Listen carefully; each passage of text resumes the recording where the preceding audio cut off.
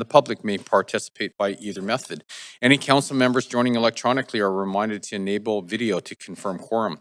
The meeting is being live streamed on the city's website and YouTube, and meeting progress will be updated regularly on X at Van City Clerk. Now, in case of an emergency where we have to evacuate the chamber, please walk through the glass doors and turn left at the pillar and walk down the stairs. If that exit is obstructed for any reason, we do have 4 exits outside of this chamber. Also, if you need mobility assistance, please stay in place, and one of our super friendly team members will help you get to a safe location. A defibrillator is also available at the end of the hallway outside this chamber. I do want to acknowledge that we're hosting today's public hearing on the traditional territories of the Musqueam, Squamish, and Tsleil-Waututh people, and really want to thank them for their generosity and hospitality and love and care and share that they share with this land that we get to live, work, and play on.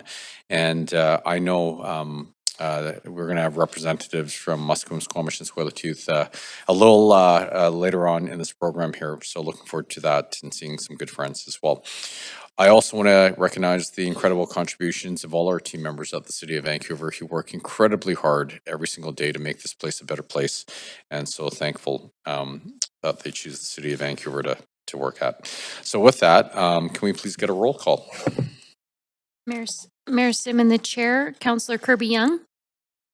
Councillor Dominato is on a leave of absence for civic business all day.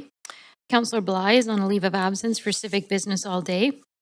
Councillor Fry is on a leave of absence for personal reasons from 3 p.m. onwards. Councillor Montague. Present. Councillor Klassen. Councillor Meisner. Present. Councillor Joe. Present. Councillor Orr. Councillor Maloney. This meeting has quorum, Mayor Sim. Great, thank you. So before we begin, a few announcements. The public may speak in person or by phone or may submit written comments to Mayor and Council. Speakers may only speak once and will have up to 5 minutes to comment on the merits of the application. Please state whether you support or oppose the application and if you are a resident of Vancouver. Those representing 4 or more individuals or groups, including themselves, may speak for up to 8 minutes. Each person being represented must confirm their name and presence in person or by phone and may not speak separately. Please follow the live stream or at Van City Clerk on X to track meeting progress and know when your turn to speak is approaching. Please note the live stream does have a slight delay.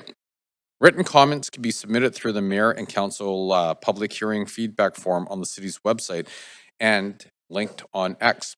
If you pre-registered with the presentation, say next to have the clerk advance your slides. A reminder, at public hearings, council acts as a quasi-judicial body and must focus solely on the merits of the rezoning or heritage application. Members may ask clarifying questions of our team members or speakers, including the applicant, but should reserve debate until after the speakers list has closed. After hearing from speakers, council may 1, approve the application in principle, 2, approve the application in principle with amendments, 3, refuse the application, or 4, refer the application to team members for further consideration. Finally, if all speakers are not heard this evening, the public hearing will recess and reconvene at a later date. So the item number 1 is CD-1 rezoning 4911 through 5255 Heather Street, 637 through 657 West 37th Avenue, and 620 through 689 West 35th Avenue, the Heatherlands.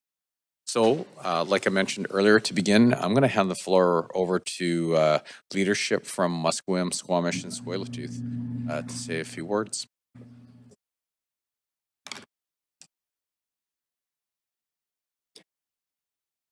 Nasiem Nasiaya, Tolnaka, Konisquich, Tanitanat, Musqueam, Ait Tanishqualawan, Quans Equats Nala, E Heidsap Kudaswallop Quathami Hui Tanakwanant, E Huinam to Shusiem to Musqueam, Squami, Eta Salil Watat, Masteo, Heidsap Kasiem Nasiaya. My friends and relatives, my ancestral name is Tolnaka, my English name is Alec Guerin, and I'm from Musqueam, where I'm an elected councillor. Brings me good feelings to be here with you all today, and I want to thank you for taking the time to listen to the leadership of Musqueam, Squamish, and Tsleil-Waututh. I come to you with gratitude in my heart to be standing alongside my relatives on these beautiful territories. Also feeling a lot of gratitude towards the mayor and council, as well as the City of Vancouver team, or should I say teams, because it's been a very multifaceted effort to get to where we are today. We're talking about this item, which is movement towards attainable housing in partnership between the three nations, in collaboration with the provincial government, as well as the City of Vancouver. And I think it is a demonstration of how the power of working together is so strong. Together we can do a lot of amazing work. And this is reconciliation done right, where we can be good neighbors, good friends, and good family. There's been a lot of, I'm just going to say it, a lot of hate and perhaps naivete or ignorance in the news and in the comment section recently, particularly around the relationship agreements that Musqueam signed with the federal government. But I just want to say that Musqueam always is looking forward to working together. Nobody's interests are being attacked. And this is another example of how when we work together, we can do reconciliation, right? Haitsepka siyam na siyayam. Haitchka. Hatsquile, Elstonayaps, Cloudstock, Queen Quishaman, Adrian Queensna, Chinachin, Tla, Chaquap, Eamoch, Ochomeo, West Chinwa, Emont, Chomolchiston, Ochomeo. Good evening, everybody. My name is Galautanot. My English name is Adrian. I'm here on behalf of the Squamish leadership and would like to echo the words of Musqueam's elected council on, the reconciliation that we're doing. We're working together to better our community and, bring back the knowledge that we have of our shared territories. And, we've been working together, from time immemorial, and it's nothing new for us to be in partnership together, through marriage, through resources. And, as we see, there has been a lot of negativity coming up on any developments that we have as a whole or as individual nations. The announcement of Sanok as well for the Scotish is coming up. But, we're here to thrive in our own home territories. And, we want to welcome the people to achieve housing, which we all know is a lack, therefore, of like people to afford to live within the greater Vancouver area, and they're getting pushed further and further out into the Fraser Valley. And, we hope that we can, have those professionals that, work in the hospitals and close by so that they're able to, students have somewhere to go. And I just want to, on behalf of the Scotish, welcome you and thank you for your time this evening. And also the staff that have we've been working with for the past few years, getting our project rolling and moving forward. Thank you. Thank you.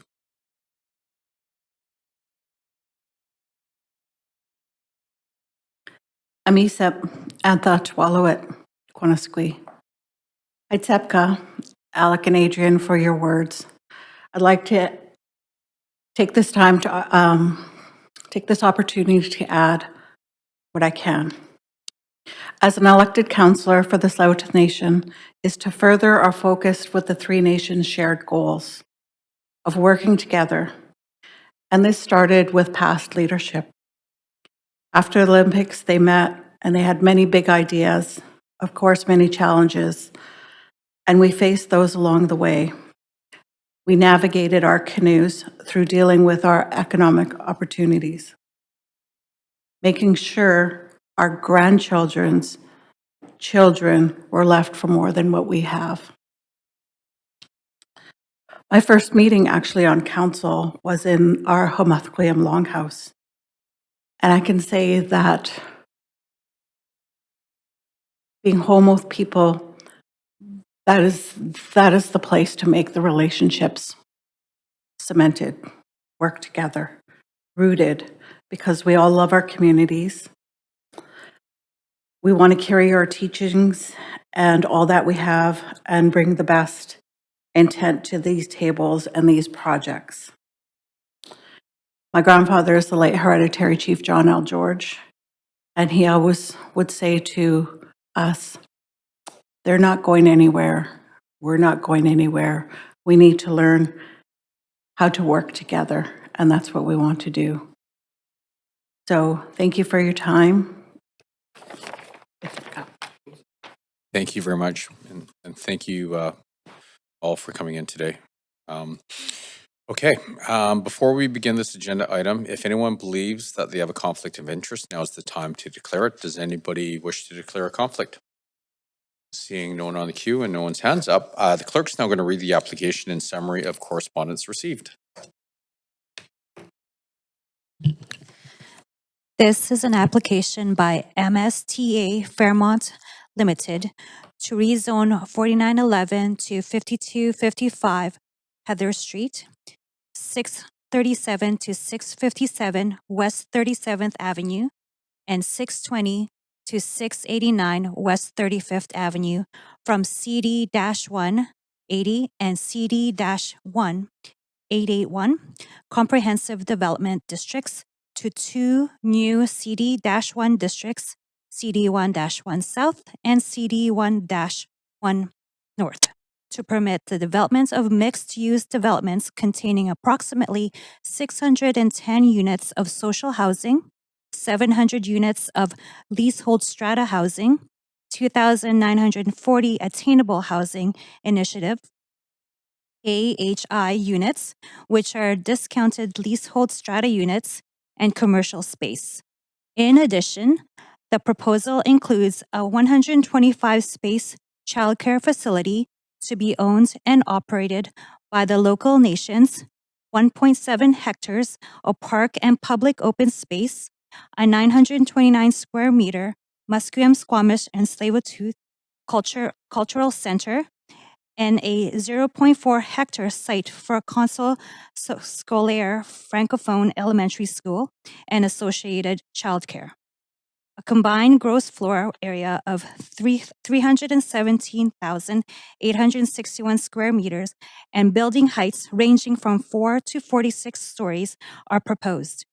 The General Manager of Planning, Urban Design, and Sustainability recommends approval, subject to conditions set out in the summary and recommendation and yellow memorandum dated February 20th, 2026, entitled CD-1 Rezoning, 4911 to 5255 Heather Street, 637 to 657 West 37th Avenue, and 620 to 689 West 35th Avenue, minor amendments to draft bylaws and conditions to align with terms of Heatherland's AHI program. The following correspondence has been received since referral to public hearing: 2 pieces of correspondence in support, 10 pieces of correspondence in opposition, and 1 piece of correspondence regarding other aspects related to the application. This represents all correspondence received up to 5 p.m. today. Great, thank you very much.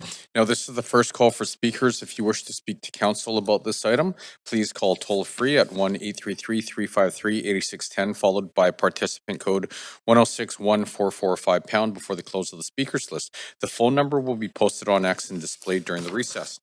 There will be an opportunity for new speakers and missed speakers to be heard at the end of the registered speakers list. Now, we do have our team members from Planning, Urban Design, and Sustainability here to present the application.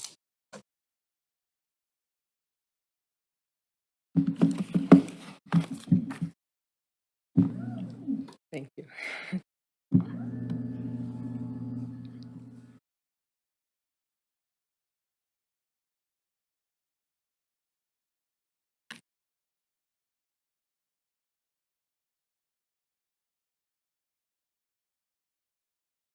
Let me know when you see the presentation in full screen.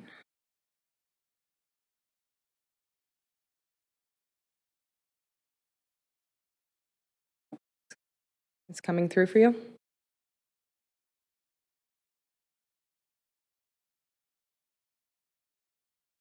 Good. Great, perfect. Good evening, Mayor, councillors, and members of the public. My name is Lauren Whitney, rezoning planner for the Heatherlands rezoning application. Before I begin, I'd like to mention that there is a yellow memo attached to this report.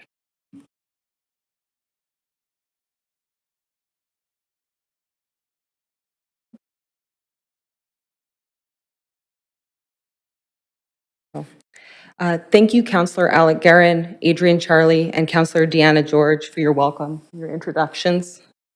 I wanted to start by personally acknowledging that I work and live on the unceded homeland of the Musqueam, Squamish, and Tsleil-Waututh peoples, and extend my gratitude for getting to call this beautiful place my home.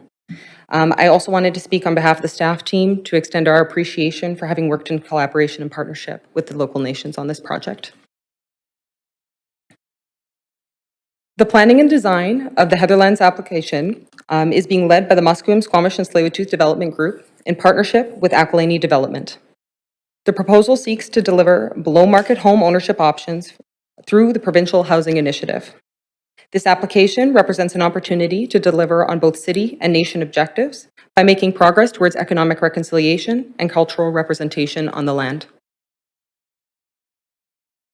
The Heatherlands is a 21-acre site located north of 37th Avenue, south of 33rd Avenue, and oopsies, I'm seeing, oh, perfect. As you can see on the map, the Heatherlands is 21 acres and located north of 37th Avenue, south of 33rd Avenue, and bounded by the lanes of Willow and Ash Streets. The surrounding neighborhood is a mix of single-family detached homes, institutional uses, low-rise strata residential buildings with parks and a school nearby. There are several major project sites in the immediate area which are seeking or delivering higher building forms. These approvals form an emerging context in the area as a municipal town center. The area is well served by transit and active transportation, with a Canada Line station 2 blocks from the southern edge of the site, bus and bikeways close by. The site is split zoned, CD 180 in the north and CD 1881 in the south, as you can see delineated in red. Presently, the northern portion of the site is occupied by an RCMP Fairmont Academy building and 2 vacant temporary modular housing buildings. The southern portion of the site was cleared in 2024 under a previous approval.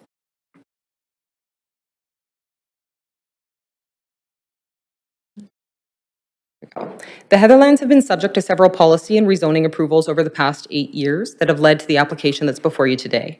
I'll go through this timeline to provide context for the current proposal. In 2018, the Heatherlands policy statement was approved by Council. It was developed at the request of the landowners, the Musqueam, Squamish, and Tsleil-Waututh Partnership and Canada Lands Company, and aimed to create a sustainable, mixed-use neighborhood with a package of amenities reflecting the values of the Musqueam, Squamish, and Tsleil-Waututh peoples. In response to the policy statement, a rezoning application was approved by Council in 2022 for 18 buildings ranging in height from 3 to 28 stories. 2,600 new residential units, including leasehold strata, market and below-market rental and social housing were approved, along with office, retail, parks and open space, a cultural center, a 74-space childcare facility, and a school. Yep, sorry. Did I stop? For a sec? Mhm. Oh, and he's gone down. Oh, great. Please go ahead. Okay.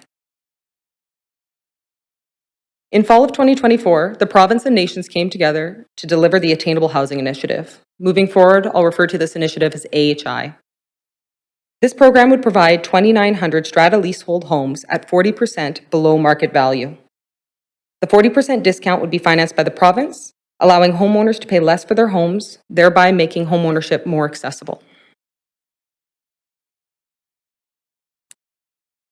In response to the AHI program, the application today proposes 16 buildings ranging in height from 4 to 46 stories, a gross floor area of approximately 318,000 square meters, just over 4,200 new residential units, with a proposed tenure mix of 2,900 AHI strata units, 700 market leasehold strata units, and 610 social housing units.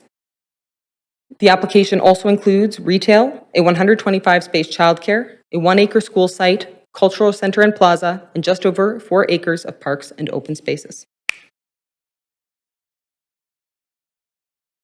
The 2025 rezoning application retains the parcels, street networks, and parks from the 2022 approval.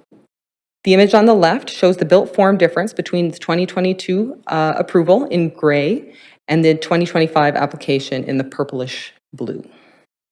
Key changes include an increase in building heights and a 30% increase in density to support the delivery of the AHI housing units, an expanded childcare from 74 to 125 spaces, and a change from a non-profit model to a for-profit model to be owned and operated by the local nations. a reduction to the size of the proposed cultural center space and cultural plaza to provide programming flexibility, changes to the form of development, including reduced podium heights and simplified forms, and retail expansion to both sides of the new commercial street.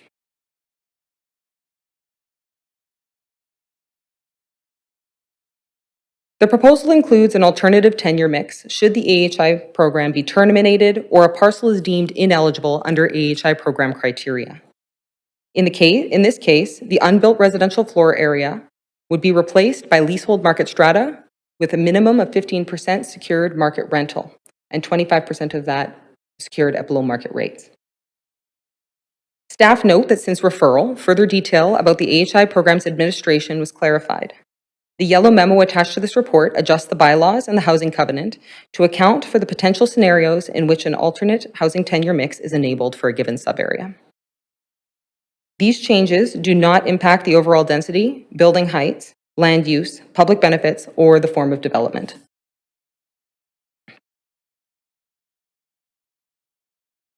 Public consultation included online and in-person engagement events.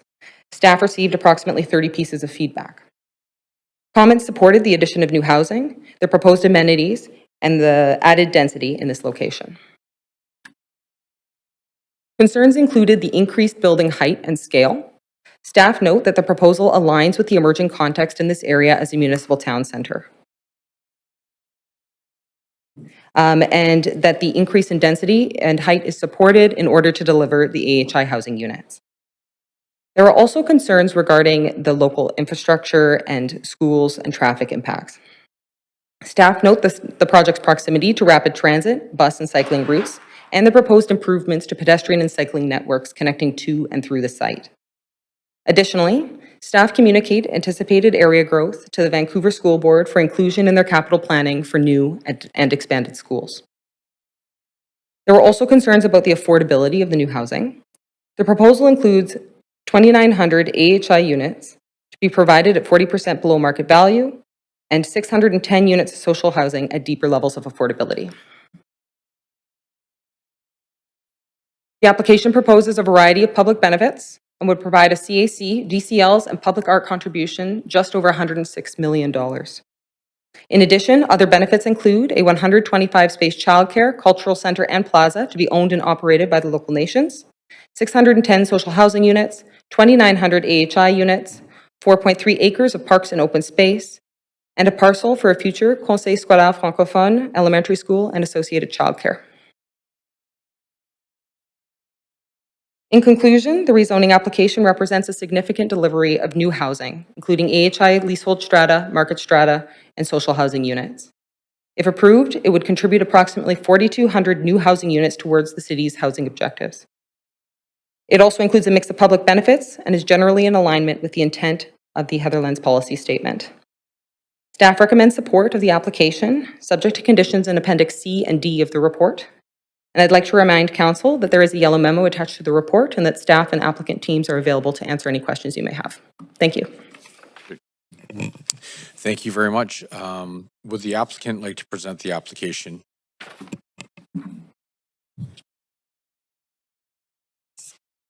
Okay. Are there any questions from Council to our team members or the applicant? Oh, here we go. Sorry. That's okay. Excuse me. Good evening. My name is Brennan Cook. I'm the Vice President of Acquisitions and Development for MST Development Corporation, the company that is jointly owned by the Musqueam, Squamish, and Tsleil-Waututh nations. First, I wanted to thank the MST nations for having the vision and the confidence in this process to follow through with AHI. AHI marks a significant departure from traditional merchant development in the City of Vancouver and demonstrates the nation's desire to include everyone in welcoming them to their development projects. I'd also like to thank CLC for being a partner through this process. I'd personally like to thank the City of Vancouver planning staff, specifically Matt Shalito and his team. Without them, we wouldn't be here tonight. And finally, I want to thank Mayor and Council for your time and support in the past on consideration of this project. The issue at hand here is not about additional height or additional density. The issue at hand is about affordable homeownership for middle-income earners. Homeownership in Vancouver amongst middle-income earners is at an all-time low. Even with households that earn up to $200,000, which is the 75th quartile in income in the city of Vancouver, most of those households cannot afford to purchase real estate in Vancouver. The barrier is not necessarily the high price of real estate, but it's actually the price of the deposit. And people's savings, households that are saving to afford to purchase real estate are being priced out of the market. In Vancouver, there's a critical need for housing of this middle income to foster complete communities, allowing essential service providers to remain in the city in which they work.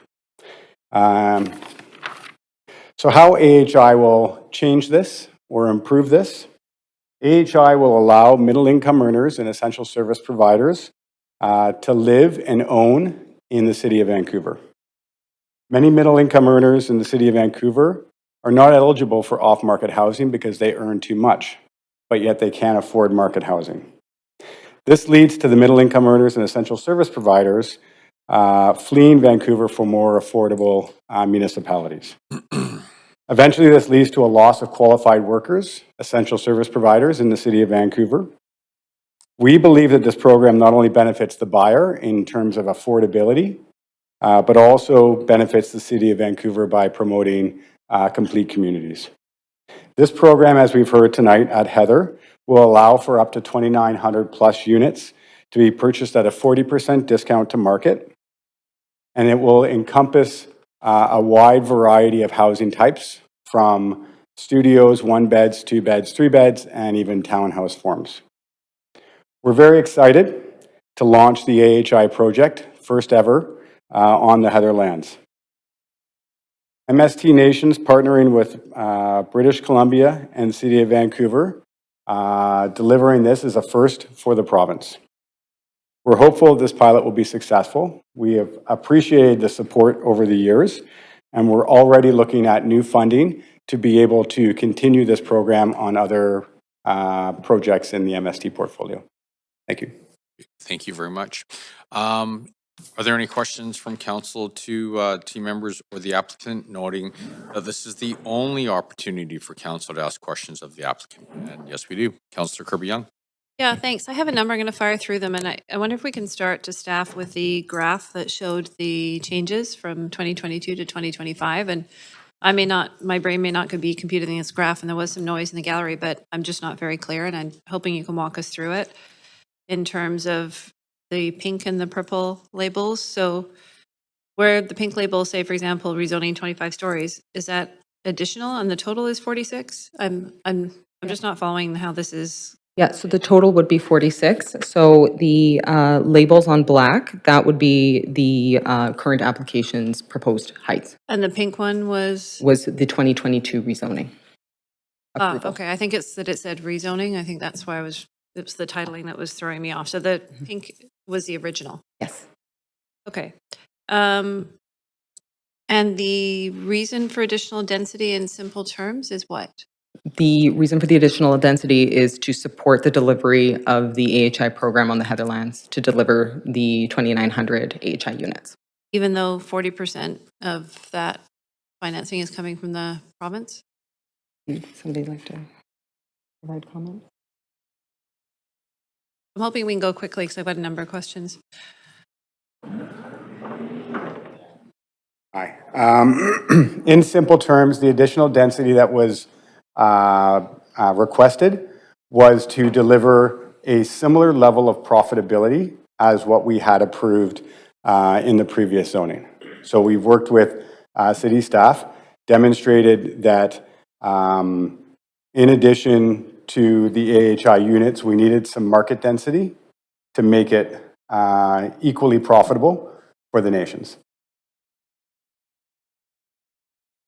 Okay, So I think I'm trying to get my head around that because you're still doing strata leasehold and there's still funding. We are still doing some strata leasehold. The issue with AHI is even though the province holds a 40% mortgage, they're not contributing the full 40% of revenue.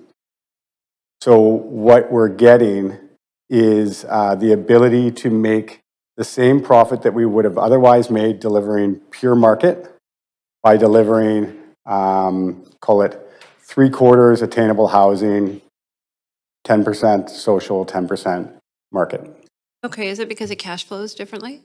In terms It's not cash. It's not a function of cash flow. It's more a function of cost base.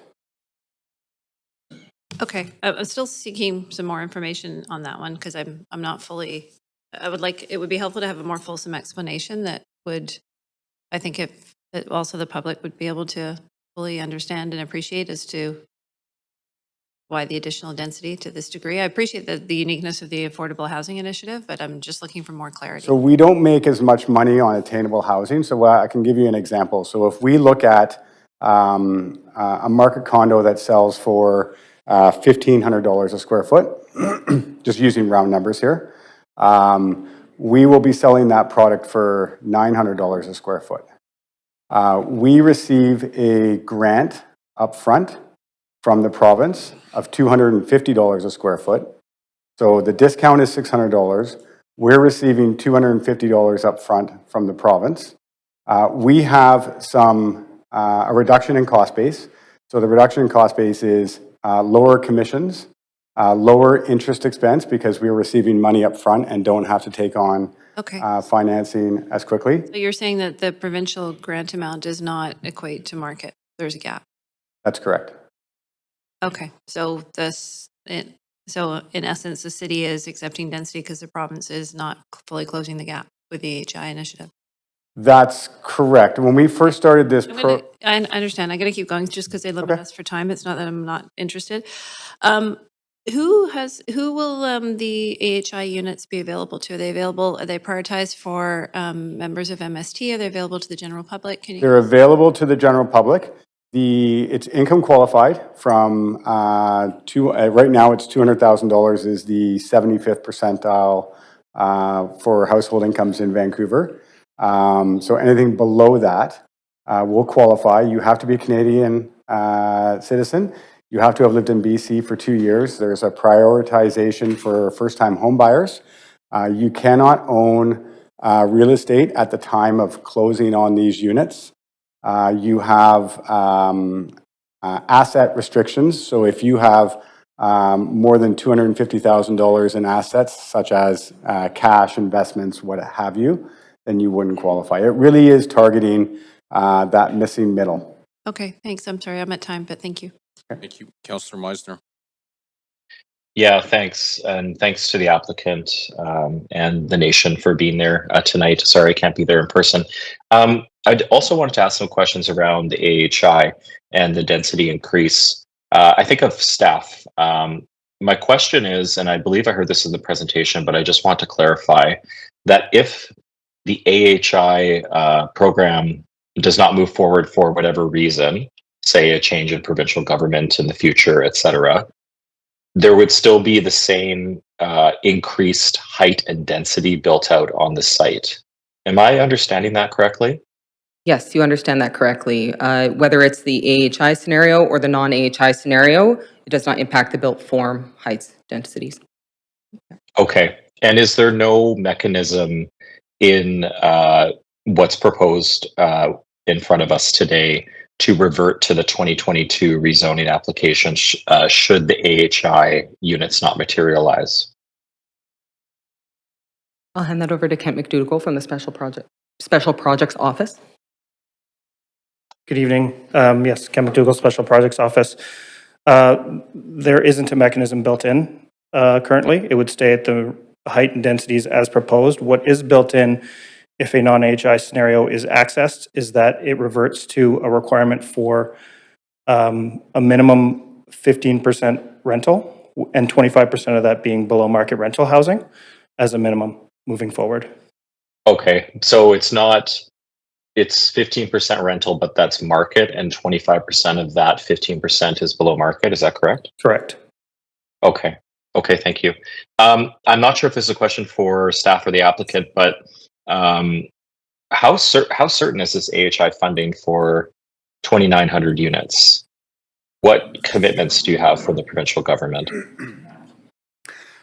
We have already been funded $105 million from the province.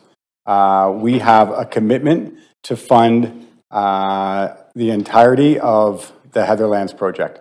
So we have that commitment.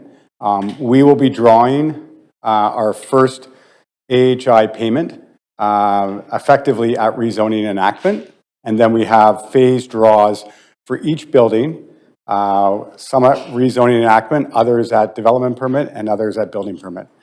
This has been approved by Treasury Board at the province of BC. The money is committed. Okay, so that being said, how certain are you that all 2,940 AHI units will be completed? Are you 100% sure? Are you 90% sure? I just want to get a sense. I have high confidence that this program will be successful, but I don't have a crystal ball. So if the province changes government and a successive government were to squash the program, I don't have any control over that. Of course. Okay. Yep. Thanks very much for the answers. No problem. That's it for me. Thank you. Councillor Joe. Yeah, thanks, Mayor. Thanks for the presentation. Also, the applicant for submitting this application, and thanks for the presence from the MST, to support this project. So, my question, first of all, I saw there's a significant reduction in terms of the size of the MST Cultural Center. Can you explain the rationale? I might hand that over to the applicant team as well. Please. Mhm. Yeah. The reduction to the cultural center is really a function of a bit of time and a bit of homework that was done. So the original cultural center was effectively twice the size, and there were concerns over economic viability as a business or as an asset. So the 10,000 square foot cultural center as it stands now, it still has commercial kitchen, still has meeting space available, but ultimately we were a bit worried about the viability of maintaining and operating this asset if it were not being fully utilized. We're confident that the proposal that we have right now for the cultural center will be a welcome addition to the community and will be utilized at a kind of a more optimal level. Okay, and the cultural center will be open to the public as well. Right? Absolutely. Okay, thank you. The other question, so very similar to Councillor Meisner's question regarding the AHI program. So I just did a very rough conservative calculation, 3,000 units, just assuming $1 million for each unit, and 40% paid by the province. That's $1.2 billion. Yeah, so again, how confident you are, getting this amount of money from the province? Well, we don't get $1.2 billion from the government. We have a grant that gets paid upfront prior to construction. So we've already received some. Other tranches will be delivered at rezoning enactment, and then development permit for each building, building permit for each building. So we don't receive the full 40% discount that you're talking about from the government. But because we receive money up front, it allows us to reduce our commissions, it allows us to reduce our interest expense. Because we're selling the product at a reduced rate, it lowers the risk profile for the development, makes it more attainable to, the deal still works, put it that way. Okay, thanks. The other question is, I saw, there are a few very key healthcare facilities in this area, like Children's Hospital, JF Strong Rehab Center. And is there a way we can prioritize, healthcare, frontline healthcare workers, like workforce housing type of? So we actually tried that. A lot of this came out of a discussion we were having. When we say essential service providers, we think of paramedics, nurses, teachers. And initially, when we positioned this with the province, we had tried to prioritize certain essential service providers. Remember, this is during COVID. We were nervous about a flight of the people from the city that we need to operate. And the province said that they can't actually focus and prioritize any one specific occupation, or gender or race or any of these things. They can't do it.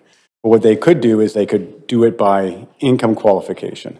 So what we have as part of our outreach is we will be going to the unions for the nurses, paramedics, teachers, etc., and really making sure that these middle-income earners that are really core essential service providers in our community are very aware of what we're offering. Okay, all right, thanks. That's all my question. Thanks. Thank you very much. Councillor Klassen. Thanks very much. I think a number of members of council were at the September 2024 original groundbreaking announcement and incorporated the AHI. Just on these AHI units, could somebody conceivably own more than one? No. Okay. Not possible. So you can only own one. It has to be your primary residence. You cannot rent it out, and there are safeguards on this.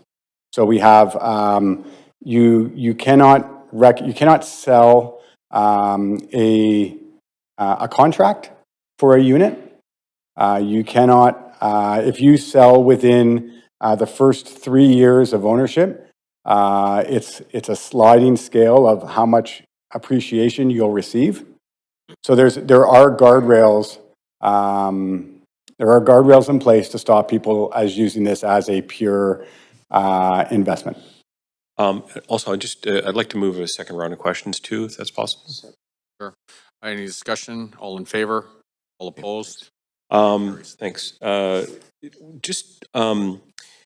The first question that came into my mind during the original announcement was the province's ability to backstop the AHI. Just simply because we now see they're carrying a lot of debt load at this current time. Are other potential sources in the offing a pension fund, other potential organizations might be able to roll up some of the kind of financing that would allow you to provide that deep discount? So the deal that we're working on Heather is with the provincial government, and we have those funds committed. I can say that we're looking at alternative options for other AHI style products on other MST developments, but I can't really get into the funding sources on that. Okay. I'm hearing questions from council today just about the long-term viability of the AHI. I think we're all completely love it. I brought my own affordable attainable ownership motion, and staff sort of took that away to do some work on, and it really can help to drive that sort of important home ownership that's eluding a lot of people and families these days. The school site that was mentioned in there, is there any of the money that is generated through this development going to fund the school in any way, or is we just providing land? That's not our obligation, is to fund CSF. We've been working with CSF to subdivide and lease them an acre parcel that's adjacent to their or across the road from their existing school to allow for them to expand. But it's not part of the nation's mandate to deliver that as a service or as a benefit. Okay. You used an acronym there, CSF, I think. Oh yeah, the French School Society, Conseiller Scolaire, France. I'm sorry, okay. I'm francophone. There we go. We've had some lively discussions in the chamber here with regards to profit and being able to take a land asset that was formerly in most cases here, I think, federal land, and being able to develop on it, use the profit to benefit whoever the end user is. So in the case of the city, we're discussing about generating non-tax revenue. What about the revenues that are associated that would be generated from this development. How are those dollars end up kind of working their way back into, obviously, partly from the sounds of things, funding the gap around AHI, but and then clearly, company in the nation, but this is a very large development, with 4,000 units. How does that money roll back into the community in some way? Well, it's a good question. So, obviously we're contributing over $100 million in terms of cash and DCLs and public art. We are contributing built form over 600 plus units of social housing, the 2,900 plus units of attainable housing, over 4 acres of park. The kind of list goes on and on. If you're asking what happens with the actual profitability, we worked with city staff and real estate services to demonstrate that the proposal we were seeking with AHI and the additional density was going to be very similar to the profitability in the last. Sorry, we're over time, but there will be a second round, so thank you. Councillor Orr? Yeah, thanks. I have similar questions, but more towards the social housing units, the 330 units that are to be built as part of phase 4. So with the caveat that funding be sourced by the applicant on the condition that demonstrable effort be shown in attempting to secure said funding prior to the issuance of any development permit. So similar to the other questions, what would then happen to the units if that funding is not secured by the applicant? So again, that comes down to the overall profitability of the site. The whole project. The whole project, right? So if we look back at the 2022 rezoning and we recognized a certain amount of profitability and had that when we had our CAC negotiation, and we were at that time delivering 20% social, 10% rental, and 70% market. We pegged the profitability on the new concept at that same level. Oh, I right? see. So we're not making more money. So the thing that gave was, and I'll be very clear, this is a project that is a bit different than typical merchant development. The nations have long expressed the desire and commitment to own and operate the social housing.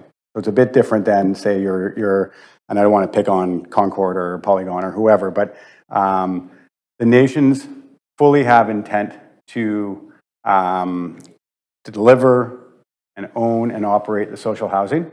But if we committed for the full build out of all the social housing, there wasn't going to be any element of profitability. Okay. So we need the assistance of BC Housing or CMHC to provide financing so that can get built. So you can't put a percentage on it, but you're confident that this funding will be found. I'm just confused on. I'm just kind of confused, maybe just on like the word demonstrable. Maybe that's more for staff, but like, what does that mean? Yeah, so it's tough when we're looking at deals that are potentially 15 years in length. And if CMHC were to go broke tomorrow, we would have to find another group that would have the ability to do construction financing, but also takeout financing with 30 or 40-year amortizations to be able to pay it off with the social housing. A typical bank won't do that. So this is the thing where we want to do it, but we have to provide a bit of flexibility on projects that are, could be 15 years in length. Okay, and then just a quick question. It's more sort of out of curiosity, but there was temporary modular housing on the site. Correct. Do you have any update on where that went? Like, is that in storage? I guess that might not be. So they're still there. Okay. We signed prior to the policy statement. We signed a 5-year temporary modular housing agreement with the city. We extended it. I forget if it's 2 or 3 years. And we only just didn't extend it because site work is ongoing on the site right now. Okay. And then, so that would be deep affordability, obviously shelter rate. Correct. Is there any sort of one-to-one replacement of that, or do you? No, that's temporary modular housing, doesn't have to be replaced. No, I know, like, no, it's not like in terms of the SRO sort of thing. I was just wondering, just more curious if there is any sort of deep affordability or. Well, we have over 600 units of social housing. Social housing is the deep affordability. And with, you know, just there's the discussion around the 30% at Hills, and oftentimes that it actually goes beyond that. That 30%, sometimes it's as high as 60%. And, you know, that could be the case here, where it could be deeper affordability or. We'll comply with the bylaw as it stands. Yeah. Okay, that's all my questions. Thanks. Thank you, Councillor Maloney. Thanks. I'm interested in hearing a bit more about the retail street and what's planned for that, because I know that this is a real food desert, and that's one of the criticisms of the Canby Corridor plan. What kind of retail facilities are being planned in to this? Good question. So obviously the major ones that people want and we as developers want, obviously grocery store, liquor store, pharmacy, some food and beverage offerings, local serving retail that could include small shops, coffee shops, things like of this nature. We do have a fairly well-designed kind of retail node that leans heavily on the park and a pedestrian only area. So the idea is to provide services for people on the site so they do not have to go. I'm not saying don't go to Oak Ridge, but like they don't have to go to Oak Ridge if they need milk, right? If they need groceries, they can get it without having to hop in their car or walk 3 or 4 blocks. And I was interested to see that the retail street's designed on a very quiet local street rather than an arterial. Yeah, I mean, the part of that is we wanted to bring people into the site, have them be in, have them stay. The park is lovely. Retail on a arterial is fine if there's lots of retail along a longer arterial. But when you're concentrating retail in a particular node within a development, you kind of want to bring people into it. Yeah, and I'm also interested in hearing about the plans for the park space. There's a lot of open space, public open space planned for the site. Are there any particular, is it envisioned that it would just be left natural space, or is it likely to have sports spaces or? We haven't planned any sports fields per se. There are large green space areas. There are areas where we'll be working with water retention. So think water features in the winter, in the summer, more dry. In the North Park, because there's kind of 2 parks that are separated by 35th. In the North Park, it's going to be more natural state. There's some lovely trees we'd like to preserve there as well.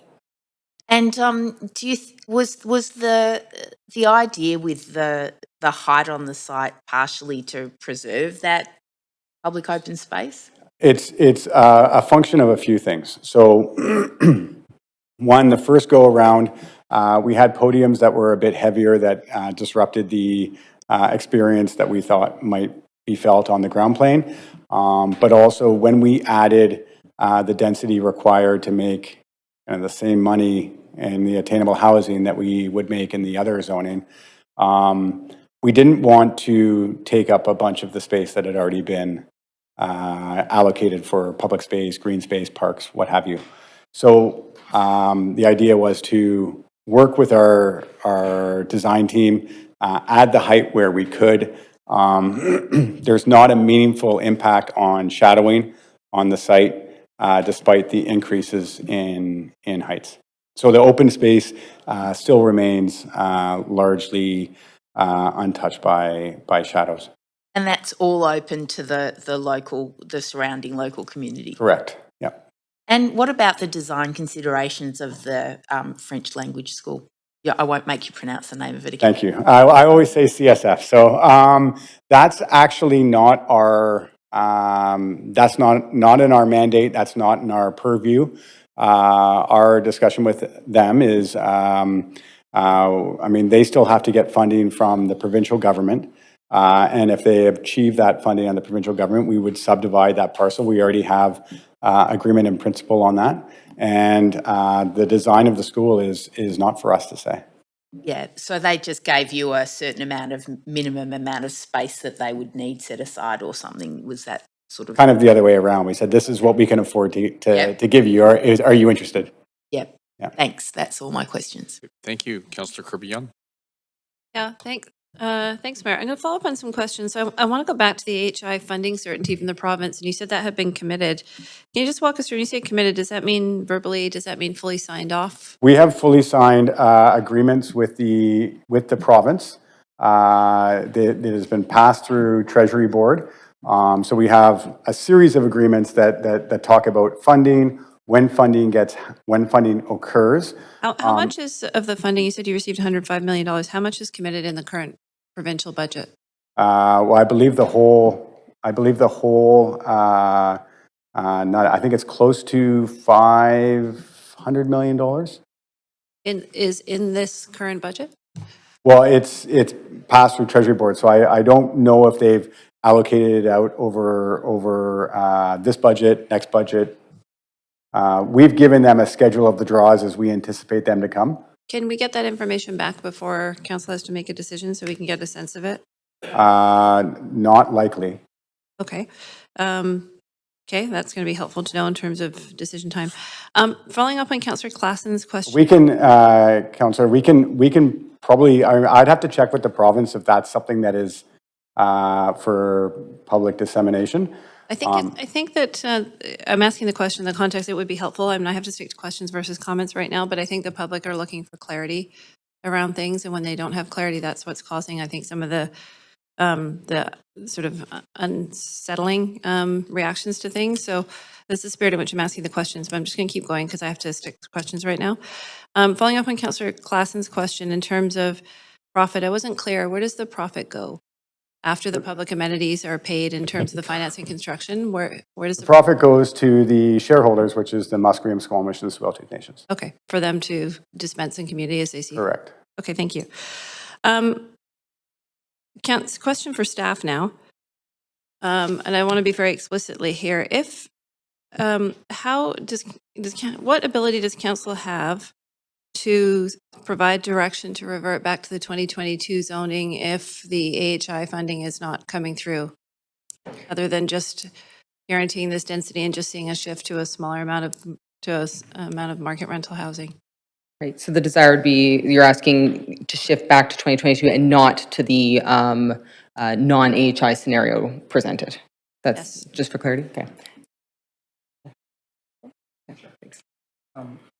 Thank you. Ken McDougall, Special Projects Office. In terms of the ability to revert back to 2022, I believe we would essentially have to have the report referred back to staff, the bylaws back to staff to create that construct. As it's put forward now, there are the options of the AHI pathway, and then should parcels be ineligible or funding be withdrawn, it would revert to the market housing rental below market stream, which would then fund all of the presumably that would take some time for staff to work through. Correct. Okay, and then in terms of the public benefits, so the childcare is doubling in space, the school acre site remains the same, the parks and open space remains essentially the same, but the cultural center is significantly smaller at 10,000 square feet versus 22,500? Yes. Okay, and that was in terms of affordability for a smaller cultural center? I know that when we approved this last time, that was held up as one of the bright lights and a part of the project that MST was very excited about. Yeah, and I might hand it to the applicant team again, but that was a decision that was made by the applicant team and the MST partnership. Here, I won't speak out of turn. Sorry, can you just repeat the question? Yeah, the reduction in the cultural center down to 10,000 square feet, that was a highlight of the rezoning last time. MST spoke very positively about that. Can you speak to that? Why? Yeah, so I think I explained a little bit earlier. The 20,000 square foot cultural center, we looked at the business plan and operations, And it's frankly challenging to commit that that would be a successful venture. 10,000 square feet, commercial kitchen, meeting rooms, ability for public to reserve and access. We're confident that that works. Okay, that's my time. Thanks. Thank you, Councillor Clausen. Thanks, Mayor. Not sure if this is a question probably for staff, but there's the proposal that we have here is pretty light on any transportation planning. And I think with this increased density, potentially thousands of new residents, leaning pretty heavily on Canada Line, which is already a system that feels like it's pretty strained right now. One station's a half-kilometer away, which is a reasonable walk there. One's about almost a kilometer. So how are we thinking that this additional density is going to kind of translate into people moving, essentially? People and goods moving. Mm-hmm.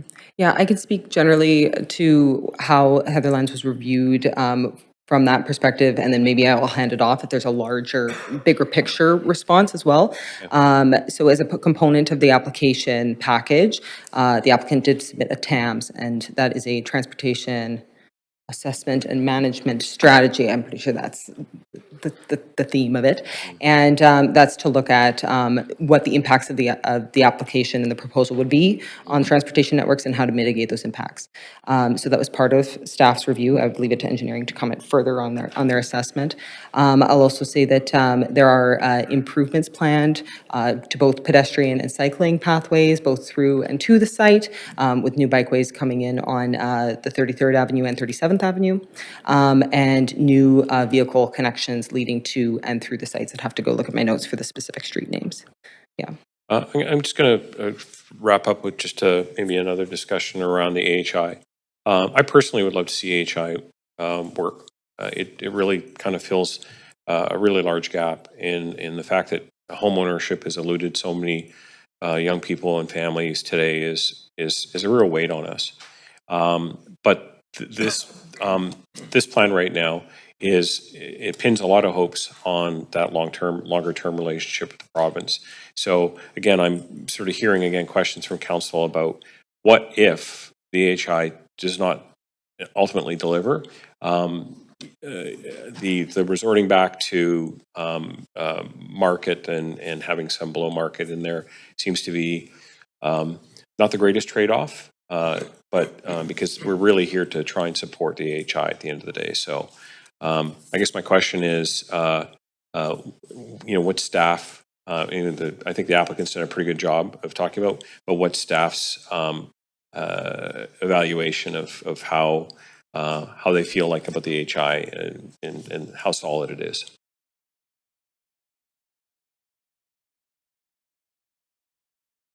Dan's coming up to respond to that.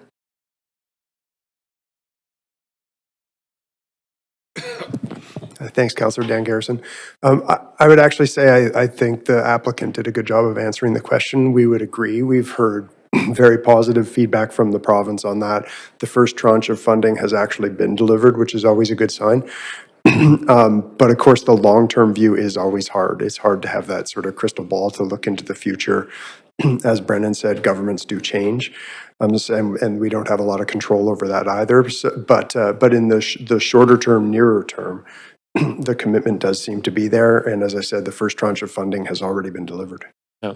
I would venture a guess that it's less of a change of government political decision than just whether the numbers, the math works on it. Because if it becomes something that ultimately governments decide that they can't afford for some reason, then, but again, yes, there are risks associated with this approach, but I think we're here being asked to whether we accept those risks for the benefit of potentially having more attainable home ownership. So, yep, okay. That's right. Thanks very much. That's my questions, Mayor. Thank you very much. Okay. This is the second call for speakers. If you wish to speak to council about this item, please call toll free at 1-833-353-8610, followed by participant code 106-1445 pound before the close of the speakers list. The phone number will be posted on X and displayed during the recess. So we're now going to hear from the public. Any speakers in the council chamber, please come forward. to the left podium when it's your turn. Phone and speakers will be unmuted when it's your turn to speak. Speakers will have up to 5 minutes to make their comments and should limit their comments to the merits of the report being considered. So our first registered speaker is Monique Choptiuk. Okay. I hope I pronounced your name correctly. Hi, I just wanted to know if I could just say something before I start my comments. I just want to tell you that I am not racist. I'm not anti. Sorry. I really do support it. My dad was an architect planner, and I'm trained in landscape architect. So the things that I am pointing out have nothing to do with you. I fully support you. So that's all I wanted to say, okay? And I know my community. Ma'am, sorry, ma'am. That the. Ma'am, you're here to address council. Sorry, it said. Sorry. Okay. You've already started it? Yeah, you're taking your time. So like that's part of your time. Everyone has a lot of time. Okay. Good evening, Mayor and Council. My name is Monique Choptuik, and I live half a block away from the Heatherlands. I oppose this rezoning. It is not a simple revised rezoning due to its scope and size, the reconciliation politics attached to it, the fact that it is located in the Queen Elizabeth Park neighborhood of the Cambie Corridor, depressed ongoing condo market, the city's adoption of Transportation 2040 and climate emergency action plans, and that this council does not have a deep developmental memory. I'm opposed to this rezoning on the grounds that the new building heights are too excessive. A new elementary school is needed, and the neighborhood road network infrastructure cannot support it. Approximately 4,250 units of new housing is proposed with new building heights up to 46 stories. That far exceed the Heatherlands policy statement and are out of scale with adjacent neighborhood rezoning. The increase in building heights are attributed to the Attainable Housing Initiative, which is a bailout for the developer from province. Through this initiative, the developer gets 60% of the cost from the buyer in the form of a traditional mortgage, and the province provides 40% of the initial financing. Even though these units are sold below market rates, the developer will get the full asking price of that below market rate. This allows the developer to get cash for every unit upfront and still be able to cover development costs and gain profit, guaranteed buyers and sales, reduce risk, and the ability to build a project. Any units not sold in the pre-sales can be sold at market rates. Increases in building heights are directly related to profitability. Increasing tower heights increase land values through land lift and vertical premiums. Prices can increase approximately 2.3% per floor once a building exceeds 35 stories. By increasing height from 28 to 46 stories, the developer gains 18 additional floors of Zone 4 premium inventory, which in turn generates significantly higher revenue than the lower floors. At the 35th floor, values are approximately $1,300 per square foot and $1,500 per square foot above the 40th. The 2011 Cambie Corridor Plan stated most schools in the corridor were operating close to capacity and that additional school capacity may be required in the Queen Elizabeth area. This may include identifying space for a new school on a large site redevelopment. Another document stated that further study concerning the possible need for a new elementary school should be conducted. That study was never conducted, and after this, all mention of the need for a new elementary school was removed from the plan. Heatherlands, Oak Ridge Park, and Oak Ridge Transit Center redevelopments are all located within the Annie B. Jameson Elementary School catchment. The school has an operating capacity of 465 students and 2024-2025 enrollment of 519. It is listed as a school with no available spaces for certain new applications for 2026. The local transportation network cannot support this revised rezoning. This development is located within the Cambie Corridor, where a lot of redevelopment has occurred. Since 2015, the RPSC community group has been repeatedly asking the city to conduct a third-party comprehensive traffic survey of the area because they have serious concerns about many transportation-related issues. Nothing ever came out of these efforts. This development adds to these concerns because there are few streets that actually service it. The transportation study plan for the first Heatherlands rezoning stated that when built out, all major intersections in the area would be working at or above capacity. The city's response was to accommodate the additional development, volume would require major geometric improvements in street widening has not been planned for the area. It's clear that all the intersections will be working over capacity. To compound this, the Heatherlands was designed to meet the Transportation 2040 and Climate Emergency Action Plan goals, which seek to shift the public's use of cars to using mass transit, bicycles, and walking. It also aims to decrease street parking. Parking has always been a perennial problem due to the proximity to women's and children's hospitals. This is a major paradigm shift, and I don't believe that the public or the infrastructure is there yet. I live on West 33rd Avenue and have already noticed the increase in traffic congestion. My concern is what happens in the interim before this shift takes place. What will be the quality of life in the neighborhood with constant traffic Monique? congestion and noise? Hi, Where will Monique. I'm people sorry, park? we're at time. Can I just read my last paragraph? Because actually, I'm I only sorry, have one more I know, paragraph. we have to keep on time with everyone. We have a lot of speakers tonight. I'm sorry. Thank you. Yeah. Sorry, Monique, sorry. Hi, Chair, Monique. Chair, can we? Monique, sorry, can we cut the mic off? Monique, I'm gonna. Sorry. Yep, sorry, Monique. Yep.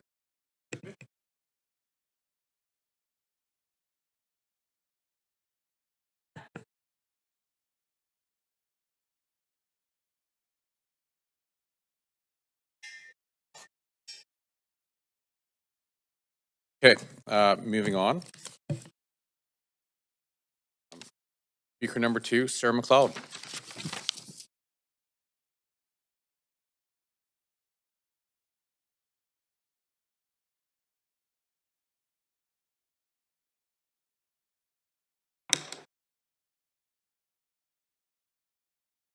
There should be 3 over there.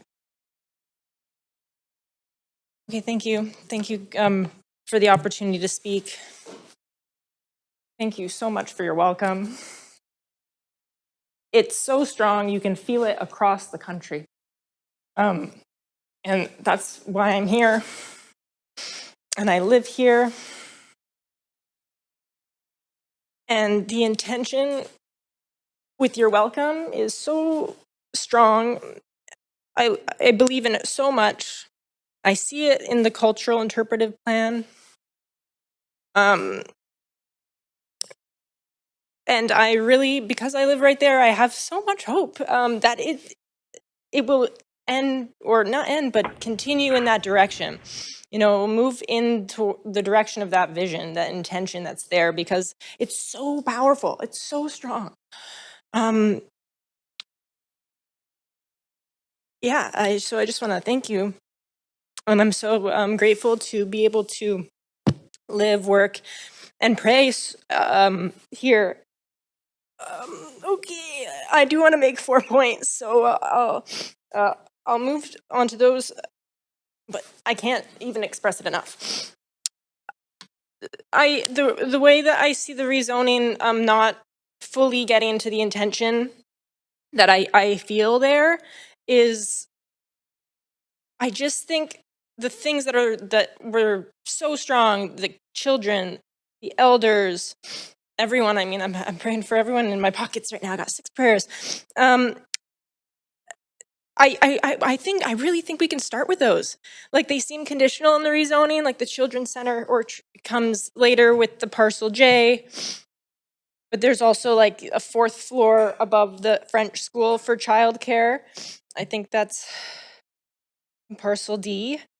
So I'm not sure about the D, but if I'm right with J, like that got moved to phase 5, and I don't know if there were that even many phases in the last rezoning. I think there were 3 or something.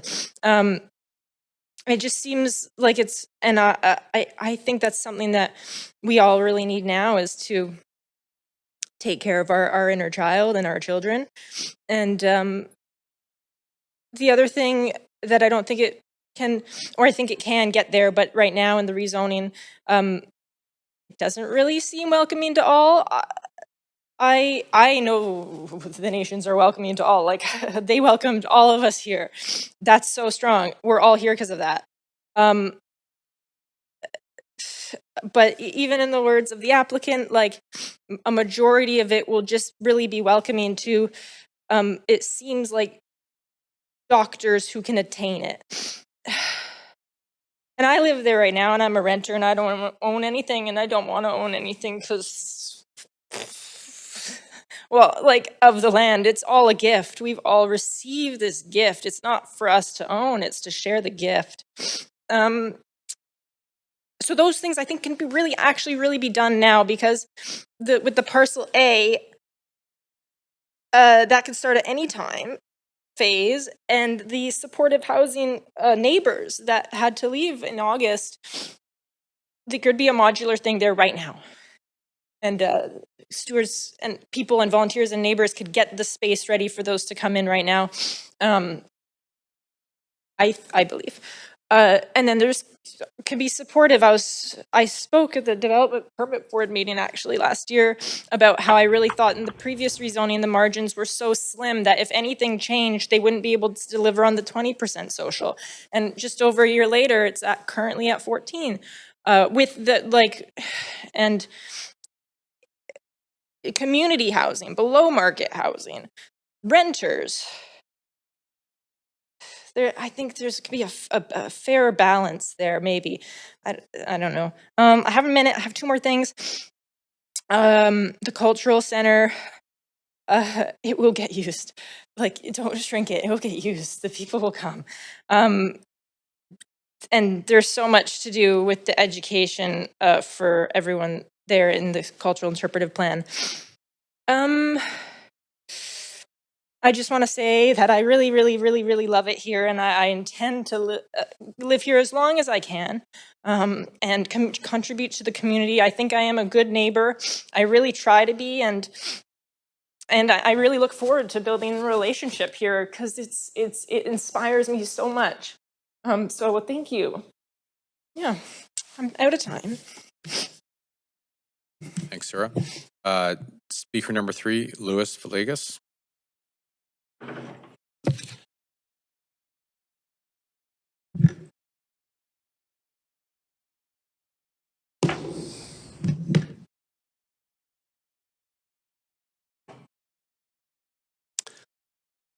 Thank you. My name is Louis Villegas. I live in Vancouver. Next slide, please. Let's move 2 slides forward. Thank you. I have practiced urbanism in Canada and the United States for 40 years. I oppose this rezoning. Next. This proposal concentrates 14 towers on a fragmented street grid, limited street wall continuity, and large, weakly defined open space. Next. That combination triggers knock-on effects and consequences. First, we shape the city. Then the city shapes us. Tower zones like this present plenty of places for other things to take shape. Crime prevention through environmental design, as articulated in Defensible Space by Oscar Newman, emphasizes territorial clarity and natural surveillance. Both concepts are AWOL in this proposal. Urban form also shapes the timeless values of community and the values of place. But not here, where street walls lack continuity and human scale. Commercial space is not integrated with open space. The tree canopy is concentrated on the roofs. And mountain views, well, just look at the picture. Where are the mountains? Hidden by the towers.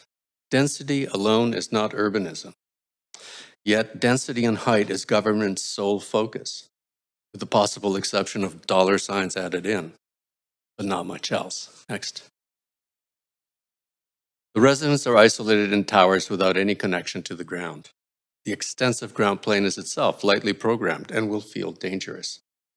The edges are discontinuous, and there are no townscape markers for aiding wayfinding or creating the sense of place. These are all known risk factors incubated in tower zones. Next.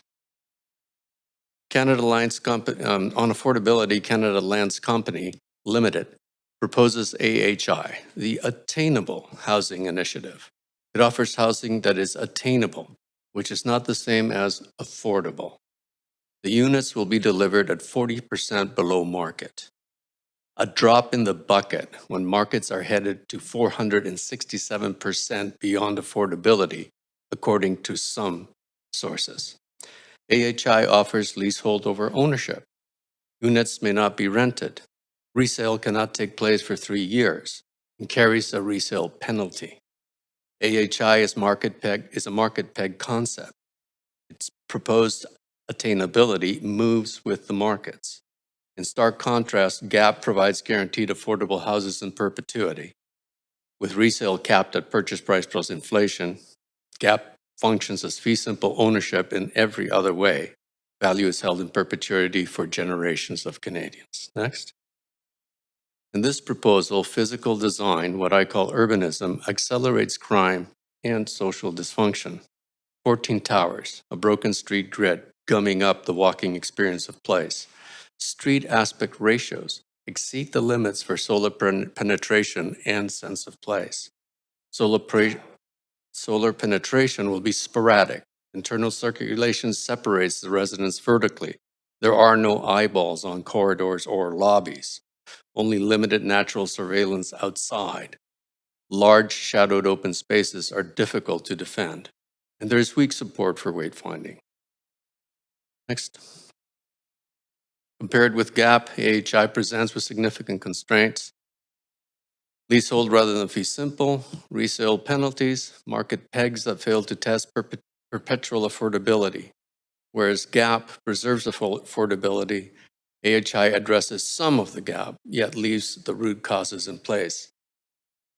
Heatherlands is delivering land left, thus government voting for this proposal is putting out the fire with gasoline. Next. In this proposal, the park is passive and unprogrammed. There is no connected space of urban rooms. Commercial uses are not well integrated with the public space. Solar reflection and wind impacts require closer studies.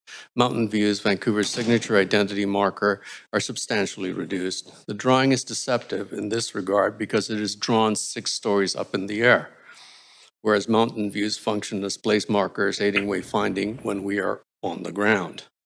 This proposal delivers much height and density. It fails to present the timeless values of vernacular urbanism, values of place, and values of community. Thank you. Thank you very much. Speaker number 4, Teresa Belton.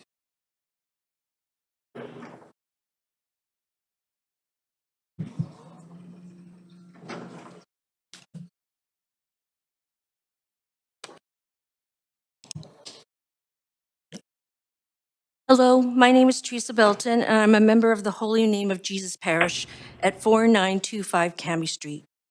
We are the church with the triangle roof on Cambie Street and West 33rd, across from Queen Elizabeth Park. Holy Name has been a spiritual home in the South Cambie neighborhood since 1961. We offer worship services and community engagement 7 days a week, not just on Sundays. According to our 2025 census, we have more than 1,000 parishioners and visitors at the church on a weekly basis. Our community is a buzzing hub of cultural and age groups. 41% of our parishioners speak a language other than English. One of our most exciting ways our church community has been growing since 2020 is the strong influx of people, especially young adults ages 19 to 39.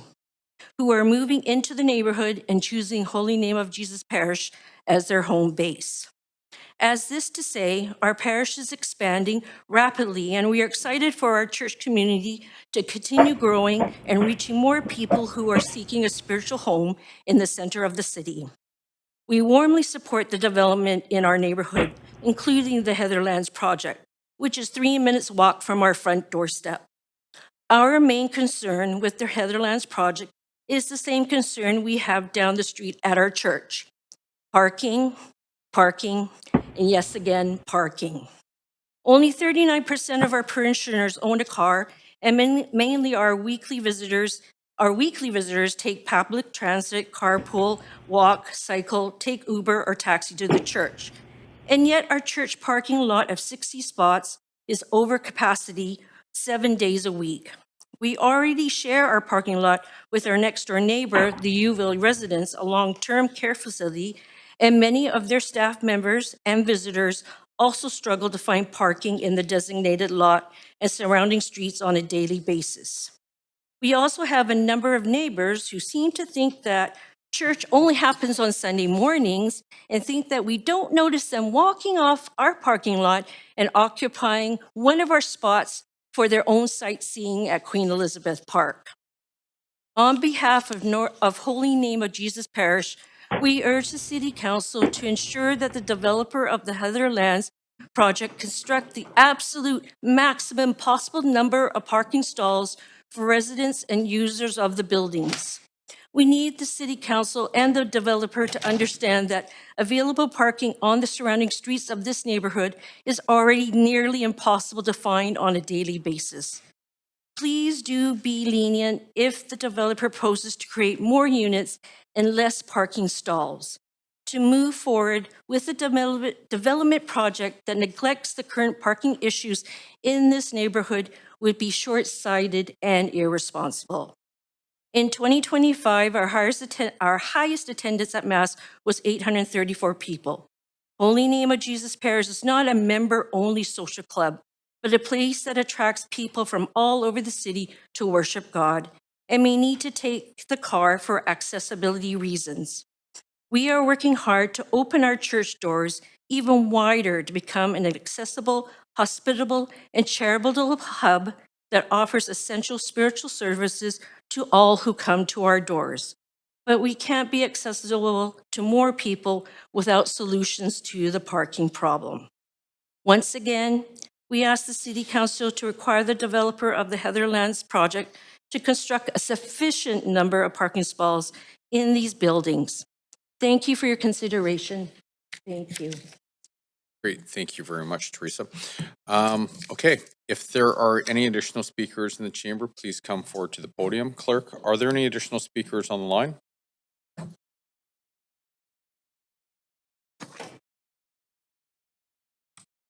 No additional speakers on the line.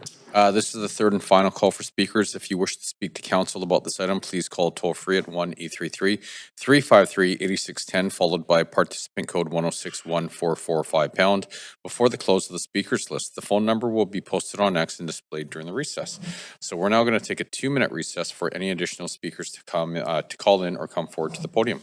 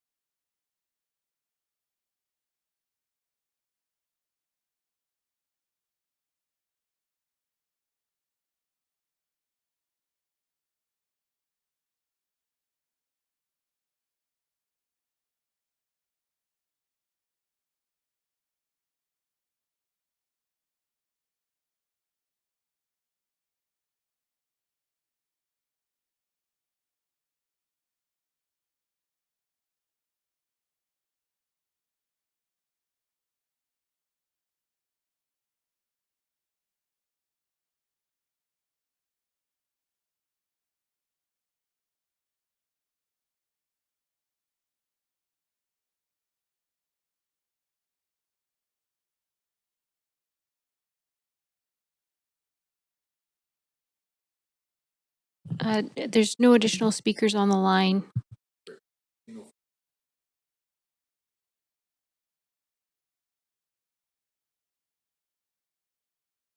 No additional correspondence.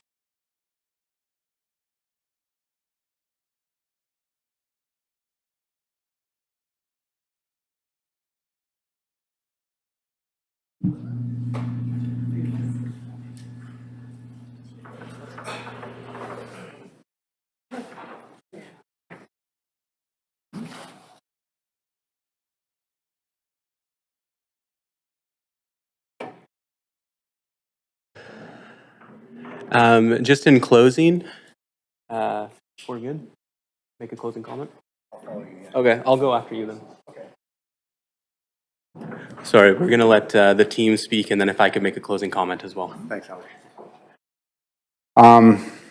I appreciate everybody's time tonight. I know this is it's a complicated rezoning. AHI has never been done in the city of Vancouver. I'm thrilled with the prospect. There are many young families, many middle-income earners who want to live in Vancouver, earn enough money that they don't qualify for off-market housing, want to get on the real estate ladder. This is their chance. I'm looking forward to giving them that chance to own in the communities that they were raised, where they work, where they want to live, where they want to raise their families. Looking to council for support and leadership to assist us in delivering this, and want to thank you for your time. Thank you very much.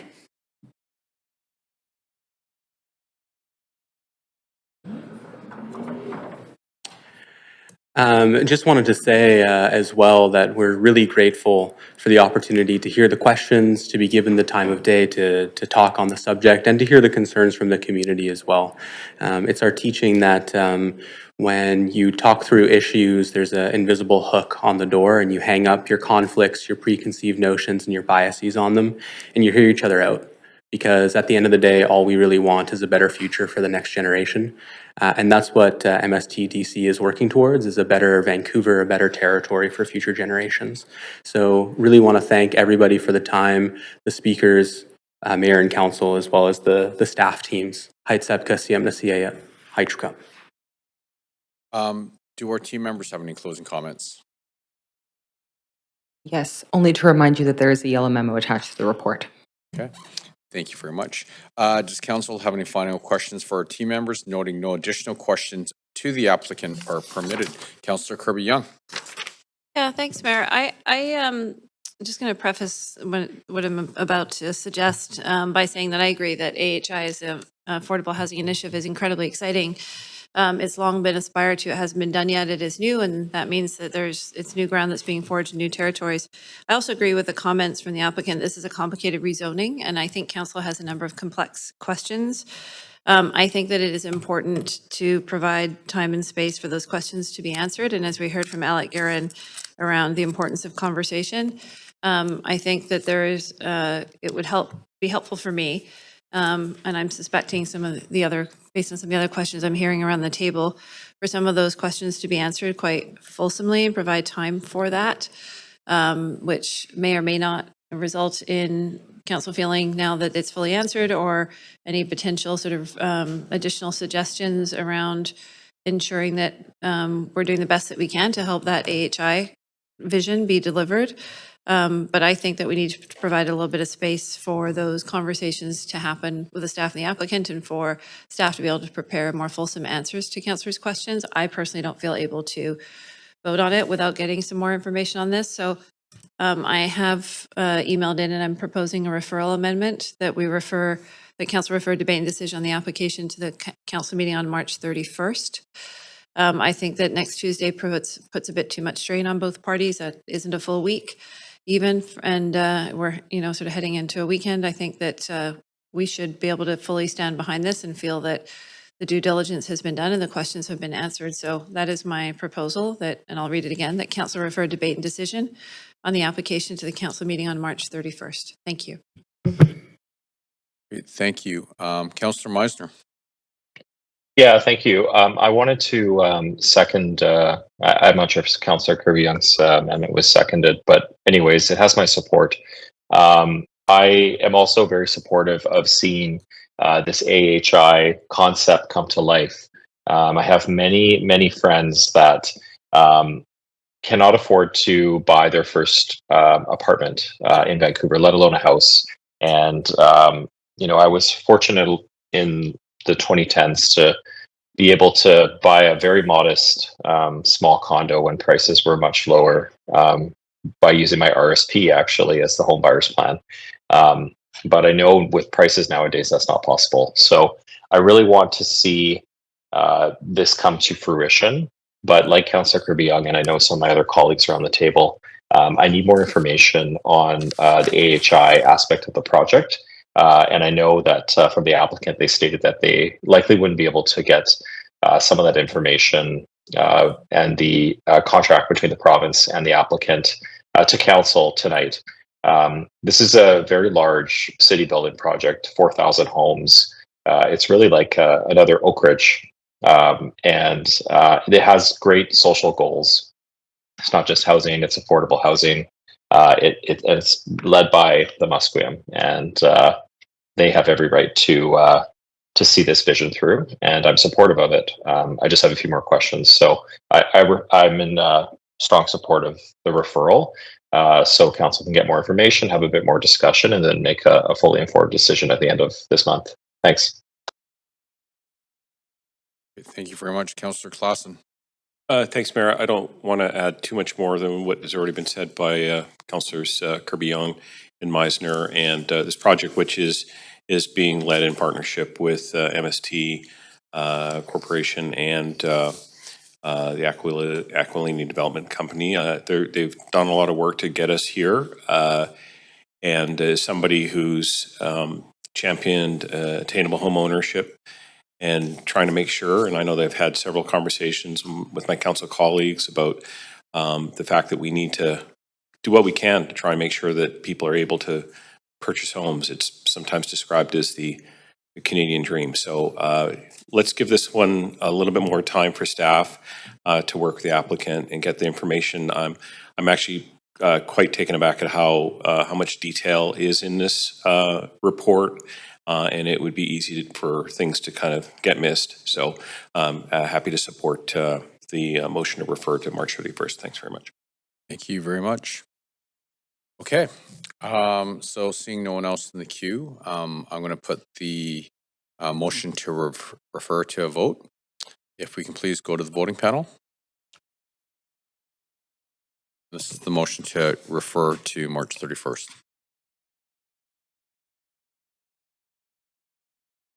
So do we have to close public comments first as clerk? Is that the?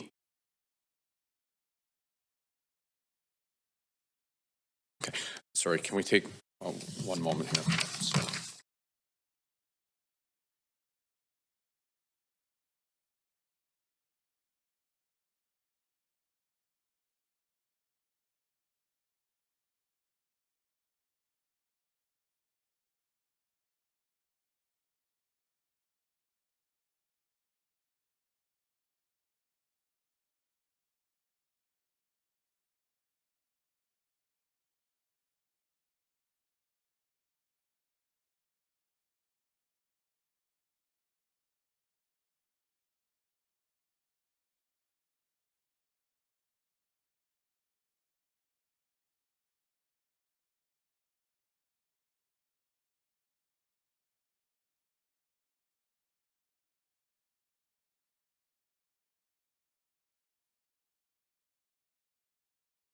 Sorry, just wanted to make sure we got the process right.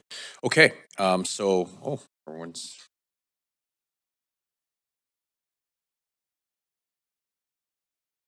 Okay, the motion to refer had.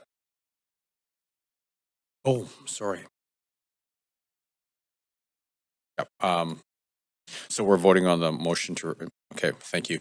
Okay, so the motion to refer passes with councillors Orr and Maloney in opposition, and okay, that complete, well, it doesn't complete item 1, but that's as far as we're going to go with item 1. I want to thank everyone for coming in and all the hard work you're doing and the questions that were asked. Okay, so we will move to item number 2, and that's CD-1 rezoning 3295 through 3333 Commercial Drive. Before we begin this agenda item, if anyone believes they have a conflict of interest, now is the time to declare it. Does anyone have a conflict of interest to disclose? All right. Seeing none, the clerk's now going to read the application and summary of correspondence received. This is an application by 3333 Commercial Drive Limited Partnership to rezone 3295 to 3333 Commercial Drive from R1-1 Residential Inclusive District to CD-1 Comprehensive Development District to permit the development of a 6-story residential building containing 133 rental units. A floor space ratio, FSR, of 2.52 and a height of 22 meters are proposed. The General Manager of Planning, Urban Design, and Sustainability recommends approval subject to conditions set out in the summary and recommendation. The following correspondence has been received since referral to public hearing. 32 pieces of correspondence in support and 23 pieces of correspondence in opposition. This represents all correspondence received up to 5 p.m. today. Great, thank you. This is the first call for speakers. If you wish to speak to council about this item, please call toll free at 1-833-353-8610, followed by participant code 1061445#. Before the close of the speakers list, the phone number will be posted on X and displayed during the recess. There will be an opportunity for new speakers and missed speakers to be heard at the end of the registered speakers list. Now, we do have team members from Planning, Urban Design, and Sustainability here to present the application.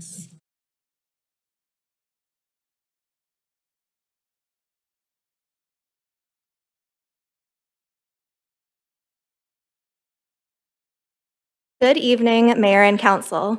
My name is Zoe Acton, and I am the rezoning planner for this application located at 3295 to 3333 Commercial Drive.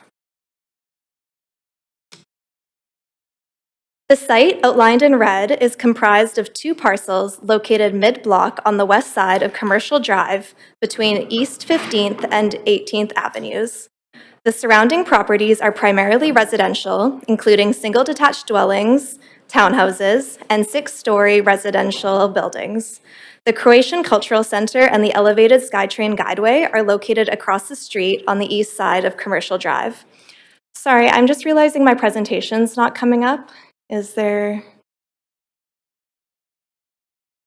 Stuck.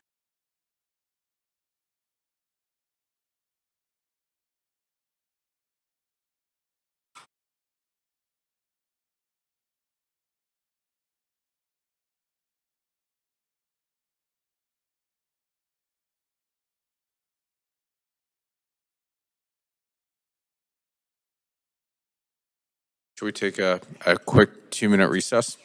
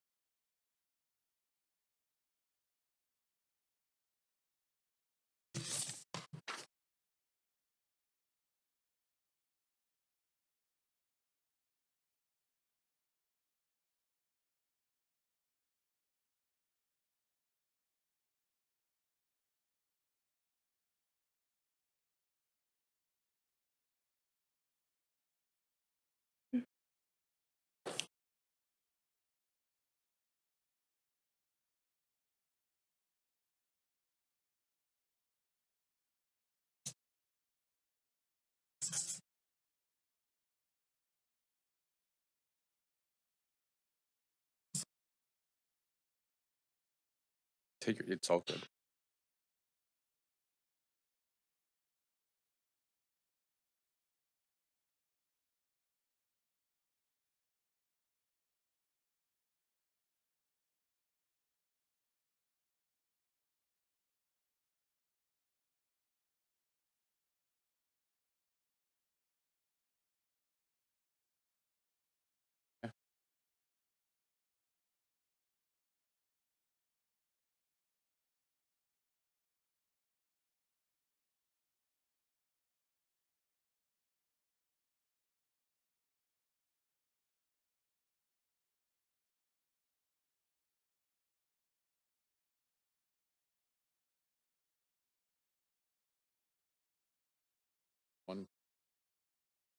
We have quorum.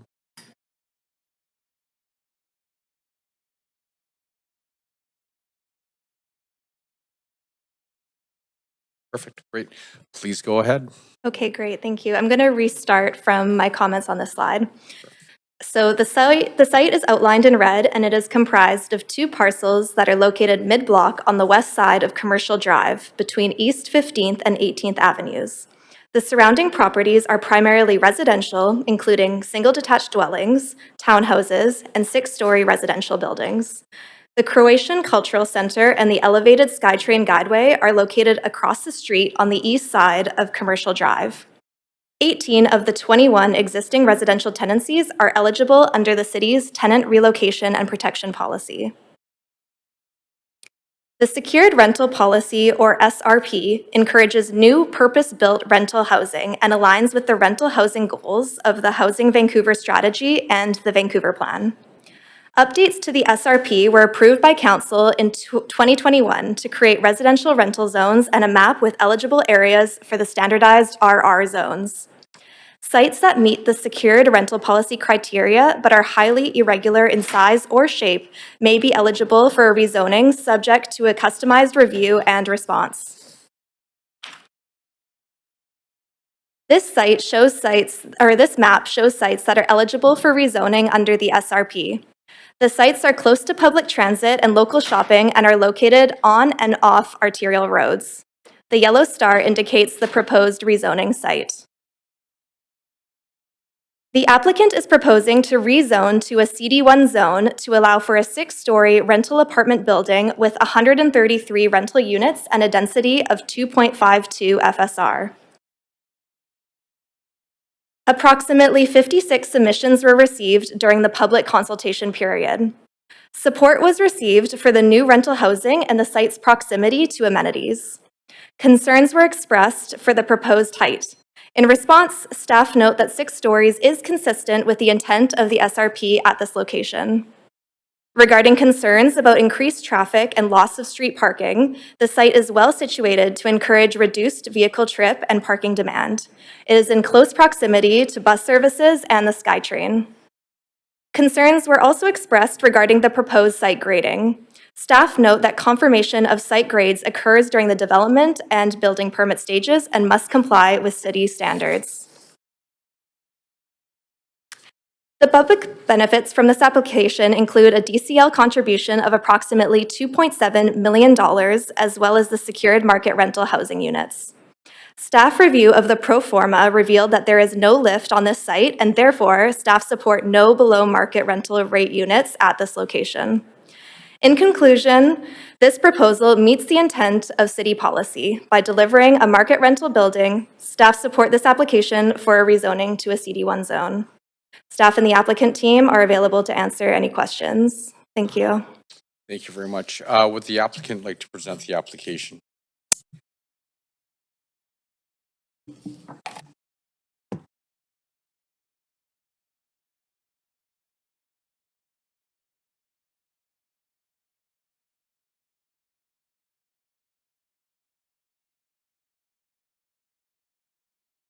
Good evening, Mayor and Council. We're just looking to share our screen here and then we'll be up and running. Thank you. Just need someone to give us permission to do that, please. They're just working. Thank you.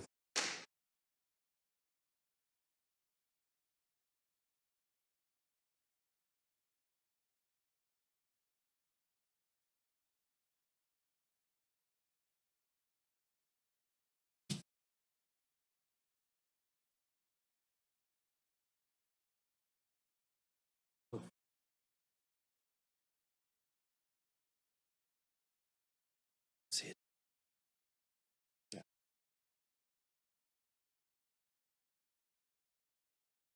Good evening, Mayor and Council. Thank you very much for allowing us to speak today. I'm Jordan McDonald, and I am the CEO of Fabric Living. We're here tonight to share our vision for a new secured market rental development at 3295 and 3333 Commercial Drive. Fabric Living is a local developer focused on building residential projects that reflect the unique character of the neighborhoods that we're developing in, and we're super excited about this one. Next slide, please. Actually, to the next one, please. The proposal before you tonight is to replace an aging two-story rental building and a duplex with a modern, amenity-rich, purpose-built rental community. This project aims to provide new, secured, long-term rental housing in a highly walkable, transit-connected neighborhood really close to Trout Lake. Next slide, please. Our vision for all of our purpose-built rental projects is to provide efficient and financially attainable living spaces complemented by carefully planned amenities that focus on wellness, community, and social connectedness. The vision is guided by a careful study of each neighborhood we build in and by the evolving demographics of each unique area. We intend to do our very best to develop a building that will add to the legacy of completed projects in Vancouver that we're very proud of. Thank you.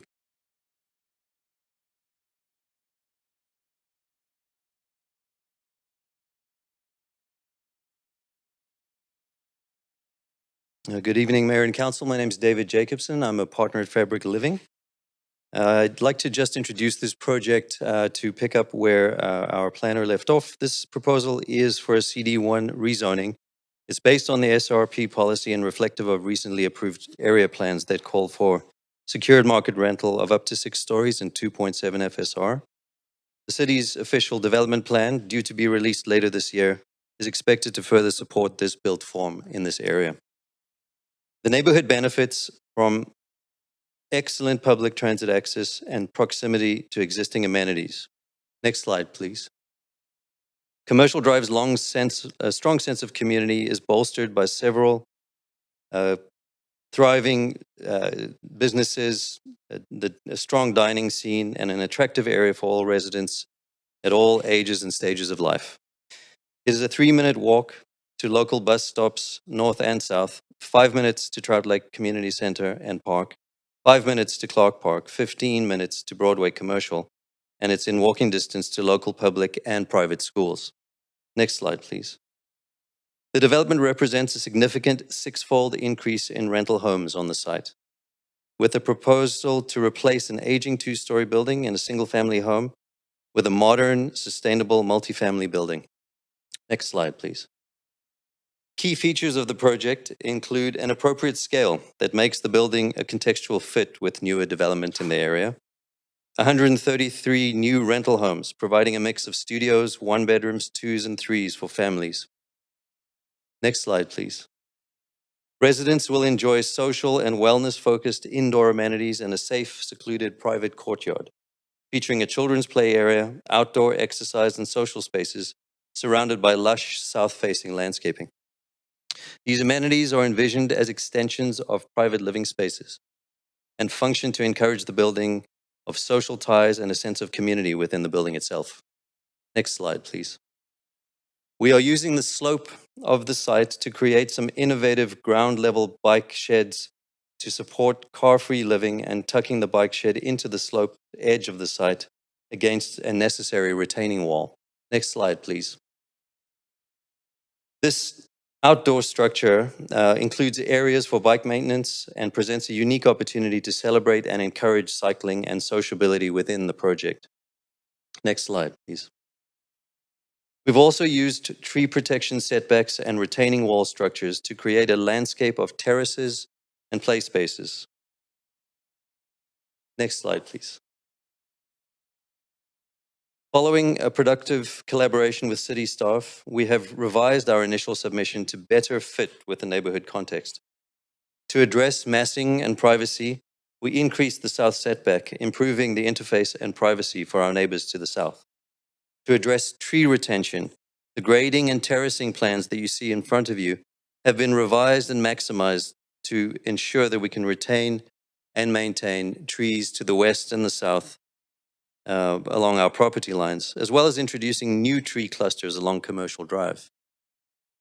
Regarding comments from our neighbors, the majority of the questions that we've received to date were related to the tree retention and grading at the shared edges that I've just mentioned, as well as a concern with an original idea that we had for an outdoor pool in the courtyard and the associated proximity to their property and noise.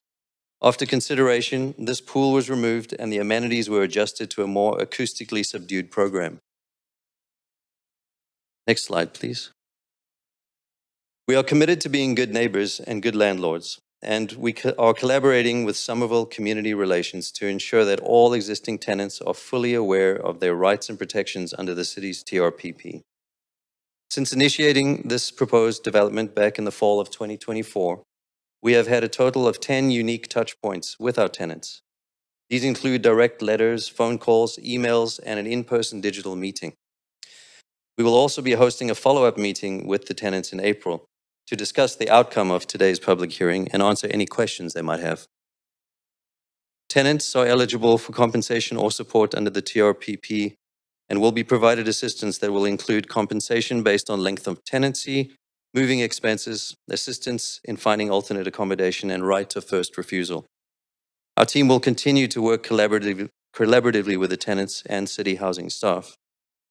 Next slide, please. This rezoning is a rational urban design response that aligns with the city's vision for this emerging village area. The proposal is consistent with the vision expressed in the draft official development plan, with a proposed scale that is already familiar and established in this amenity-rich neighborhood. It provides the housing supply necessary to address some of the city's affordability challenges, while creating a positive legacy for the special commercial drive community. We look forward to answering any questions you might have. Thank you. Great, thank you very much. Are there any questions from council or team member or two team members or the applicant, noting that this is the only opportunity for council to ask questions of the applicant? Councillor Maloney?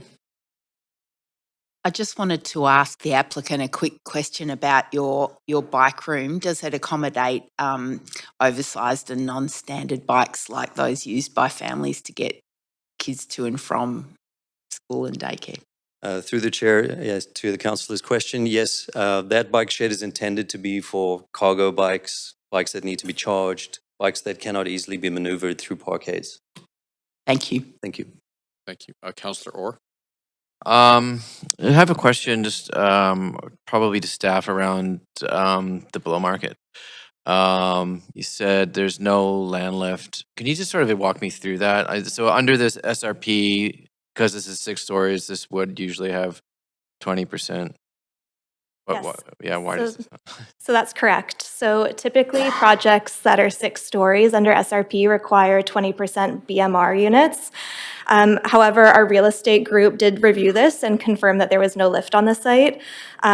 This is consistent with other East Side 6-story rental apartment developments, and it's also in line with the fast-tracking low-density rental program, which is coming to City Council within the spring of this year. And so that's looking at changing the RR zones and not requiring 20% BMR for 6-story developments on the east side of Vancouver. And that's precisely just because of it's on the east side and rents are lower. Yeah, so city staff are doing a review right now, and they've confirmed that on the west side, then the development affordability levels that can be achieved on a site are a 10% reduction below CMHC rates, and maintaining the 20% BMR just at a lower reduction from the CMHC rates. And then on the east side, the land economics show that no BMR is achievable. Okay, so there's a policy coming that hasn't come yet, and this is kind of before that. I'm just a little confused at that. That's right. Why this is coming before the policy that we haven't. Yeah, so to give a little bit more background on this project is that it came in late 2024, and through working with staff, staff had some ideas, and we worked with the developer about the form of development. And so through those conversations and them addressing our concerns, then they came back with a revised proposal from their 5-story development, which had no BMR, to now proposing the 6-story version with no BMR. And so that was done because of some of city staff comments on their proposed design. It was just anticipating that this would go through this, or this would be recommended kind of thing? Okay. There have been a few other projects that have proposed no BMR too that have passed Okay. through council recently. Yeah. I see. So just sort of based on those precedents, and then just in terms of the tenant relocation. So obviously, there's not going to be any BMR per se, but there's around 20 tenants that are eligible. So then there is a right of first refusal. Am I correct? So That's correct. So they would get it, but then if they end the tenancy, then that's gone. So there's no sort of vacancy control for those. I'm Sort of security of tenure for that. right. Maybe I can just have that confirmed by my colleague Molly Blower, who's on the line. Good evening, Mayor and Council. Molly with Housing Regulation. Yes, that's correct. The 20% below CMHC average market rents is only for the first tenancy, and upon turnover, it would go back to market rents. Okay. And then I was going to ask just to the applicant around. It seems to be like kind of a lack of one bedrooms, but I heard that there is one bedrooms in it as well. I don't know. Is that not finalized? Or I just thought I remember seeing there's almost no one bedrooms in here. Thank you for your question. Through the chair to the councillor's question, we are still looking at the overall mix in collaboration with staff. Once we go through the development permit process, we will be meeting the minimum family unit count, but in terms of how many of the single occupant or smaller units are either studio or one bed, we'll work through urban design to make sure that that's clearer through the development permit. Okay. Yeah. Thanks. That's my time. Thank you. Thank you, Councillor Kirby-Young. Yeah, I have a simple question, and I think it's to the applicant again. And it was really about pool that you said was proposed and taken out, and that was in response to feedback from adjacent neighbors, or I was just looking for confirmation. We see very few projects nowadays that are being built with amenities like pools, so I thought that was a nice creative addition. So it's coming out because. Thank you for your question, Councillor. The swimming pool was a great idea. We still kind of lament the fact that we needed to remove it from the project. It wasn't only because there was objection from the neighbor that we removed the pool. There are significant carrying and maintenance costs associated with keeping pools safe, keeping pools clean. The more we dug into it, the more we realized we could support the neighbor's concerns with regard to that pool, because we also felt it was adding a lot of extraneous cost to the project. It was making it harder for us to control those rents. But we love the idea of a pool. We'd like to do more of that kind of thing. We're quite excited about the amenity program here. We do still have a tremendous hillside slide for kids and a outdoor sauna planned for that courtyard, which is hard to see, but it's shown in the rendering. And a lot of outdoor and indoor exercise equipment and recreational space. So we're going to be putting a lot of amenities into the project, but the pool wasn't feasible in this one, unfortunately.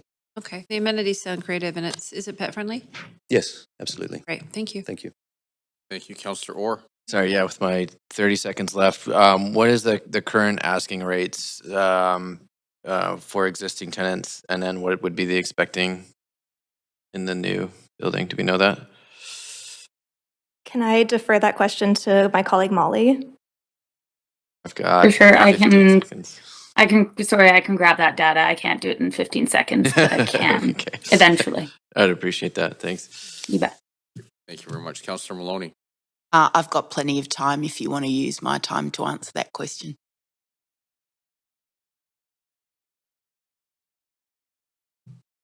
On the screen. Sorry, did you hear that online? Yes, I did. Yeah. I will grab that data for you. Give Thank you. me a minute or two. Yeah. We can just chat amongst ourselves and give you some time. No other questions? No, I have no other questions.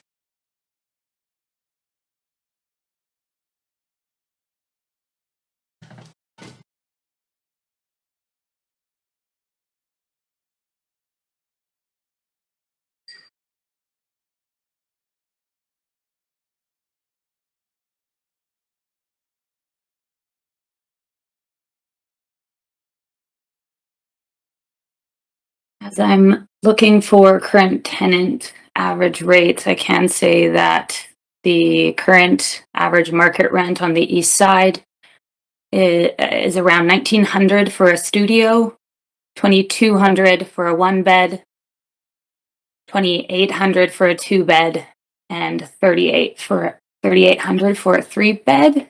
And then I will find those current rents. Take your time. I've got another 3 minutes.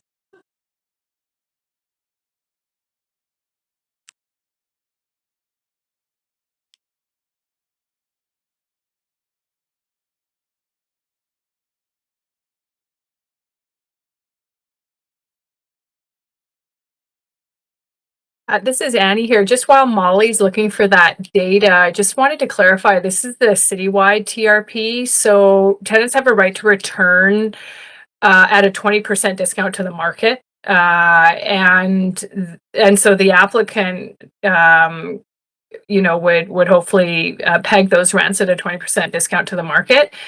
If they could afford those rents, likely higher than the rents they're paying right now, they would be offered the right to return. But it isn't like the enhanced TRP in other areas of the city, like Broadway Plan and in our TOAs, where they're offered that 20% discount or their existing rents, whichever is lower, no income testing, just outright. So citywide TRP is a little bit different. And so tenants will be offered that right to return 6 months, kind of close to occupancy. They have 45 days to decide. And if they can afford it, then they get to go in at that rate, and they get that rate with kind of RTA increases annually until they move out. And then, as Molly said to your question, Councillor, or the rents would reset to the market for the remainder. So I don't know if that helps clarify just while we're looking for the existing rents that folks are paying. He's nodding. Great. So, we're good? I think we're just waiting for Molly to come back with. Sorry, that's right.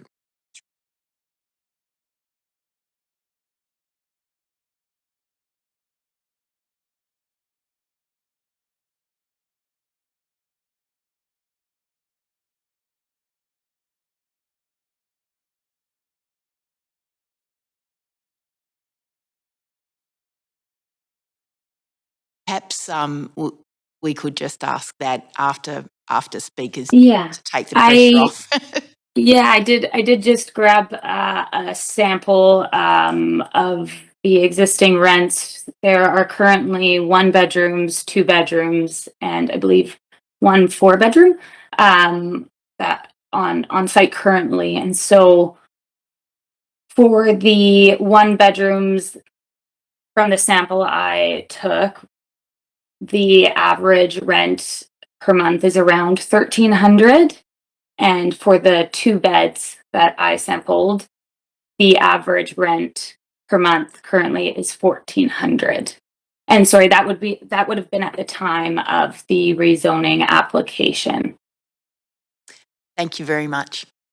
You're welcome. And we're at time. Thank you. Okay. Seeing no one else in the queue, this is the second call for speakers. If you wish to speak to council about this item, please call toll free at 1-833-353-8610, followed by participant code 1061445# before the close of the speakers list. The phone number will be posted on X and displayed during the recess. We're now going to hear from the public. Any speakers in the council chamber, please come forward to the left podium when it's your turn. Phone-in speakers will be unmuted when it's your turn to speak. Speakers will have up to 5 minutes to make their comments and should limit their comments to the merits of the report being considered. So our first registered speaker is Philip Postrahovsky. I hope I pronounced your name correctly. Is Philip present? Yes, I am. Can you hear me? Yes, please go ahead. Okay, thank you so much. Good evening, Mayor and councillors. My name is Philip Postrahovsky, and I'm calling to speak in support of the proposal at 3333 Commercial Drive. My children both attend Stratford Hall, an independent school that is right across the street from the site. And this location is in the Kensington Cedar Cottage neighborhood, and it's incredibly rich with amenities. We all know about Trout Lake and the community center, the ice rink where my kids skate, the farmers market, which are just a block away from the site, as is Clark Park, which is right beside it. Commercial Street is just around the corner from the site, and small independent retail and coffee shops are within walking distance. The well-respected Equinox Gallery offers free admissions to their contemporary artworks, and Little Italy and the Drive are just a short distance to the north. Simply put, more people should have the opportunity to live in this great area. The number 20 bus runs along Commercial, and SkyTrain is less than 15 minutes away by foot. The project proposes 133 new purpose-built rental homes and keeps the height at 6 stories to respect the current built form and character. This should very easily, or could very easily be, the future home of Stratford Hall staff, faculty, and even students. With respect to that, I encourage a speedy approval of this project in an effort to renew our aging housing stock, and I appreciate your time. Thank you. Thank you very much. Our next speaker, speaker number 2, Bryn Davidson. Hello, staff and mayor and council. I'm Bryn Davidson, co-owner of Lane Fab, calling to speak in support of the project. In this case, I'm speaking as a business owner, resident of the neighborhood. Our office is just up the block on Commercial Street. It is, as the other speaker said, it's a great location. I love these 2 blocks because it kind of breaks all the planning rules and is this kind of crazy but lovable mishmash of everything from industrial to commercial to retail to townhouses. And so I think this project at 6 stories is a great size. It's going to fit right in. I walk past this site almost every day, either with the dog or I'm on my bike. We walk to Trout Lake. We walk to SkyTrain. I don't know, it's almost hard to think of a better location in the city for a bunch of folks to be able to have their home. For the project, I'd like to say I generally think that the Fabric team does great work. They've got a nice project, 6 stories, great package of amenities. I love the bike shed. And so I would just hope that you will go forward and keep this thing going, because I think this is exactly the kind of project that we need. So thanks. Great, thank you very much. Speaker number 3 is Neil Wiles.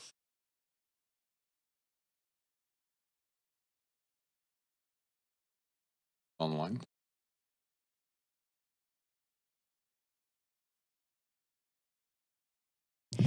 Yeah, speaker 3 is disconnected. Okay. Speaker number 4, Ruth Cherry. Ruth here?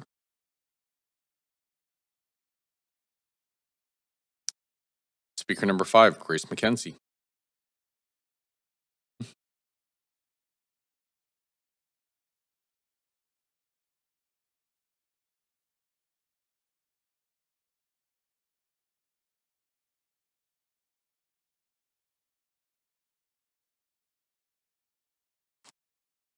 I have a handout for the mayor and council.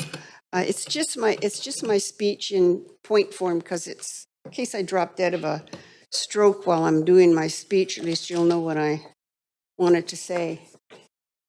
Thanks. Okay. All right. I get myself organized here. Can you hear me okay? We can hear you great. Okay. Maybe I'll just squish that down a bit. Okay. Let me just get organized. I'm started already. Here we go. Wait, I'm started already. Please don't start me, because my speech is exactly 5 minutes. Okay. Phew. Okay, but we do have to start the timer. I'm ready. All right. Okay, my name is Grace McKenzie. I own the property directly south of the proposed development. I am opposed to this proposal if it involves excavation close to my 60-foot property line. My backyard shares a 60-foot property line with the southwest section of 3333 Commercial. The southwest section of 3333 Commercial is approximately 20 feet higher than the eastern section of the lot. This 20-foot elevated land is currently level with my backyard and I want it to stay that way. The elevated section of 3333 Commercial is currently supported by a well-drained retaining wall that begins at about 15 feet tall at the northeast corner of my property and becomes shorter as it runs north across the site. If this wall is demolished or if the land is excavated too close to my property line, my land could collapse. There was another development to the east of me in 2020, and they had to go onto the property at 3333 Commercial Drive to rebuild their retaining wall that abuts my northeast corner because my land was collapsing during their construction. Along my back property line, I have 4 72-foot tall trees, including 2 in the northeast corner. Any excavation near these trees risks destabilizing them. They could topple easily if their root systems are disturbed. These trees are essential for my privacy and will help protect me from being overlooked by the new development. I want to make it absolutely clear that I will not sign off on having my trees removed. The project must be redesigned to retain them. This is per the staff report on page 12, 1.5. I'm here to ask council for larger setbacks of unexcavated land at the back 60-foot length of my property to allow my trees to be retained, and to let council know that I want to be consulted on the final design and updated arborist report to confirm that it adequately protects my trees. Based on the applicant's material and discussions with the rezoning planner, the proposed underground parkade is proposed to be a 40-foot deep excavation surrounded by a concrete retaining wall for the parkade and only 12 feet from my backyard. The setback was changed from 11 feet 10 inches to 12 feet. Also proposed is a 15-foot drop in elevation with a retaining wall running directly along my property line. I do not want any drop in elevation or underground parkade retaining wall by my property line. The council report says the parking is not being decided at the public hearing, but is being left to the development permit department to decide. Landscaping is in this position as well. The development permit department may decide that the parking required for a building this dense will require an excavation as large as is proposed. The site sits on a steep hill, and there is significant rainwater runoff from properties on Fleming Street to the west and East 18th Avenue to the south. If too much land behind my property is excavated, the remaining soil may not absorb or redirect this rainwater runoff properly. My property could become waterlogged, causing instability. My requests to council are larger setbacks of unexcavated land along the full 60-foot length of my property line, a commitment that I will be consulted on the final design of the updated arborist report to ensure my trees are properly protected. No drop in elevation between my backyard and the south section of 3333 Commercial. A redesign of the project as necessary to retain my trees and to avoid deep excavation near my property. If the excavation cannot be reduced, then the height and density of this project must be reduced, meaning less units and therefore less parking stalls will be required by the Development Permit Board. I'd like to see a tranquility garden on the site behind me. Thank you. Great. Thanks, Grace. That's it. And yet a few seconds to spare. Thank you. Thank you for coming in. Is that it? Don't want to ask me anything? There's no one on the queue to ask you questions. I can't hear very well. There's no one in the queue from a councillor position. Thank you very much. Great. Thank you. Thank you for coming in. Speaker number 6, Lee Chappelle. Is Lee here? Oh. No.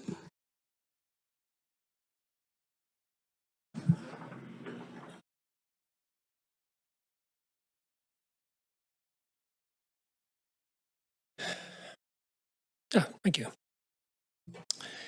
Mayor and council members, my name is Lee Chappelle. Thank you for the opportunity to speak to you today. As a Vancouver resident who lives close to this site, I oppose the development in its current form, and these are my concerns. Density distribution. The city previously committed to spreading new density evenly across neighborhoods, but this proposal further breaks that promise. There is about 10 new large rental projects that have been built in this immediate neighborhood in just the last decade, and they all have vacancy signs on them. Next is city policy. A 6-story building is being proposed, even though, according to Section 4 of the Secured Rental Policy of July 2025, buildings of this height are required to provide 20% secured below market rental units. It's unclear, it's confusing, I heard the explanation, but I still don't understand it, why the developer is being permitted to build 6 stories without providing below market units and without making any community amenity contribution, while the city still receives its financial return. Next is issues with the development pro forma and parking assumptions. The number of required parking stalls is a major factor in calculating a pro forma. The council report on page 7, item number 4, says that parking requirements are not finalized until the development permit stage. If parking is not yet determined, then how did real estate services conclude within the pro forma that the project lacks the capacity to deliver below market rental units? This inconsistency raises questions about the validity of the financial analysis. Infrastructure and site stability issues. There is a history of inadequate drainage in this area, including problems with the neighboring Conrad's site retaining wall / dam. Extensive excavation raises concerns about undermining the stability of the surrounding land. The Conrad's retaining wall is tilting eastward in the 10 years since it was built. I am concerned that the same undermining of soil to surrounding properties will happen with the huge excavation of this project. Concerns about the status of the development company. Our neighborhood, and I want to say with all due respect, this was done and I'm going to read it out. Our neighborhood group, the CCAN, used a public library service to access the BC registry, and we were informed that the 3333 Commercial Investments, Inc. is not currently in good standing. Companies that are not in good standing generally cannot legally enter into contracts, raising concern about the legitimacy and the reliability of the applicant. So finally, this proposal is now moving to the development permit stage, where the detailed design of the project is reviewed. At that stage, the public does not have an opportunity to provide input. The applicant should be advised now to revise the plans to retain neighboring trees and increase setbacks. In particular, the underground parkade's retaining walls need to be positioned farther from adjacent properties to preserve unexcavated land around the new building, ensuring proper rainwater runoff from the site. Thank you. Thank you very much for coming in, Lee. Speaker number 7, Vanessa Savage. Good evening, Mayor and City Councilors. My name is Vanessa Savage. I work at Lakeview Care Center, which is right across the street, just south of the Croatian Cultural Center from our proposed site, and I'm here to support it. As a staff member, I'm on the recreation team there. So along with, it's a 177 bed, 2-building care facility, long-term care home. And it's 24-hour staffed. And so from my perspective, providing more housing in that community benefits many people in the community. And a long-term care home is a community with families, with staff, with the residents. And the staff, I'm lucky enough, I live in Strathcona, so my commute is short and sweet. I did live in the Trout Lake area in the 90s, and I love the area, and I love the way it's been developed. And I think we've heard a lot from the supporters about how great it is and how close it is to Trout Lake and all the amenities. And so I don't think I need to elaborate on that. from my perspective, I think it would provide more opportunities for staff who have to, many staff actually live in Surrey and other places where they have very long commutes. So more housing stock provided for them would be a great benefit. And also to family members. Many, I don't know if anybody here has had that experience of a family member going into care. It's, it's quite a transition. A lot of people don't have the opportunity to have family members close by, and they're, particularly in cases of spouses, they're put into homes or need to go into homes that are not close. And so it is nice to be able to idea that people may move to be closer. And also, people also think long-term care homes are often where people go right at the end of their lives. And of course, sometimes that is the case. But in places like Lakeview, there are people that have huge medical situations when they're in their, as young as in their 40s or 50s or 60s, and they live for a long time. And so it can only benefit if families have an ability to be closer to their spouses. And in fact, I do know, well, recently his partner passed away, a gentleman that moved to be closer to his wife, who was at Lakeview till quite recently. So yeah, I see it as a positive just to increase housing stock around a place like Lakeview, and a neighborhood that I think is just wonderful. And if I didn't live in Strathcona, I would definitely love to be living in that area. So yeah, thank you for letting me speak, and I hope that you'll support this application. Thank you, Vanessa. Speaker number 8, Stephen Boas. Yes, I have some slides, Chair. Yes. Are they up? They are up. Okay, thank you, Mayor and Council, for letting me speak. My name's Stephen Bose. I'm a Vancouver resident and a renter, and I oppose this rezoning. It doesn't have any below market rental units, and you can see the current rental building on the site. And I'd like to thank Councillors Maloney and Orr for the questions about what the current rents are, and $1,300 for a one-bed average, or $1,400 for a two-bed. That's pretty affordable. And the proposal is to essentially force all the tenants to be displaced, and if anyone wants to come back, that's 20% below the market rent. And that could be a significant increase in rent. So this is not very good for renters. Next slide. So on this slide, you're going to see the rezoning application sign. And if you look closely, there's a sticker on it. And my concern is that there isn't any information about the updated rezoning, because this is an old application sign for a 5-story building. And in fact, there is a 6-story building with more units and different specifications. And all you can see is that there's this update to application sticker there, and go see the website. And I think it wouldn't have been that difficult to make another sticker that would have gone over the description of the rezoning, or a new sign to better inform us of what's being proposed there. The other thing I will note is that there is no requirement here in this rezoning for the 20% below market rents, and that is actually part of the SRP.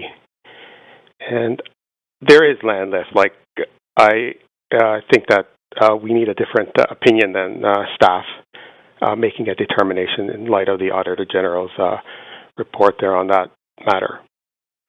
Next slide, please. And you'll see a shadow study, and I'll also note that there is a difference in grade, and I really don't see that retaining wall here that much. But the concerns raised, actually the issues raised by an earlier speaker about the huge grade differential has to be settled at the council stage as a requirement of a CD1 rezoning if you choose to pass this.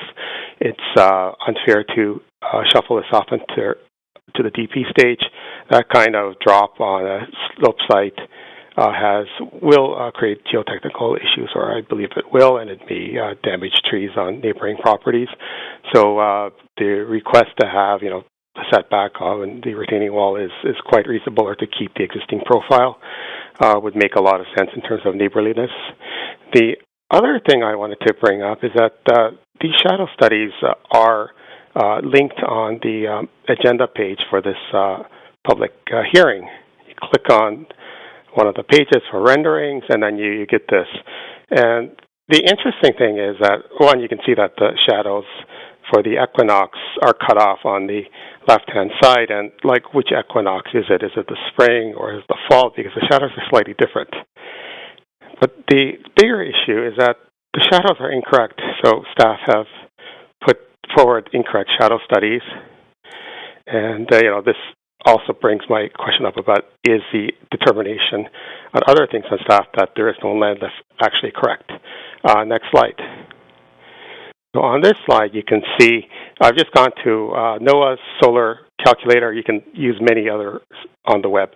And here you can just grab a location, put it down, type in the date, 10 o'clock, May 20th.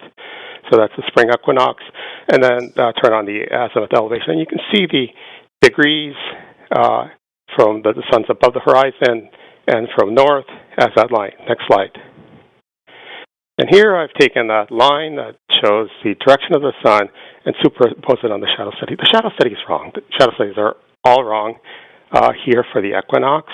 And I think that staff can have an opportunity to explain when they're asked, are there any more questions, why the shadow studies are incorrect, because you shouldn't be presenting incorrect information. And there are a lot of other issues, but these are my 5 minutes. I hope that you can do something about the grade condition and the affordability, because we need 20% below market as a part of the SRP. Thank you. Thank you very much. Our next speaker is number 9, Andy Sylvester. Thank you, Mayor and Council, for the opportunity to speak this evening. I support this project. My name is Andy Sylvester, and I own Equinox Gallery on Commercial Street, which is just a few blocks away from this proposed development. My gallery represents the work of several Vancouver artists, including the estate of Fred Herzog, Sean Hunt, Sonia Sue, Bobby Burgers, and the estate of Gordon Smith, to name just a few. The neighborhood is culturally active partly due to its diversity, walkability, the proximity to Trout Lake Park, amazing cafes, and of course, good galleries. In my view, Vancouver residents would welcome access to a variety of housing options to call this neighborhood home. I look forward to seeing this project delivered, and I think I'll be a good neighbor. Thank you very much. Good night. Thank you very much. Speaker number 10, Michael Barak. Hello, can everybody hear me? We can hear you great. Please go ahead. Sure. Good evening, Mayor and Council.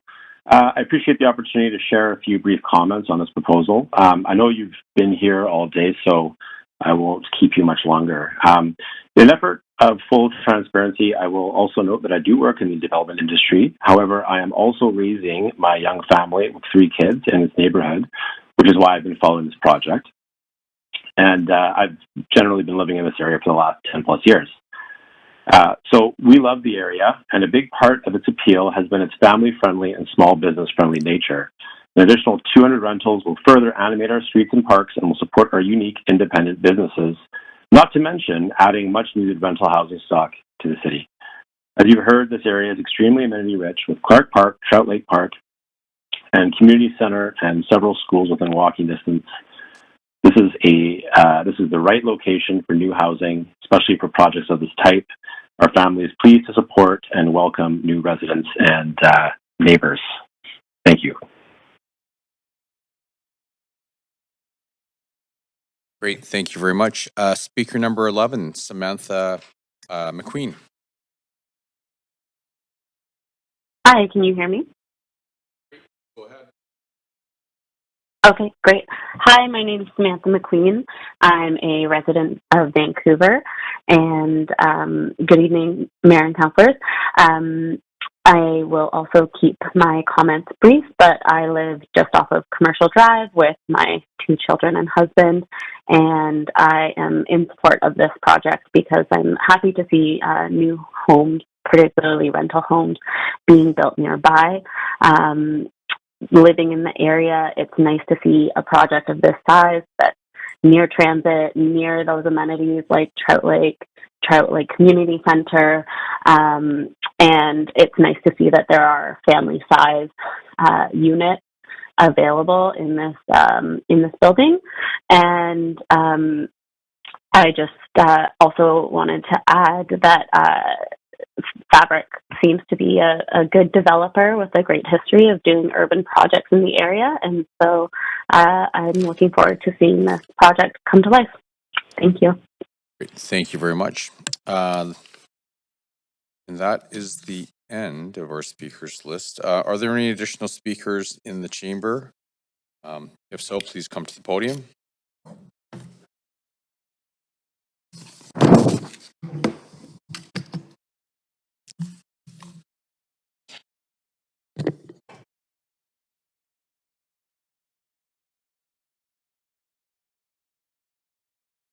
I have a presentation. You have a presentation, Lewis? Yeah.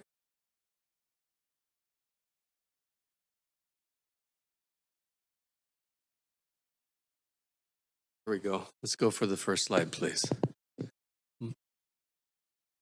My name is Louis Villegas. I live in Vancouver. I have practiced urbanism in Canada and the United States for over 40 years. I oppose this rezoning. 2 slides forward, please. That's good.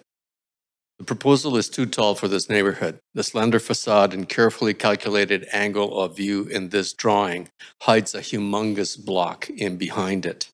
The architecture is cheap and speculative. Garage doors do not belong on the street. The ground floor is missing doors and door yards opening directly to the street. Around the next corner on Commercial Street, not Commercial Drive, we enter an original 1900s town site. Yet heritage, tradition, sense of place are the babies government is throwing out with the bathwater. The SkyTrain operating on elevated guideways across the street is noisy and dehumanizing, and it's one of 2 primary causes triggering the housing crisis. Next.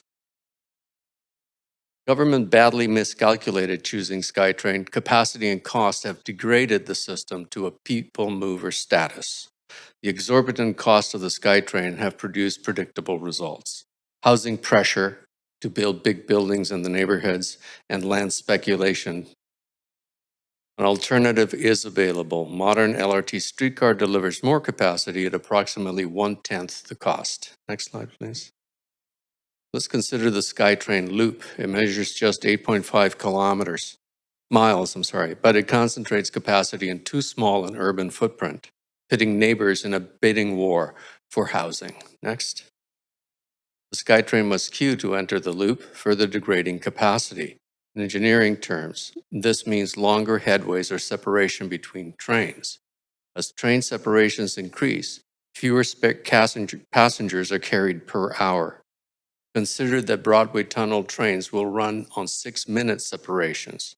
That is 4 times longer than the Mark V spec, delivering 1/4 the capacity, or just 8,000 people per hour in the Broadway Tunnel, built for $3 billion. Next, please. This is the context in which this overly high proposal is being wedged into one of Vancouver's oldest neighborhoods. A rail transit system with constrained passenger capacity. While the Mark V trains will deliver or are rated to deliver 32,000 people per hour, the real numbers are different. The Broadway Tunnel will deliver just 8,000 passengers. The Canada Line, 9,200, and it is full at peak. The Expo Line, 16,000 people per hour, and it's also full at peak. The Millennium Line has less than 8,000 riders because its crosstown function is negated by the downtown trains being full. The markets respond to the untenable conditions created by a captive population by lifting land prices and causing monsters like this one to build in the neighborhoods. Next, please. Consider that over the first 40 years of service, the SkyTrain has delivered an average of just 2 kilometers of route. No, the building. No, the building's the monster. He said the Scale comment. Developers are honest Canadians making a good living, okay? It's just, yeah, well, okay, you probably, maybe I'll change that. But thank you for the observation. Next slide, please. The regional scale puts it all in perspective. Capacity is concentrated in an undersized loop. The trains cannot reach the places where land abounds for delivering affordable houses in quantity sufficient to meet or exceed demand. Government then responds by adding too much density in the constricted core area. Next. In stark relief, LRT SkyTrain travels 150 miles. Cheaply, it can reach Whistler, Hope, Chilliwack. Gap doors can build along the new lines, revitalizing neighborhoods and seating up to one tram town every mile. Housing affordability will return, and the pressure to build over-tall buildings in the neighborhoods will simply disappear. Monstrous buildings. Next. Comparing the two scales makes the miscalculation crystal clear. Next. Consider the difference, 21 kilometers of SkyTrain or 140 kilometers of LRT. 7 times more route will greatly expand housing choices, doing away with these untenable pressures. Next. In stark contrast, interregional LRT streetcar is a win-win for the city. All lines converge here. Vancouver wins when the regions build out because this city hosts the supply lines, rather than permitting out-of-scale buildings in the neighborhoods. Next. Not this, and I'm sorry I don't have a slab building, so I'm showing towers, or this, or this. Nobody wants to live in a sterile architecture. Next slide, please. Like this one. One more slide forward, please. And one more slide forward, please. Government made the housing crisis. Next slide. Government must solve it. Thank you, Mr. Mayor. And we're at time. Thank you very much. Okay, Clerk, are there any additional speakers online?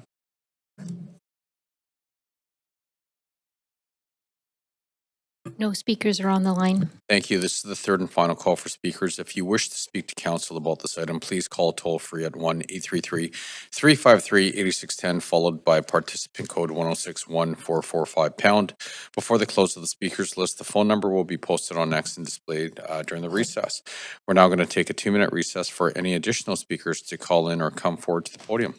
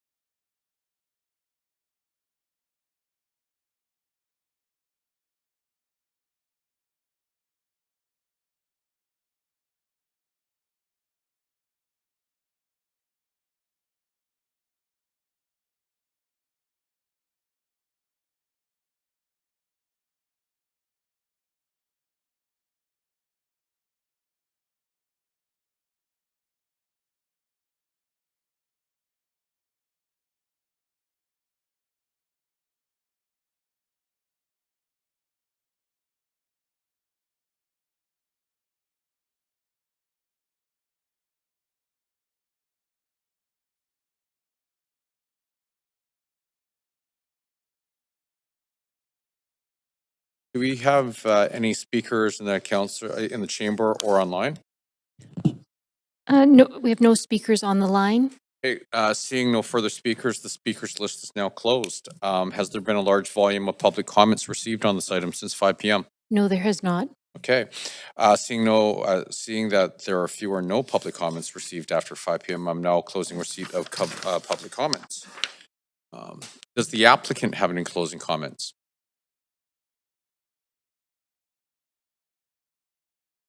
Thank you, Mayor and Council. Only that we're willing to work collaboratively with our neighbor to make sure those trees that are of great concern and the retaining wall that's been brought up will be properly managed. We already do have a design that deals with that, but we'd like to work directly with them to explain that and to bring them some comfort. Thank you. Thank you. Do our team members have any closing comments? Staff have no closing comments. Thank you. Does council have any final questions for the team members? Noting no additional questions to the applicant are permitted. Councillor Klassen. Thanks, Mayor. Just a real quick question, just regarding the trees and the. It's hard to tell from all the renderings. I realize that there is quite a grade that kind of changed in that one. So I just for staff, just I have seen retaining wall challenges in other projects. I was notified about a childcare that had a retaining wall that fall down from neighboring property. So I just wondering what can be done to just ensure to give some peace of mind to the neighbor that's raising the concerns about it. And I actually, looking at the renderings, I can see there's significant vegetation and landscaping that is intended to try and be good with any kind of water retention for the soil and so on. Mm-hmm. I'd like to defer that to my colleague in engineering, Kava, who's on the line. Okay.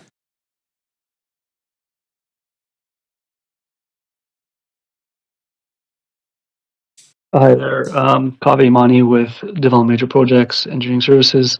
The design of the retaining wall will be something that the applicant and their consultant, along with their professional engineers, will have to work through as part of the development and building permit process. That will be submitted for review and approval by the city. So something that we'll be looking into a little bit further down the line. Thanks very much. And just, I did read in the report that says that 2 neighboring trees would be sacrificed as a result of this. Is a neighbor talked about having all these 72-foot high trees. Are any of those going to be affected? So the 2 trees that are on the neighbors' properties do require their a signed letter of consent from the owner in order to remove them. So without that, there would need to be some rework in order to not disturb the trees. See, okay. All right, thanks for answering those questions. Great. Thank you, Councillor Kirby-Young. Yeah, following up on one quick question, on the one speaker, the adjacent neighbor we heard from, and it was referenced page 12, provision 1.5, and I know it says here, should consent not be received, in the event that tree removal consent cannot be obtained, design development will be required to retain all of the trees in the neighboring properties and or any trees that straddle a property line. And just for looking to staff for clarification, the applicant is well aware of that, obviously, correct? And feels that provisions could be made if the adjacent neighbor does not provide consent? That is correct. The applicant is aware of that condition. Okay, thank you. Thank you very much. Okay, so Clerk, did we receive any additional public comments since the close of public comments? And I know there's an email that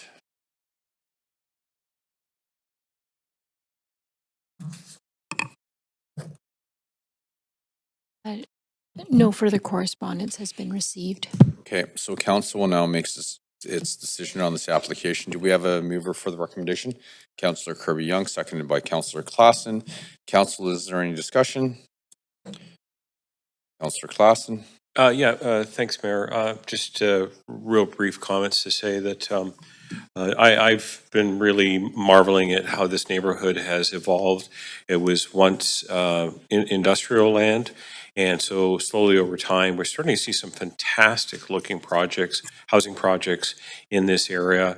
We heard from Bryn Davison who called in. I visited his office down there. That commercial street area is really a fantastic a neighborhood node, which is right near to this location. Just the other comments that really spoke to me were a representative came in today from Lakeview Care, and speaking really to the fact, something that I think about a lot is the importance of aging in place and aging with dignity, and allowing people to have partners and friends close. And this care home has serves a really important community need for people late in their years. And this new housing will certainly potentially benefit some of the families that have people in care there as well. So I plan to support this project. Thank you. Thank you very much. Councillor Kirby-Young. Yeah, thanks. I'll also be brief. I am pleased to support the project. I think it's a thoughtful response to the specific site conditions, and actually think it's an attractive looking project. And I appreciate applicants that bring forward some creativity with respects to provision of amenities. I think we're starting to see more and more of that in rental housing, but I think it's unique to contemplate things that add sort of quality of life to residents. And so we heard things about sort of some thought and attention to landscaping. Maybe there's some play or large slide, a sauna, and I sort of appreciate the additional extra level of effort and just thought to how people are going to be living day to day. And sort of assessing that, it is not a particularly high building, but it does achieve, because of the width, a fairly substantive number of units at the 133. So I appreciate the thought that's gone into it, and I'm happy to support it. Thank you. Thank you. Okay, seeing no one else in the queue. Oh, sorry, Councillor Orr. Yeah, this one's tough for me. I mean, like many people have heard, I think below market rentals are very important, and that the policy for 6 stories should include 20% BMR. I am sensitive to the fact that there's sort of new policy coming, but just that up to 6 stories may be considered for projects on materials where residential components include a minimum of 20% secured below market rental housing. And then it says this application complies with the location criteria. So I'm just still a little confused by it. I really want to support this. It's like it's a nice looking project on a unique site and near the SkyTrain and all that. It just I'm still wavering on whether to support outright or just to sort of support in a different way. But thanks. Thank you.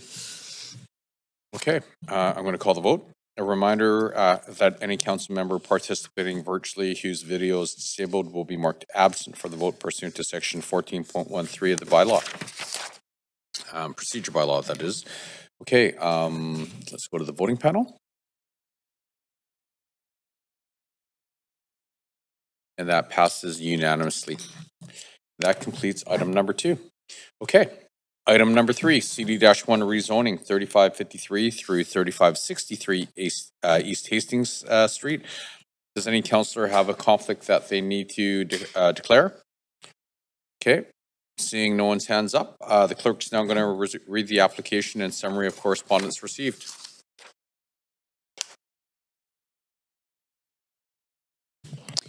This is an application by PC1 Developments to rezone 3553 to 3563 East Hastings Street from C-2C1 Commercial District to CD-1 Comprehensive Development District to permit the development of an 18-story mixed-use building containing 178 rental units with 20% of the residential floor area for below market rental units and commercial space on the ground floor. A floor space ratio, FSR, of 8.60 and a height of 59.1 meters are proposed. The General Manager of Planning, Urban Design, and Sustainability recommends approval subject to conditions set out in the summary and recommendation. The following correspondence has been received since referral to public hearing. 15 pieces of correspondence in support, 10 pieces of correspondence in opposition, and 1 piece of correspondence dealing with other aspects of the application. This represents all correspondence received up to 5 p.m. today. Thank you very much. This is the first call for speakers. If you wish to speak to council about this item, please call toll free at 1-833-353-8610, followed by participant code 1061-445# before the close of the speakers list. The phone number will be posted on X and displayed during the recess.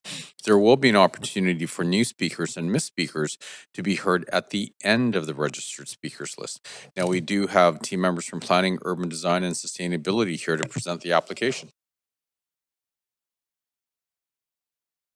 Thank you very much. Good evening, Mayor and Council, members of the public.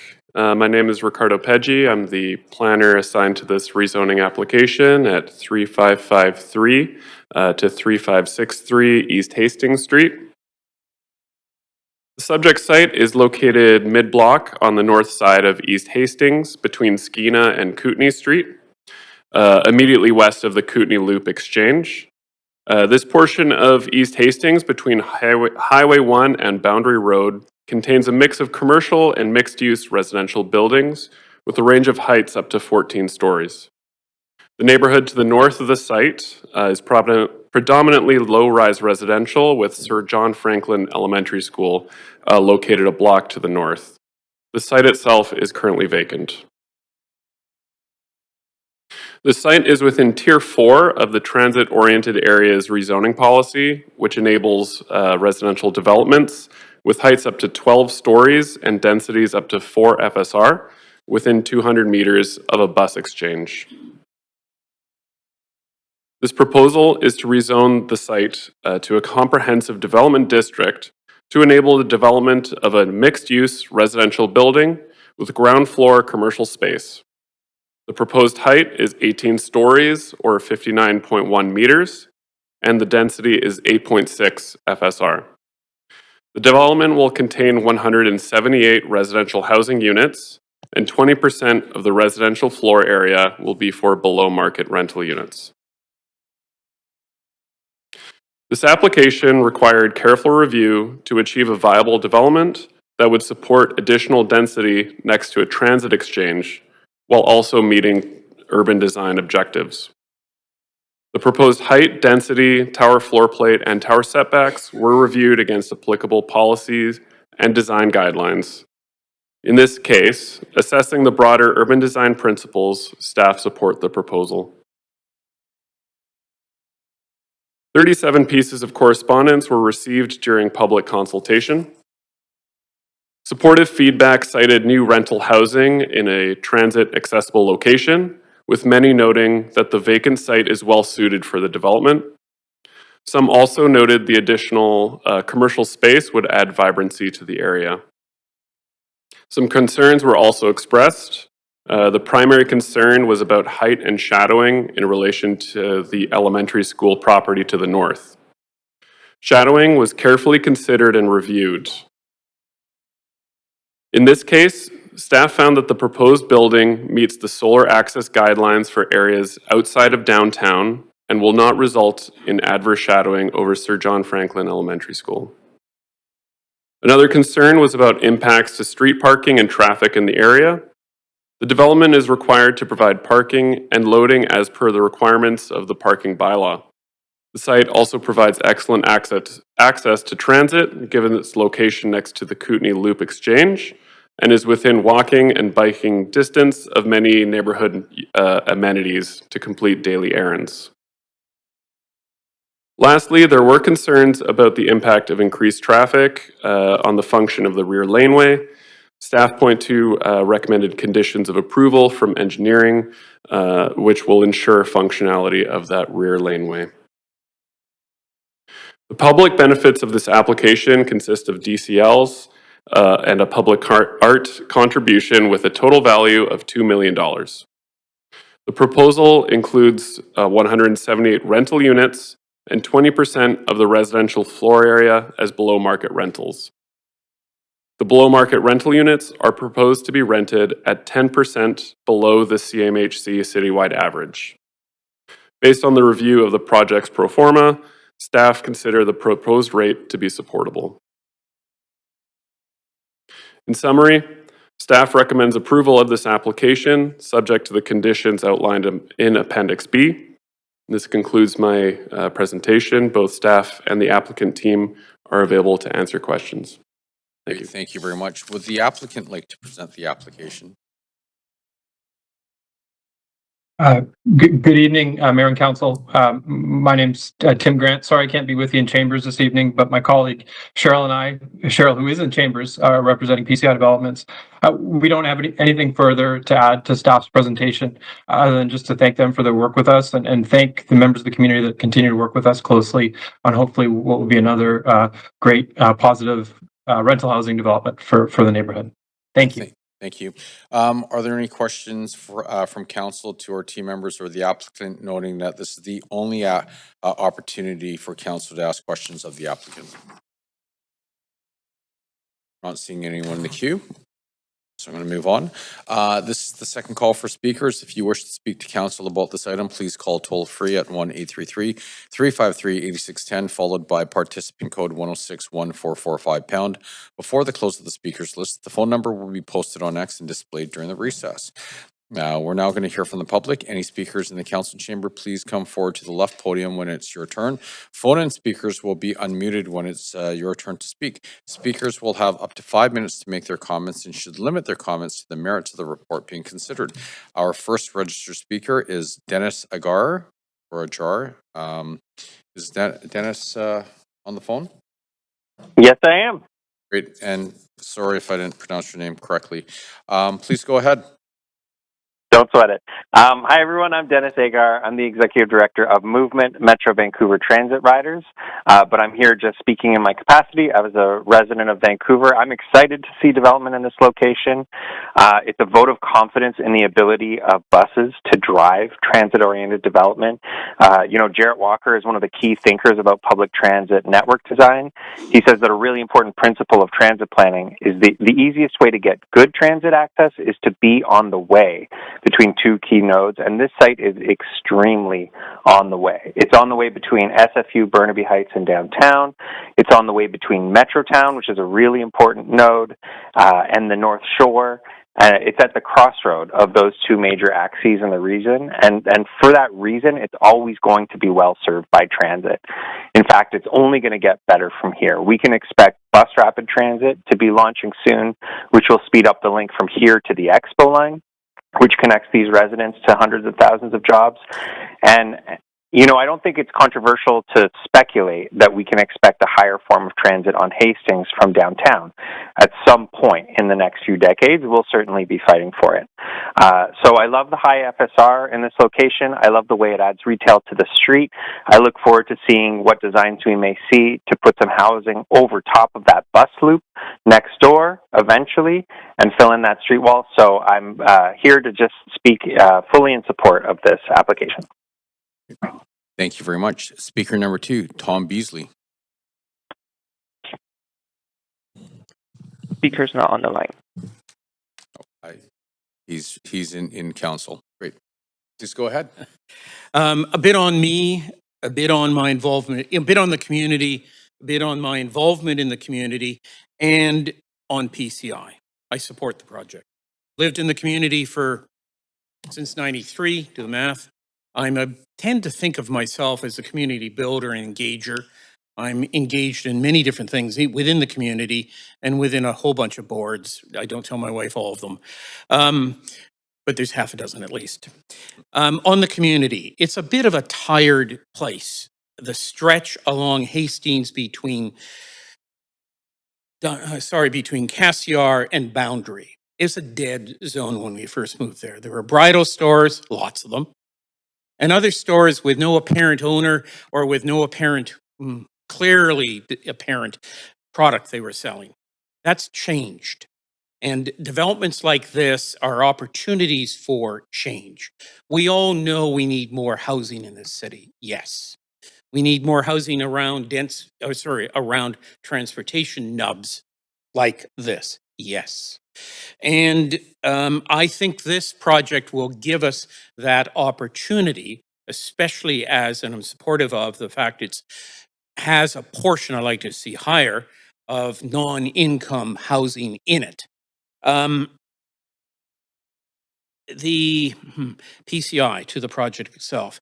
There was a lot of pushback within the community around the two developments on Yarrow and Astor. Those are the new names on the across the street and up a bit. But PCI did a lovely job on navigating that, both the safety issues, the congestion issues, and I did not hear much, if anything, negative on that.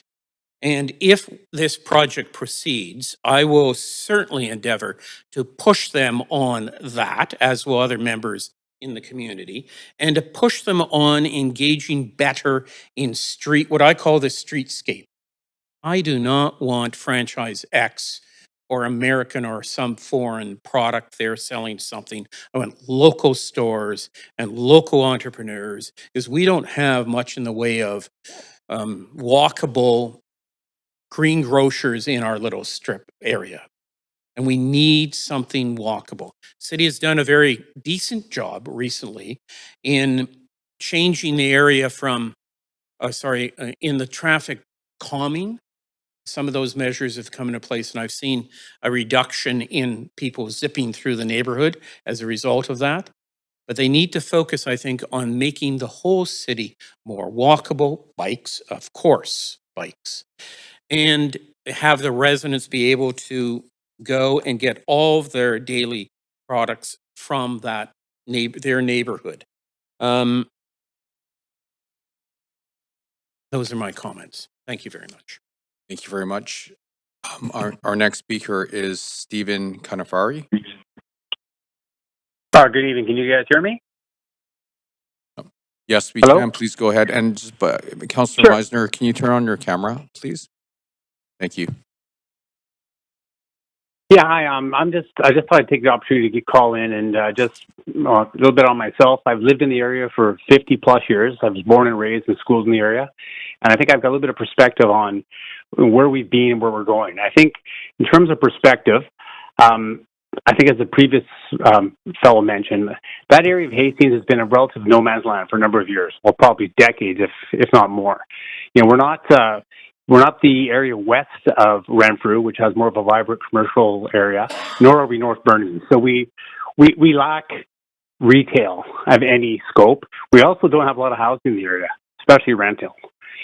Another thing I've noticed over the years is it has historically been, I wouldn't say run down, but it hasn't been the best area, and it tends to attract a lot of unsavory characters on either side of Hastings.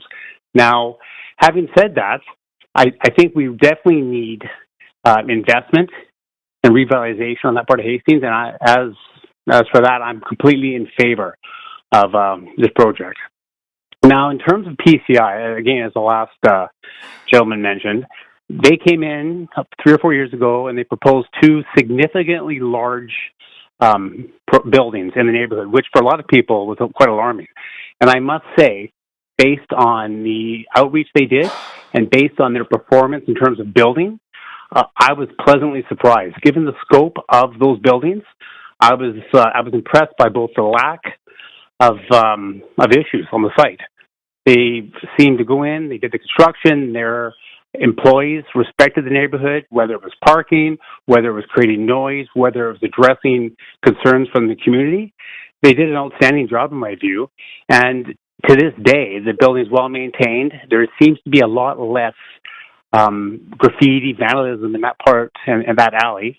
And just overall, my hope is that with this proposed building, which is replacing essentially an empty lot, they can continue to add more housing, add more retail opportunities, and really turn that strip of Hastings into a more vibrant area where we can walk to shops instead of having to take our business by car, you know, a kilometer either way. So in summary, I'm very supportive of the project, and I look forward to having it completed. Thank you. Thank you, Speaker. Okay, our fourth speaker is Patricia Perrone.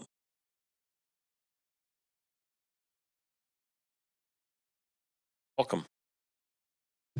Thank you.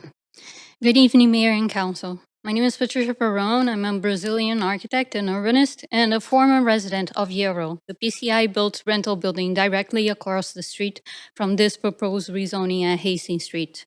I'm in opposition to this rezoning at this time, based on my direct experience in the purpose-built rental and moderate income model delivered at Yarrow by PCI Developments. I moved into Yarrow immediately after occupancy in December 2021 under the Vancouver's moderate income rental housing program, now below market rental, which was presented as a rare opportunity. You have won the lottery moment. It promised long-term affordability, stability, and community. I supported this model because I believe in urban density done well.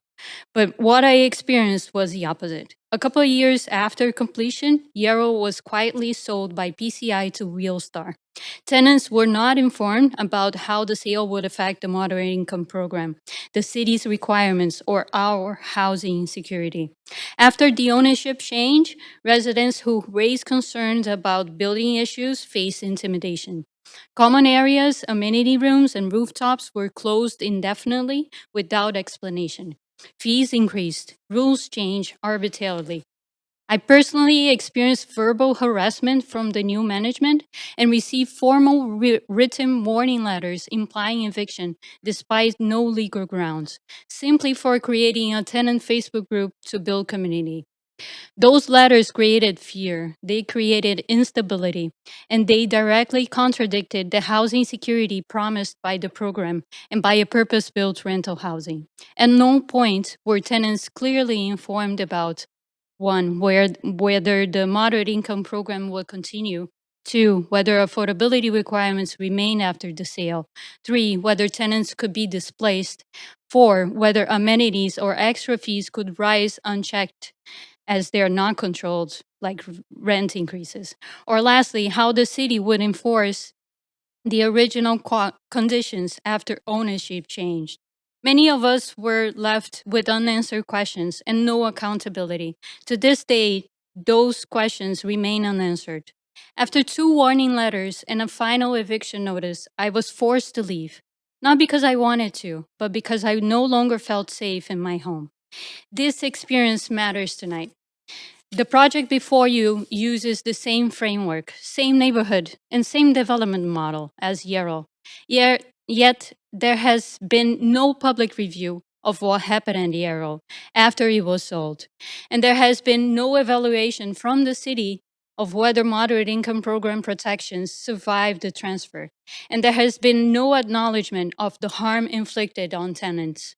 Density alone does not guarantee affordability. Policy language alone does not guarantee tenant protection. Rezoning alone does not guarantee long-term community stability. If a building can be completed, sold within a few years, and effectively reset in terms of management and accountability, then council must ask, what truly binds these affordability commitments over time?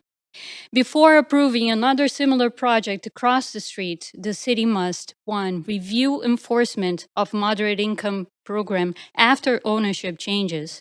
2, clarify how tenant protections survive a sale. 3, strengthen oversight and enforcement mechanism. And 4, ensure residents are not left in legal, financial, or emotional limbo. Approving this rezoning without addressing these structural weaknesses risk repeating the same harms. As a former resident, I could list numbered designs, livability, and management issues, but tonight I will summarize simply saying that I am opposed to this project at this time because the city has not demonstrated that it has corrected the failures experienced in the building directly across the street. Housing policy must protect people, not only at ribbon cutting, but 5, 10, and 20 years later. Until enforceable long-term accountability is embedded in this model, I cannot support expanding it further, especially across the street from where it has already failed its residents. Thank you for your time and consideration. Speaker, Councillor Kirby-Young has some questions for you. Yeah, thanks for speaking to council and sharing your troubling experience. I just wanted to clarify, have you been in touch with city staff? You said you hadn't been able to rectify it, but have you been connected with staff at City of Vancouver? Sorry? Have you been in touch with City of Vancouver staff at all, or who have you been trying No, we tried contacting the new bidder management, and they were unanswered for most of the time. And when we started raising those concerns, yeah, we didn't get any response other than the like a eviction notice. Okay, I'm just going to flag that. Hopefully our city staff can connect you with some of our housing. Yeah, team or we've answer reached out to the media, and it has been like the media has made some reports regarding this issue. Okay, thank you. Thanks, Councillor. Okay, so that concludes our. Sorry, that's okay. First of all, are there any additional speakers in the chamber? Please come forward to the podium. Clerk, are there any additional speakers on the line?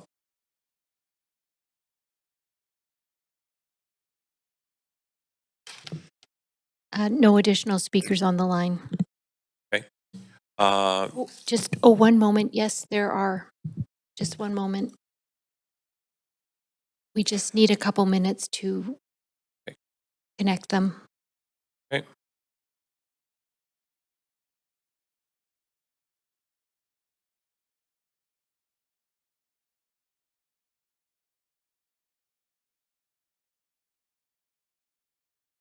Hi, Your Honor. I'm here about the gentrification that I don't agree about them tearing down the buildings and the Oppenheimer Park and the area of my shelter. Speaker, and pushing. Can you just state your name and whether you're a resident of the city of Vancouver? I'm a city resident. Yes.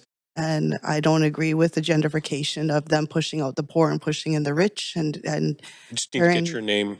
And I just need to get your name, but I'll let you speak, but I just need to get your name for the record, that's all. my name is Ann Heidsma. Thank you very much. Okay, go ahead. I don't agree with the gentrification that's going on about them tearing down Oppenheimer Park and the building, the shelters and the homes around the area where the shelters are, and the homeless that's going on out there, and all the bad stuff that's going on. And I don't agree with them pushing out the rich and pushing out the poor and pushing into the rich and taking their homes and displacing them, and having places for them nowhere to go, and being homeless and out there, and decreasing everything is so expensive for everybody to live. And there's a lot of conflict out there with Just a question for you. Are you speaking on this application? Yeah. You mentioned Oppenheimer Park, which is in another neighborhood. Yeah, on Oppenheimer Park, about them pushing it out and also pushing out our This, shelter. this item is it's located on Hastings Street. So, Yeah. but it's on. It's for the private current and the social and the shelter rate, and the current and proposed about them pushing out the homeless and pushing in the rich and having these places, these people for nowhere to go. Okay, thank you. And that's it. Okay, thank you for coming in to speak. Yeah. Okay, so Clerk, are there any more?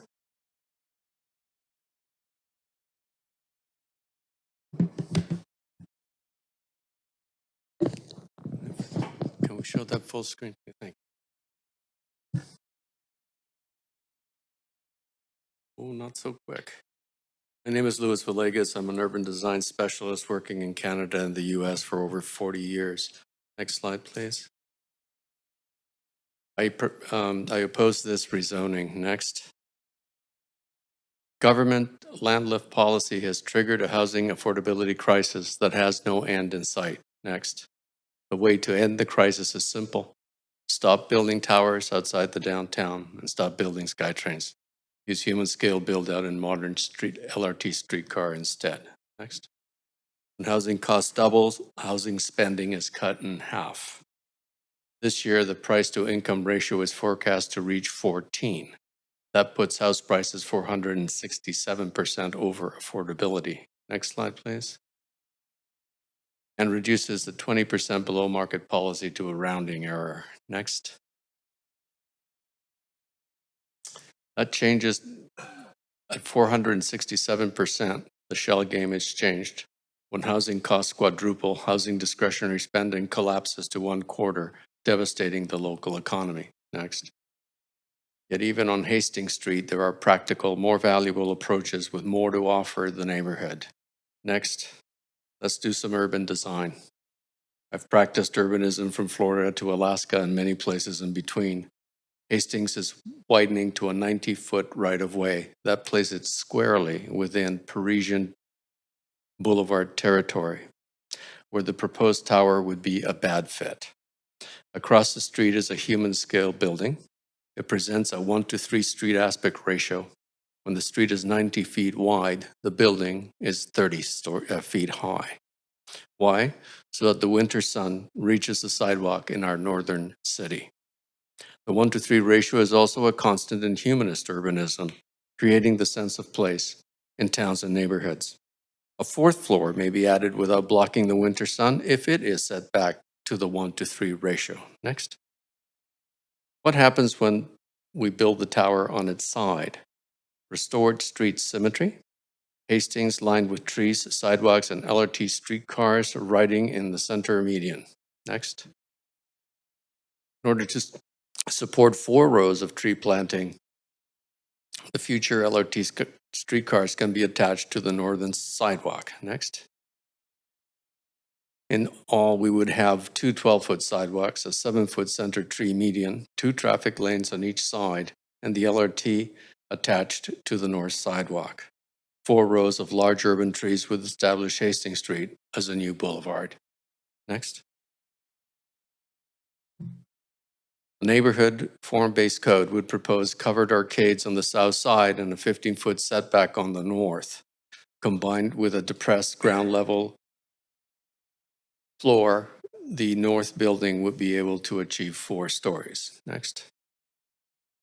This is what human scale urbanism looks like. Next.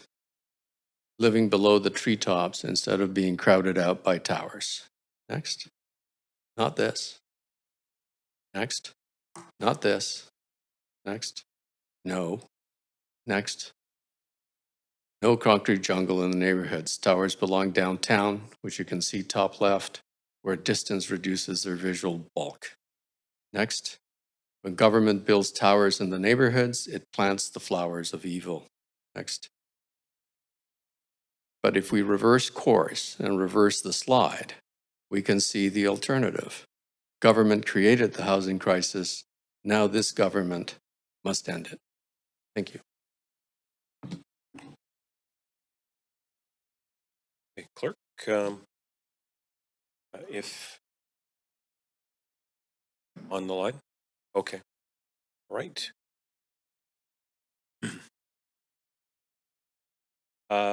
So we have Niall Murphy on the line. Are you there? Yeah. Hey, hi. You have 5 minutes. Go ahead. Okay, my name is Niall Murphy. I'm a resident of Vancouver and I oppose this project. I'm a lifelong resident of Vancouver and have lived on the west side and the east side in both rented and owned accommodations in houses, a 3-story low-rise and a high-rise. I have lived for 20 years at Kootenay and Pender, and I can look out my living room window and see the Yarrow, a PCI previous development. I want to acknowledge that my statement is partly informed by the letter, Affordability Through Bold Evidence-Based Policy, sent by 27 urbanists to BC politicians calling for a reset development policy, and also to my own lived experience. My observation is that the city, in its search for affordability, continues to make towers the default solution for development. Towers have their place in the city, but they are not always the best form.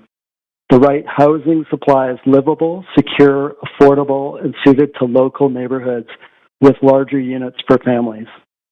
High rises inflate land values through land speculation while creating the wrong kind of supply that is mostly small, expensive units in oversized market towers.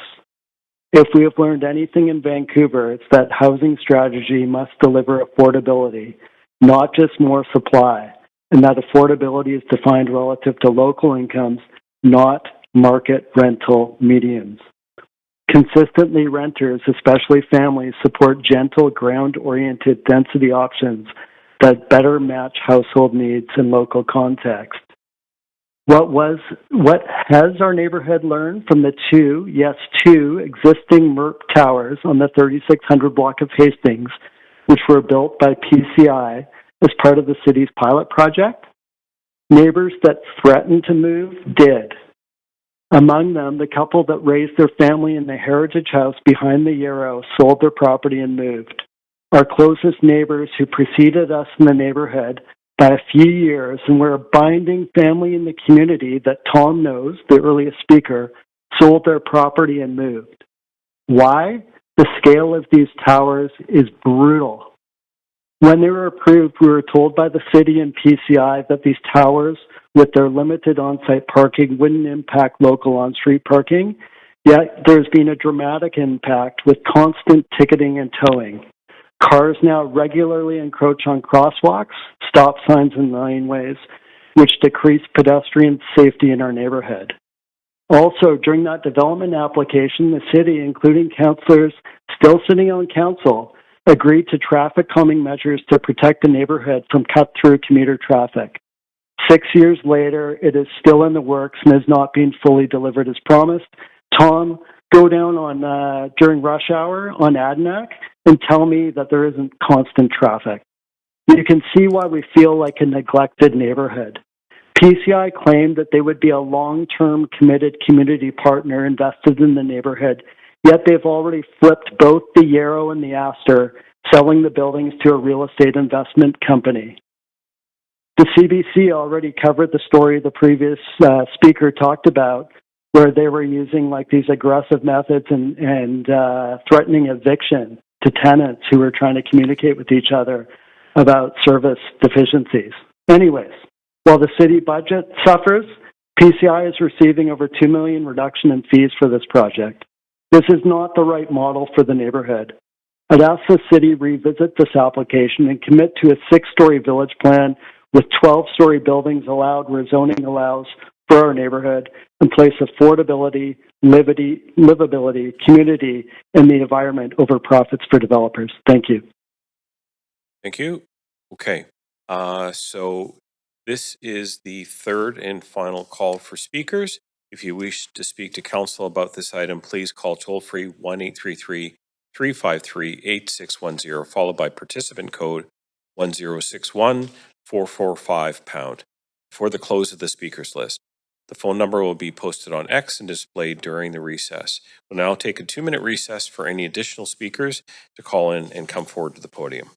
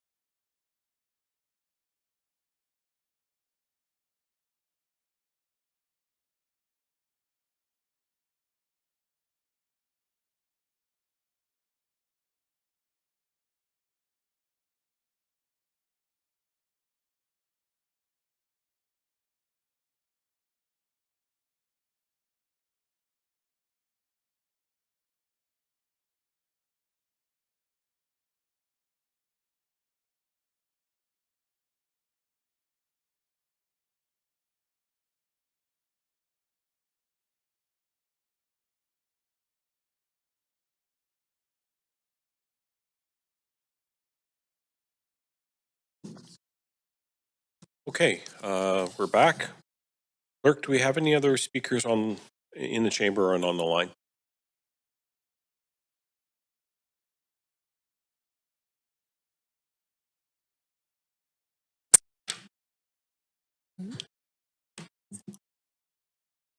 We have an unknown speaker on the line and we're just getting some information. One moment, please.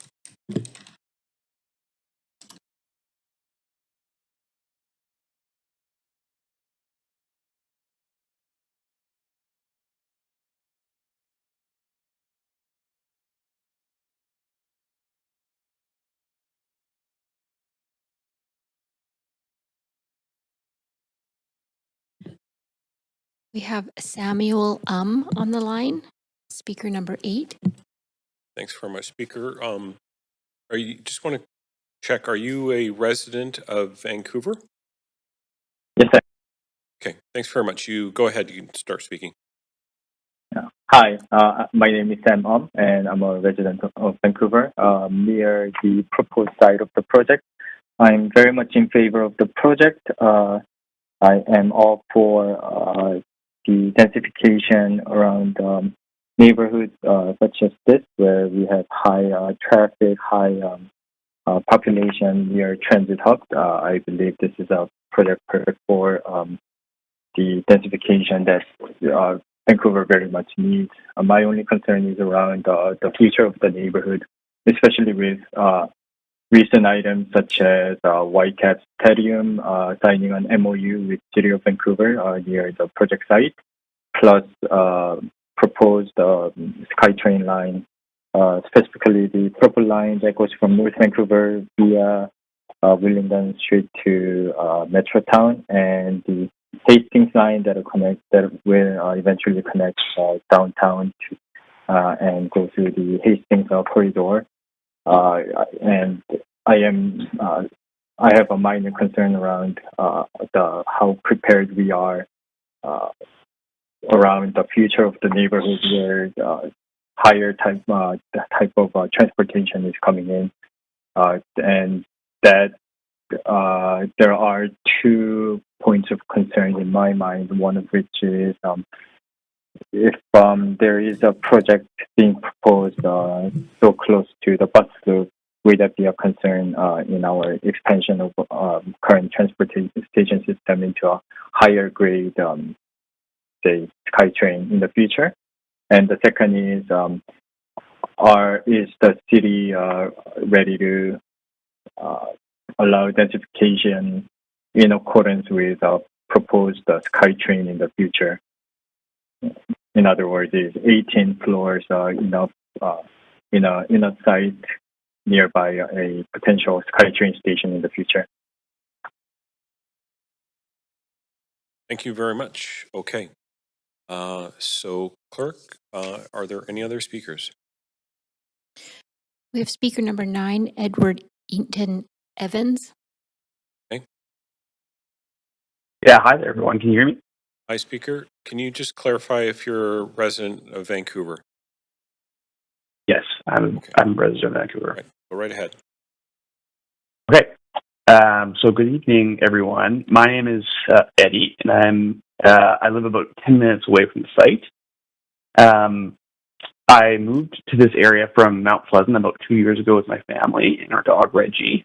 As we had expected, this is it's a great community, very close-knit, welcoming, and we're extremely happy and lucky to count ourselves part of the community. I'm calling to offer my support for the proposal, primarily because the site is unoccupied and wouldn't have any displacement to existing tenants. But also, it's immediately adjacent to a bus loop and along a rapid bus line, so future residents will be able to get where they need to go with easily accessed transit. And that's one of the things I love most about living in this area, is that you could hop on a bus, zip downtown, head to North Van for some of the trails. You can get anywhere you want. So I think this is just a great opportunity to provide residents with the option of living in Hastings Sunrise. So thank you. Thank you. Okay. Are there any other speakers?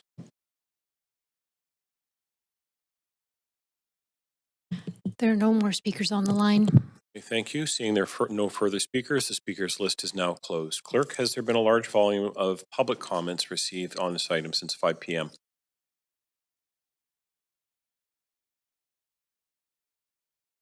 No, there has not. Okay, I am now closing the receipt of public comments. Seeing there are few, seeing that there are few or no public comments received after 5 p.m., I'm now closing the receipt of public comments. Okay. Does the applicant have any closing comments? And nothing further than the applicant other than just hopeful of being able to move forward with this below market rental project in a TOA area. Thank you for everybody's time. Thanks very much. Do staff have any closing comments? No closing comments from staff. Thank you. Okay. Does council have any final questions for staff, noting that there are no additional questions to the applicant are permitted? Councillor Orr? Yeah, I just wondered if you could sort of talk about the evolution of the basically the security of tenure and below market in terms of how it's different from the I can't remember what it's called, MERP program, and just how that just to touch on that it lasts for the life of the building, and just to maybe answer some questions around what happens when in a change of ownership in that situation. Yes, thanks for the question, Annie Mobless with Housing Regulation. The Modern Income Rental Pilot Program, which the two buildings across the street came through, they came through under that pilot. It effectively evolved into our below market rental program. And those two buildings, they were sold. PCI sold those buildings to another company. But you're right, Councillor Orr, the housing agreement, which secures both the tenure and the affordability, is secured on title, 60 years life of the building. We do have a housing agreement monitoring enforcement and compliance program, HAMMOC. And we do require building owners, whomever the building owner is, to report annually, and then every 5 years do an income verification just to ensure that the people that are living in that below market rental floor area are income testing in to the below market floor area. So we do have a lot of checks and balances just to ensure that the affordability that's secured in the conditions remain no matter of the a change in ownership. I think some of the issues that were raised by some of the speakers are more related to the Residential Tenancy Act, which is outside of the kind of purview of the housing agreement. The rents really are separate from other fees that might be charged, parking, for example.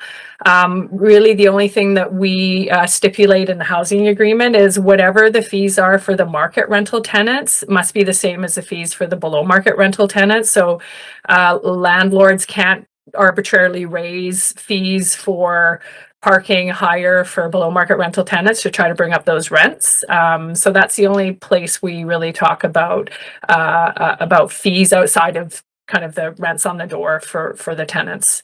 So hopefully that answers kind of some of what I've heard from speakers, and to your question, Councillor Orr. Yeah, I did. That was very comprehensive. Thank you. Okay, thank you. All right. Thanks, Councillor. Okay. Clerk, did we receive any additional public comments since the close of public comments?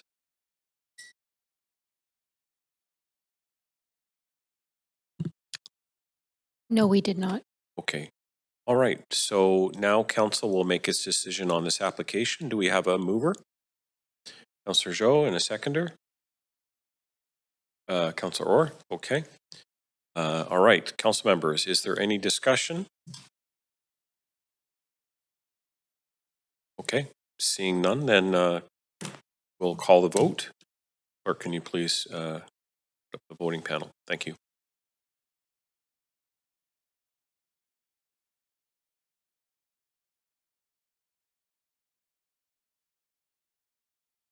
Okay, so that passes with support from all present in the meeting today. Thanks very much. Okay, that concludes this item. We'll move on to item 4, C1 rezoning 2219-22. Oh, pardon me. Sorry, I just realized the clock.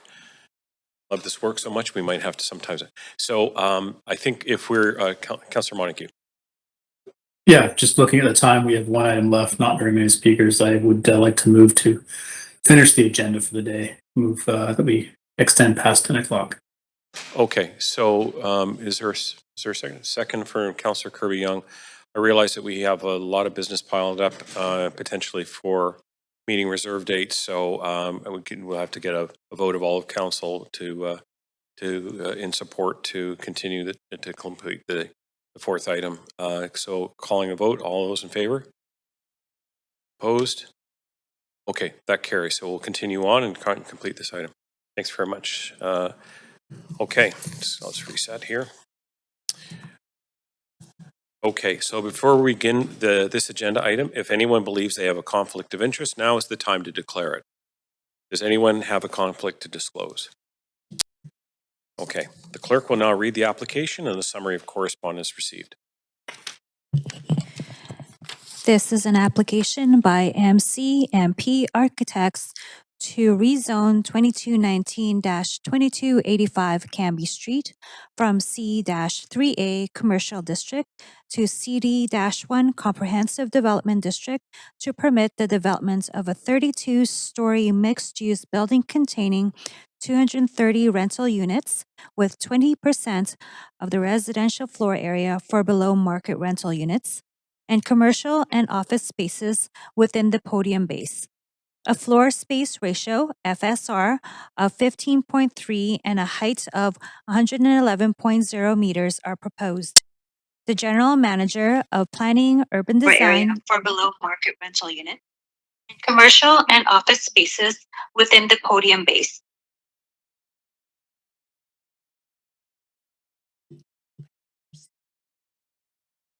Have some audio gremlins, but we'll continue. The General Manager of Planning, Urban Design, and Sustainability recommends approval subject to conditions set out in the summary and recommendation and yellow memorandum dated March 3rd, 2026, entitled CD-1 Rezoning 2219 to 2285 Canby Street, Amendments to Housing Condition. The following correspondence has been received since referral to public hearing. 18 pieces of correspondence in support and 4 pieces of correspondence in opposition. This represents all correspondence received up to 5 p.m. today. Thank you very much. Okay, this is the first call for speakers. If you wish to speak to council about this item, please call toll-free 1-833-353-8610, followed by participant code 1061445# before the close of the speakers list. The phone number will be posted on X and displayed during the recess. There will be an opportunity for new speakers and missed speakers to be heard at the end of the registered speakers list. We have staff from Planning, Urban Design, and Sustainability here to present the application. Go ahead. Thanks very much. Just making sure you can see the presentation. Great. Good evening, Acting Mayor and Council and members of the public. My name is Lex Dominiak. I'm the rezoning planner for this application under the Broadway Plan.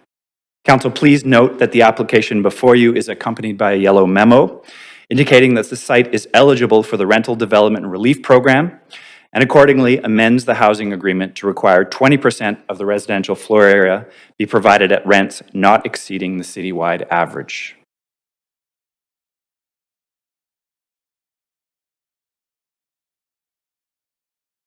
Slide.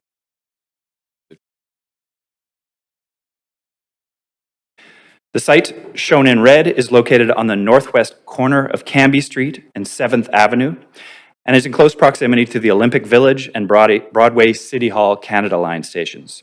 It is currently developed with a 2-story commercial building with no existing residential tenants. The proposal is being considered under the Broadway Plan in the Uptown or Canby North Area C. For this site, the plan anticipates a mixed-use building up to 400 feet or to the underside of the view cone, with density regulated by the view cone restrictions and urban design performance. A minimum of 3 FSR of job space is required. The application is for a 32-story mixed-use development with a building height of 364 feet and a density of 15.3 FSR. Commercial space is on the ground floor and office space on floors 2 to 5. The tower includes 230 rental units, with 20% of the residential floor area in the tower secured at below market rents. During the public engagement period, we heard from participants who supported the delivery of new housing supply, the tower form, and the inclusion of below market units. Many residents also felt that the site's walkability and proximity to transit make it an appropriate location for the proposed development. Many residents also voiced concerns that the proposed building's height and density are out of scale with the surrounding neighborhood and could adversely affect light access and privacy of adjacent homes.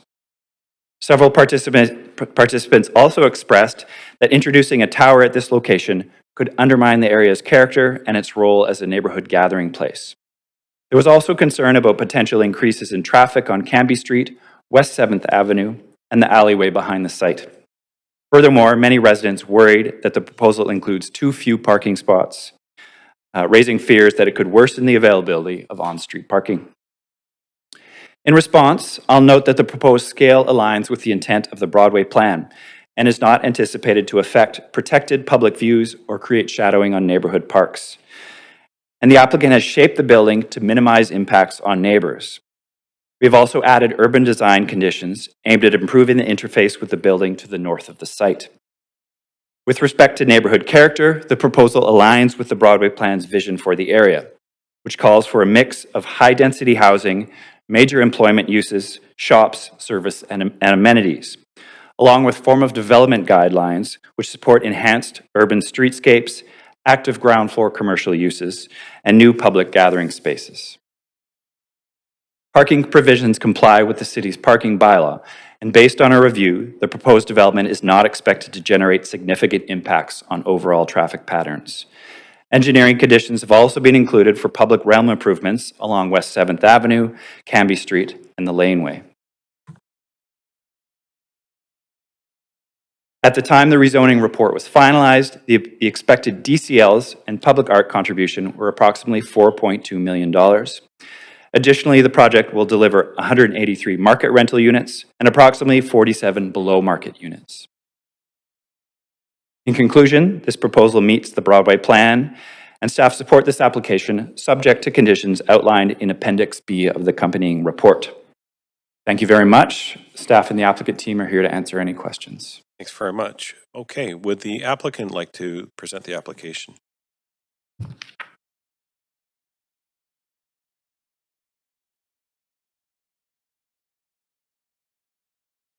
Good evening, Acting Mayor and Council. My name is Peter Odegaard. I'm with MCM Partnership Architects. I'm here on behalf of the applicant. I'd like to thank staff for the presentation and for the collaborative process throughout the design and rezoning of this building to bring this to you this evening. We're going to forego our applicant presentation tonight, but I would like to introduce Nicola Real Estate. I have Josh Anderson and Andre Linux-Sita, in addition to our transportation engineer, Chris Stephen Chang from Bunton Associates on the line. We look forward to answering any questions you may have tonight. Thanks very much. Okay. Are there any questions from council to staff and the applicant? Noting this is the only opportunity for council to ask questions of the applicant. Okay. Seeing no one on the queue, this is the second call for speakers. If you wish to speak to council on this item, please call toll-free 1-833-353-8610, followed by participant code 1061-445# before the close of the speakers list. The phone number will be posted on X and displayed during the recess. We will now hear from the public. Any speakers in the council chamber, please come forward to the left podium when it's your turn. Phone in speakers will be unmuted when it is your turn to speak. Speakers will have up to 5 minutes to make their comments and should limit their comments to the merits of the report being considered. Our first registered speaker is Stephen Bohus. Is Stephen present or on the phone? I'm here, yes, and I have a presentation. Okay, go right ahead. Okay, is the presentation up? Yes. Okay, if you could advance to slide 2. Yeah, so my name's Stephen Bose. I'm a renter. I'm opposed to this rezoning. As you can see on the slide 2, this would have a huge impact on views. And this is the massing model of the proposal that I built over the Christmas break. Next slide. And the photo is from Sunday. This is the former height of the view cone. It's shown in transparent, and view above that would have been protected. It's not from the view cone origin, but the view cone, former view cone, would have protected this view here from City Hall, from the plaza. Next slide. And you can again see the height of the former view cone, the lowest view cone at that time. Next slide. Here is an archival photo of where one of the view cones on Cambie Street was. Next slide. And Nicola Wealth wanted to do a 40-story or 35-story tower. There were other sites in the area, but they chose to use a site that was much lower. Next slide. Here you'll see a Google Earth view of the surroundings with the tower. There are very few low-rise or high-rise buildings here because they were all protected by the view cone. Next slide. You should see a view from one of the top balconies there looking out. And these are views that would have been in the public view protection area, but they've been since removed by City Hall. Next slide. You can see me, but you can also look back at the neighborhood that would see the tower looking back towards City Hall. Next slide. Here's the level of the lowest view cone from Cambie Street, 9.2, 9.1 that was removed. Next slide. Here are the overlapping view cones, all shown in transparent. Next slide. When the Broadway plan was passed, you'll see a slide that says views and heights here. It said that there would be that the view cones from Cambie Street would be fully maintained, and this was a 30-year plan. And fast forward to January 29th, staff in 2024, staff talked about public engagement for changing the views. That never happened, and all the changes were passed at committee on July the 10th, 2024, without any public feedback. Next slide. The view cone was cut up, and very little of it was remained. And this council actually voted to change the little sliver of one of the view halves from where the arrow is, top of it, to where it is now, with a post and trees in the way. And this is what you changed on February the 4th. Next slide. And there are also issues with the Trout Lake view cone presentation that staff presented incorrect information on the boundary of the view cone. Per my own analysis, they put the border of the view cone in the wrong location. Next slide. This is the current site and the area. You have a promenade. Next slide. With a lot of light access here, walking north towards across the Cambie Street Bridge, public right-of-way. Next slide. There would be huge shadows cast on March the 20th. This is 2:45 p.m. Next slide. At 4 p.m. Next slide. On the solstice on the 21st, 4 p.m., you could see that there would be shadows all the way still across the street, shading this really public space that is an important sidewalk in connection from City Hall to the downtown. Next slide. Here is a photo of what was protected in the former view cone from 12th and Cambie. And this building would just go right in the middle of that. Next slide. Here is the computer model without the trees, which is to show the general height of where this building would be. Next slide. And here this gives the context that essentially staff, through many iterations, have taken away the protected view that was supposed to remain per the original Broadway plan. There was no FSR limit on this site whatsoever, which is a huge mistake in planning. They removed the view cone. There's still no FSR limit with the highest view cone from the QE, which isn't applicable. And this is all going to Nicola Wealth. There is no public below market rental units. And yesterday I was looking at the meeting agenda. I didn't see the yellow memo there. It wasn't posted in the mid-afternoon. So a bait and switch change in the last minute to remove the 20% BMR is unacceptable. I would suggest that this should go back to public consultation to see if there's any support for that. So I oppose this rezoning, and thanks for your time. Thank you very much. Okay, speaker number 2 is Louis Villegas.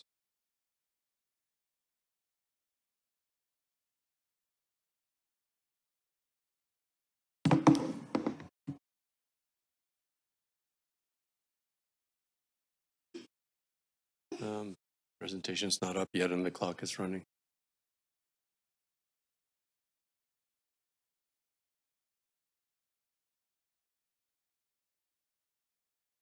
Okay, first slide, please. My name is Luis Villegas. I am a urban design specialist practicing in Canada and the United States for 40 years. Next. I oppose this rezoning as I oppose towers outside the downtown generally. Next. Government created the housing crisis. Now government must end it. Next slide, please. The problem is clear. Giving away density and height, government inflates land prices, putting housing out of reach for most of the population. Next. The solution is equally clear. Keep the towers on their side, or on the other side of Cambie Street Bridge in this case. Build out the neighborhoods with 4-story buildings or less. Deliver gap doors in sufficient quantity to meet or exceed demand for guaranteed affordable housing in perpetuity. Next. Canada is the largest democracy in the world by land mass. We're not running out of land anytime soon. Next. Government has run out of ideas and more than a modicum of common decency. Next. We talked about the shell game already. When housing costs double, money circulating in the local economy is cut in half, shops close, jobs go begging. Next. But forecasts this year are for the home price to income ratio to rise to 14. Next.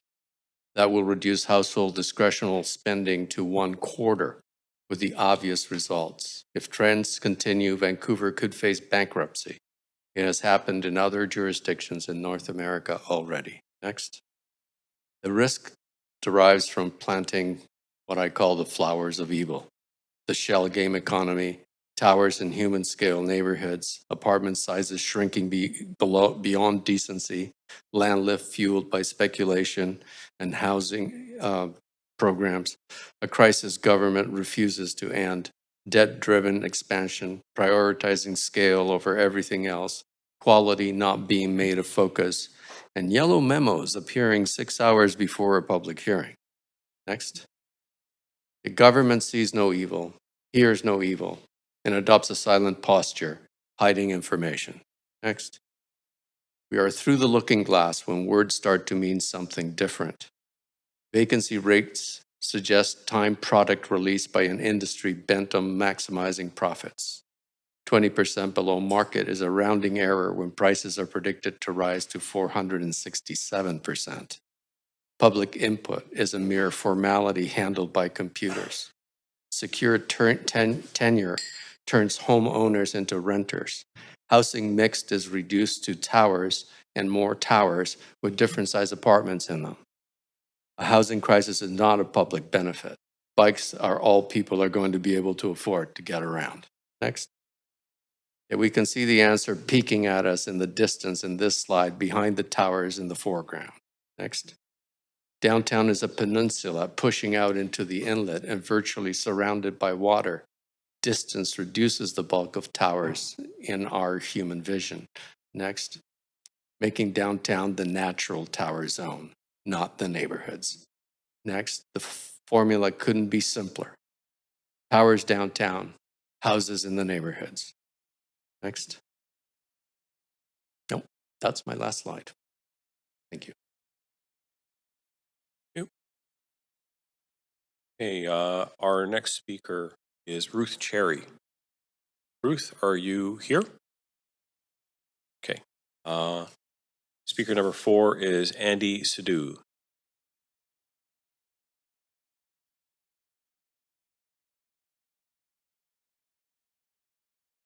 Andy, you there? Speaker free is on the line, has been unmuted.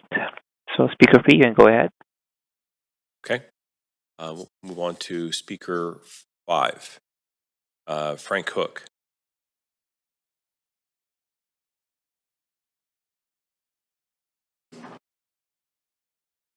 See, you have a representative, so we just need to confirm the others that are with you. Yeah, the two are sitting there, and there's one on the telephone. Okay.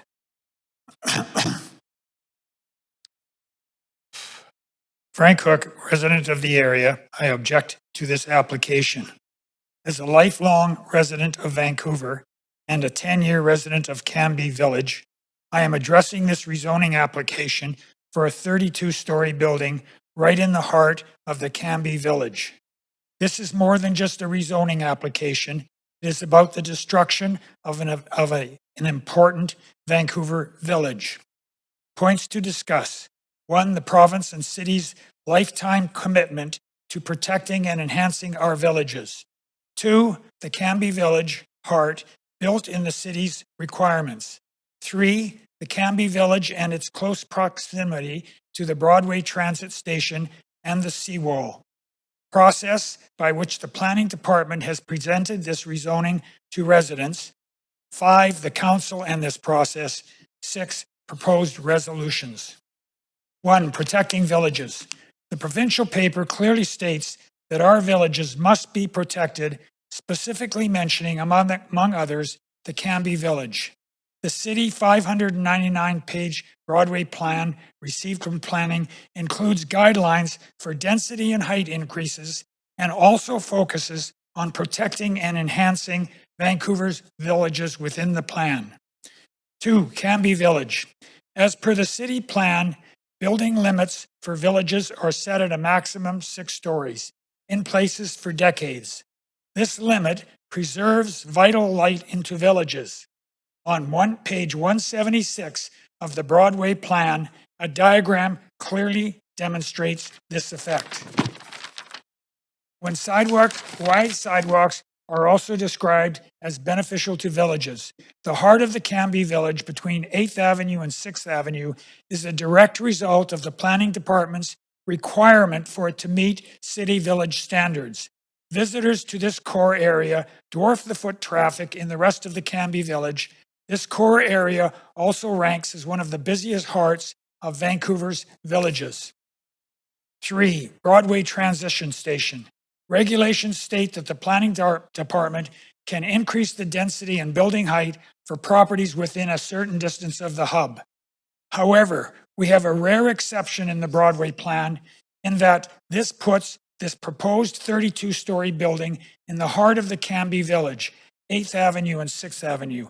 This situation was wisely dealt with in the council's latest city transit paper dated January 6, 2006, 2 months ago, which recognizes that if the village is located next to a transit station, the council has the right to continue to protect the village, found in Heritage Section 5.5.3. More on this shortly. Would the Broadway plan be a failure if the planning department were not allowed by council to destroy this 2-block center? There is no shortage of other properties immediately around the Broadway Transit Station to the east, south, west, and north on Cambie to 8th Avenue. Density and building heights can exist right next to a village. There was a significant lack of for planning department's process. There was a significant lack of transparency in their elimination of the Cambie Village, mostly discovered by figuring out what is not said. On page 49 of the city's Broadway plan, a diagram shows the location of 7 villages. Large ones, 3 large ones, Kitsilano, Granville, and Main Street, and 4 others very small ones, all of which the Broadway plan states it will protect and enhance. Glaringly missing on page 49 is the long-established Cambie Village, as if it never existed, even though flying every pole every summer from 25th Avenue to 6th Avenue are flags stating Cambie Village, City of Vancouver. In November 2024, the city canvassed the public about what would help villages thrive in the future. The conclusion was a commitment for newer buildings up to 6 stories high and more shops and services within walking distance to meet daily needs. At the same time, the planning department was eliminating Cambie Village with no public notice. In an email exchange I had with them, the heart of Cambie Village was suddenly referenced as a neighborhood in a nonsensical, confusing explanation. It is impossible to keep up with everything the city is planning. However, no notice was ever sent to residents regarding ending Canby Village. This deserves much more discourse and public disclosure. Council in the process. Coming back to Heritage Section 5.5.3 of the recent document, the overriding document in these matters tonight, states, and I quote, districts that have been community focal areas offering vibrant and cultural uses and services for residents may not achieve the height and or density outlined in Table 1 or 2.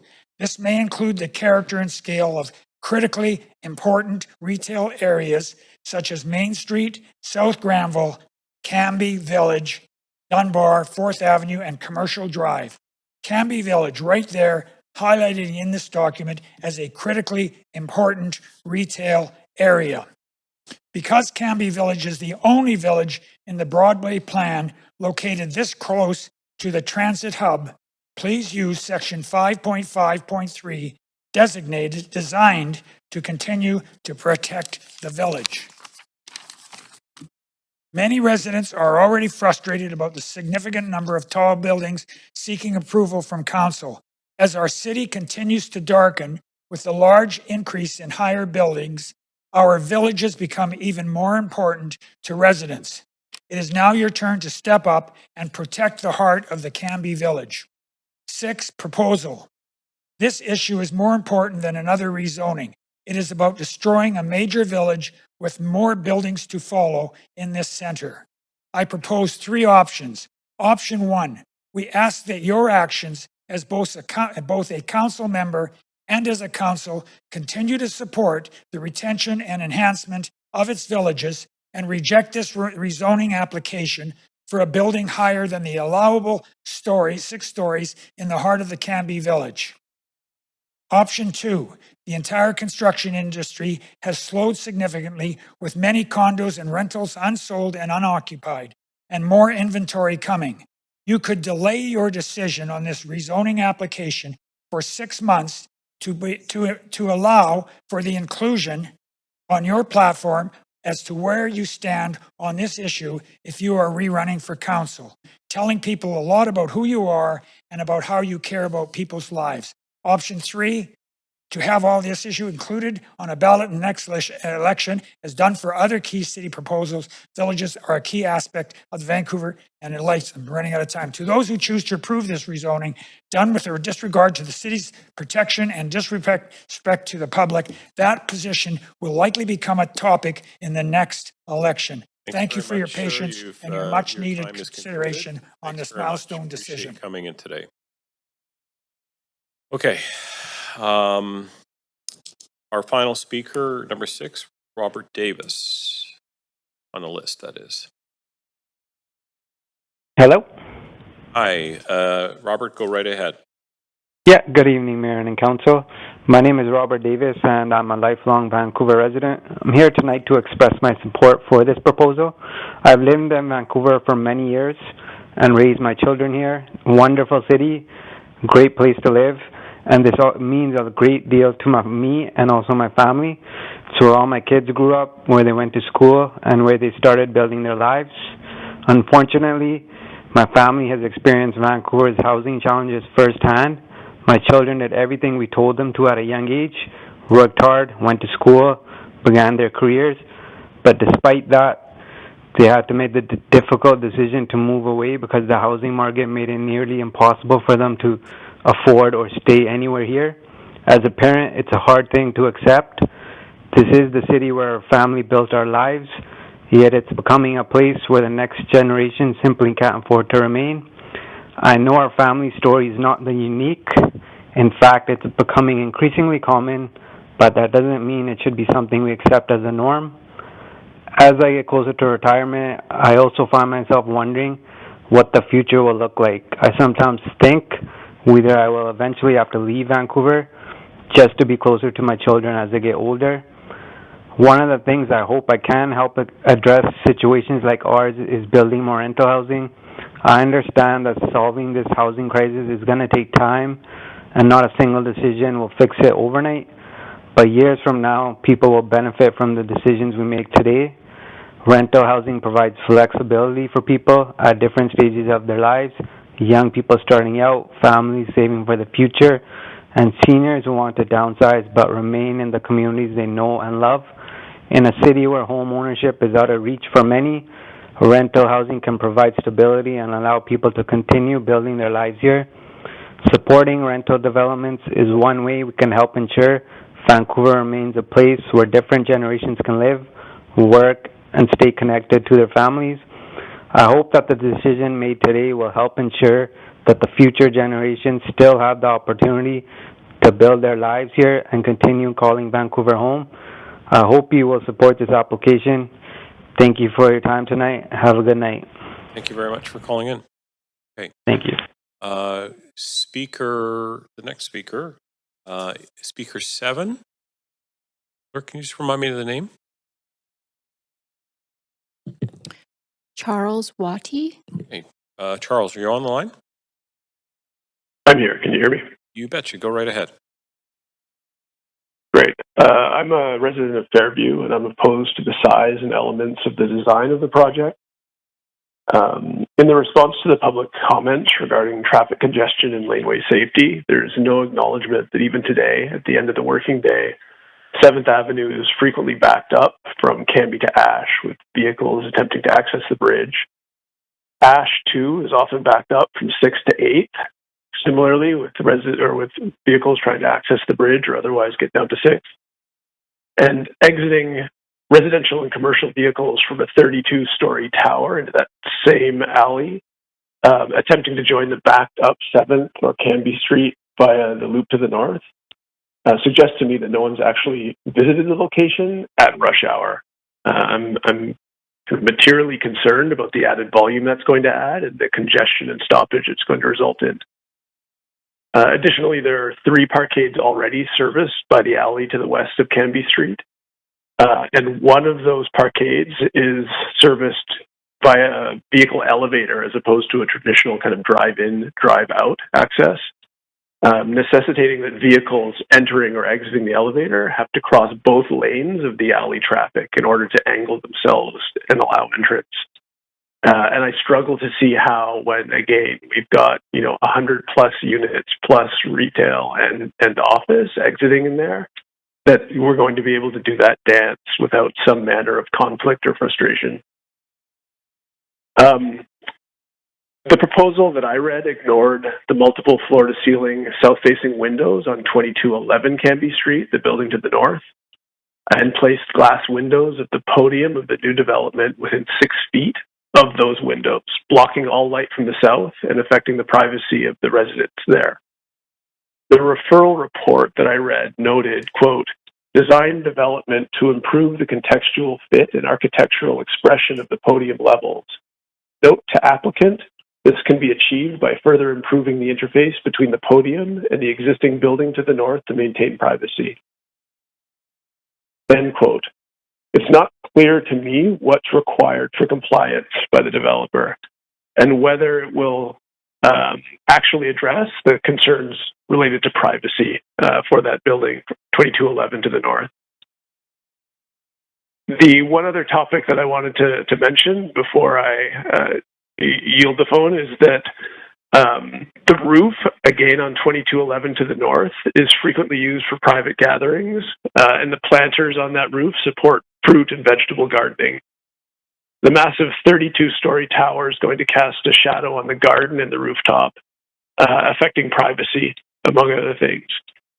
The top level of the podium, from what I see, shows an abutting 2211 Cambie, roughly 1 story above the roof surface, allowing anyone in that upper level of the new development to directly overlook and impose on the privacy of the space just a few feet below. So again, in summary, my issues center primarily around the shadow cast by the building, the privacy on neighboring buildings, and the additional traffic it's going to add and congestion it's going to bring to the neighborhood, which is, at times during the day, particularly around rush hour, is already feeling the stress. So I appreciate the opportunity to speak this evening. Thank you very much. Thank you for calling in. Okay. Okay, if there are any additional speakers in the chamber, please come forward to the podium. Clerk, are there any additional speakers on the line?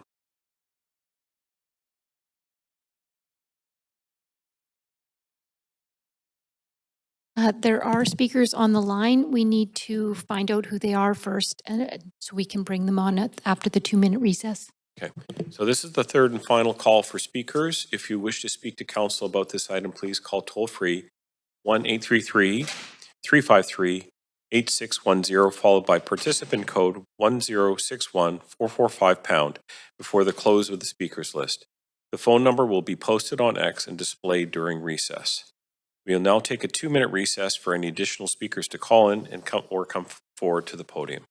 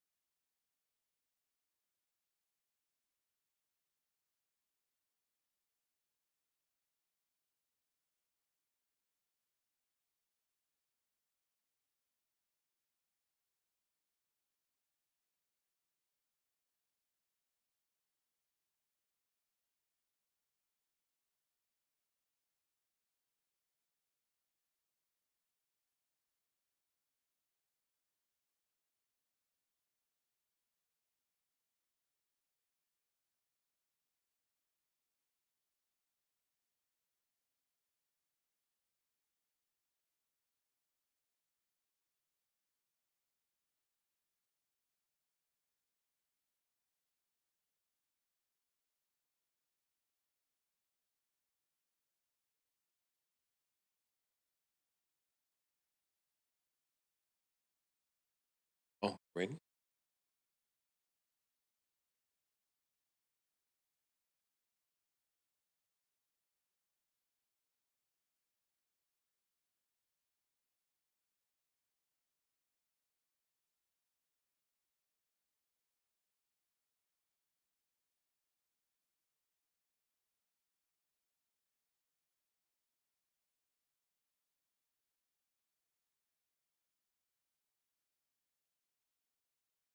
Okay, will we continue the meeting?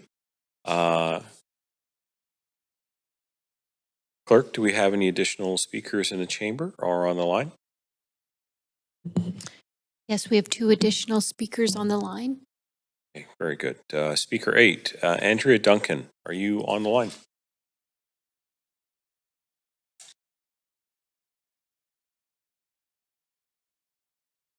Speaker, are you there? Yep. Okay. Can you hear me? Yes, we can. Go right ahead. Yes. Okay. Perfect. Hi. So my name is Andrea Duncan. I am a resident of Fairview. I'm opposed to this project. I was born and raised in False Creek, and I've seen all the changes over the years. I'm 40 years old. I love the neighborhood. I live here now with my daughter. It's an incredible place to be. I'm opposed to the size of the building. To be honest, visually it's an eyesore, but I understand we need more rental properties. I completely get it. I'm just going to go through a few quick things on my list. The first was issue with schools. So where we are right now, we're in the False Creek school catchment. Already when my daughter started school, there was too many kids, not enough spaces, so we got stuck at Mount Pleasant because there wasn't enough spots. Right now in our building, there is 15 units and 8 school children in the building. So I would guess in about a 230-unit building, there's probably going to be close to 100 kids that will have no school to go to. Following up, my next point was the alley that they show that comes off of 7th. Well, it's very pretty in the rendering with cars driving both ways and a bike and people walking.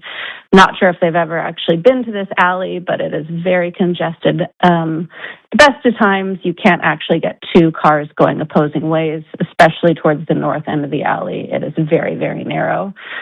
So very concerned about that, especially emergency vehicles accessing it at all times is also a concern.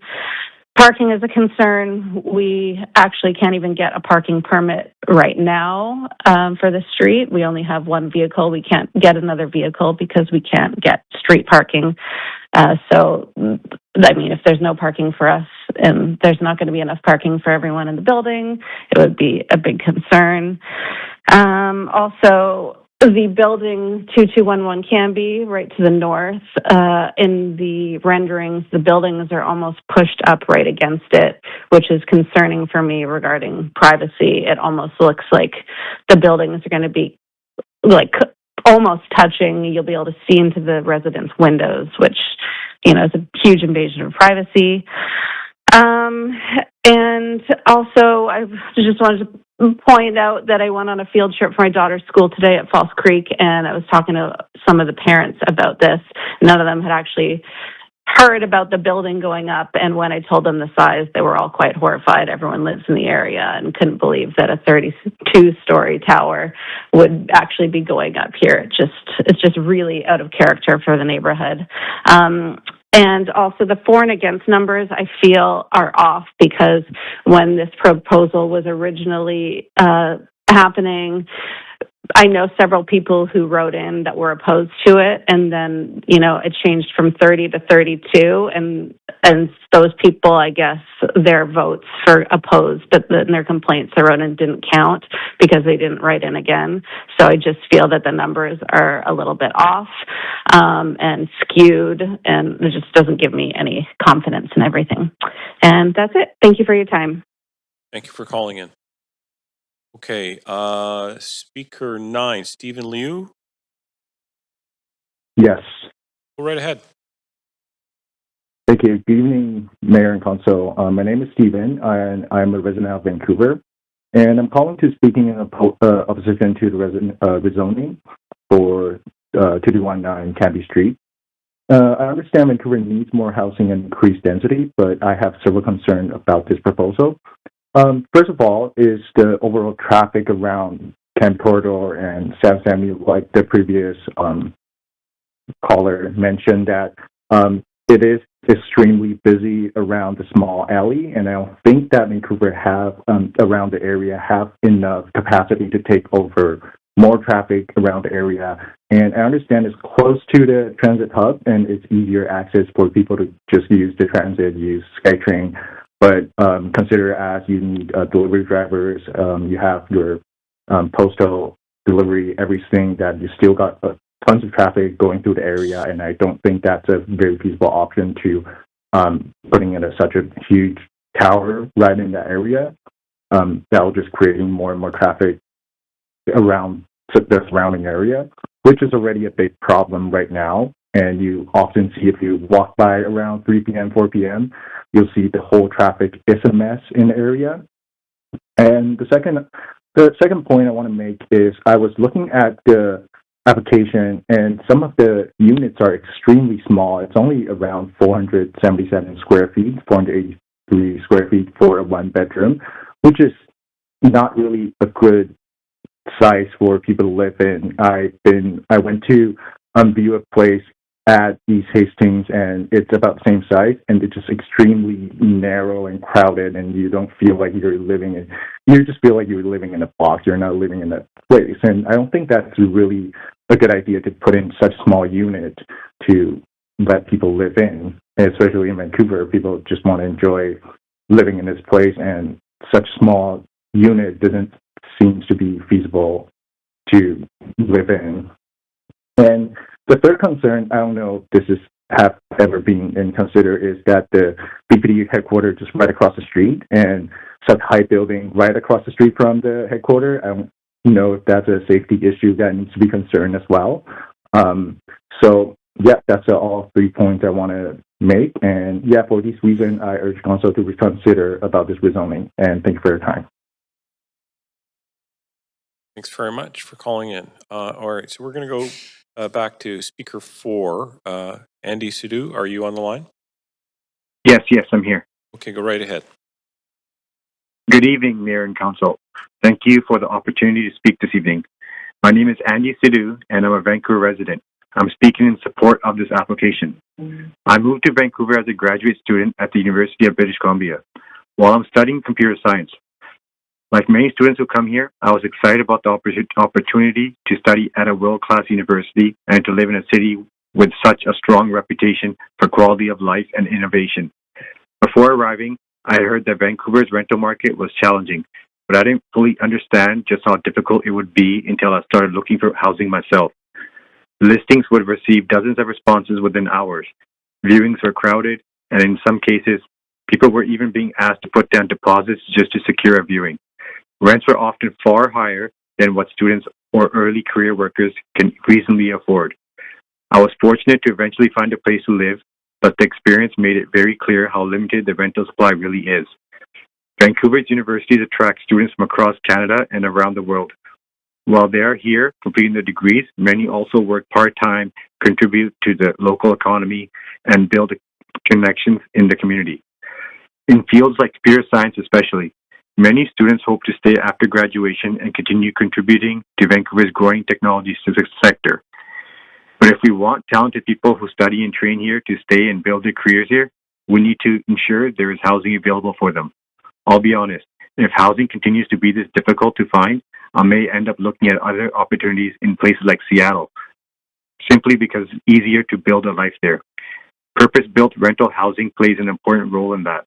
It provides stability for people who may not yet be able to buy a home, and it allows residents to focus on their work, studies, and long-term plans in the city.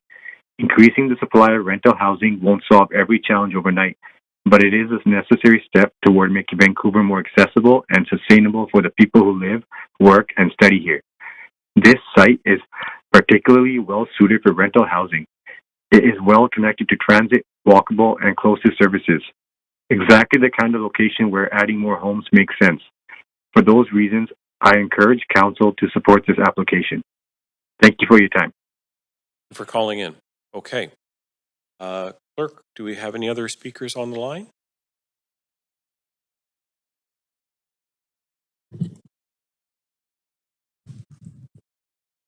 No, we do not.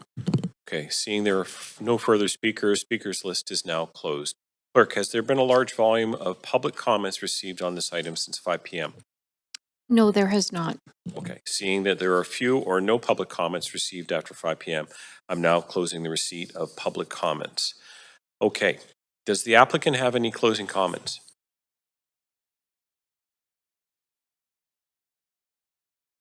Thanks very much. Does staff have any closing comments? No closing comments, just a reminder of the yellow memo and a note that we have confirmed that it was posted publicly on March 3rd. Thanks very much. Does council have any final questions for staff, noting that no additional questions are allowed to the applicant? Councillor Kirby-Young. Yeah, thanks, Chair. I have one question to staff, and it's just I wonder if staff could address this, maybe it was second or third to last speaker with respects to the village area relative to the proximity to rapid transit with the Broadway subway line, and just with respects to those comments. Thanks, Council. Yes, John Grottenberg, Special Projects Office. So under the Broadway plan, there are 3 significant village areas: Main Street, South Granville, and West 4th. Canby from 16th to the bridge is not a village area. The plan seeks to intensify job space and housing in this area, given the proximity to 2 rapid transit lines and jobs. And so that's the land use policy that this application was evaluated under. The Canby Village BIA does extend through that area. Okay, so just distinguishing the BIA area, and that's separate than the future villages planning process, which might include areas around sort of the nucleus of Canby Village, which is further to the south. That's correct. South of 16th and the Canby Corridor Plan is the Canby Village area. Okay, I just wanted to clarify that. Thank you. Okay, thanks. Thanks very much. Councillor Orr. Yeah, thanks. I have a question sort of on a yellow memo you answered. It was posted a few days ago, so it's good to clear that up. I asked a few, I don't know how long ago now. It's been a week. What was your answer to like that kind of like the comment like where it's a bait and switch? It's just like kind of unfortunate that like there's projects that are in stream and then it's just that's how it kind of rolls out, that you just have to juggle these yellow memos and you do your best kind of thing. Yeah, with respect to the timing, thanks very much for the question, Councillor Orr. When the rental development relief program was approved in February, eligible sites could apply for relief. And they can apply for that relief before rezoning or after if they are eligible. We were notified more recently that the applicants had applied, and we felt that it made sense to include that in yellow memo and signal that before the public hearing. And then can you walk me through what the application looks like for that program in terms of, you know, I guess maybe this probably could have been a question to the applicant around sort of financial viability. But yeah, what does that look like in terms of what do they have to provide in terms of like proving that this can't go forward otherwise? Yeah, I'll refer that to my colleagues in housing. Thank you.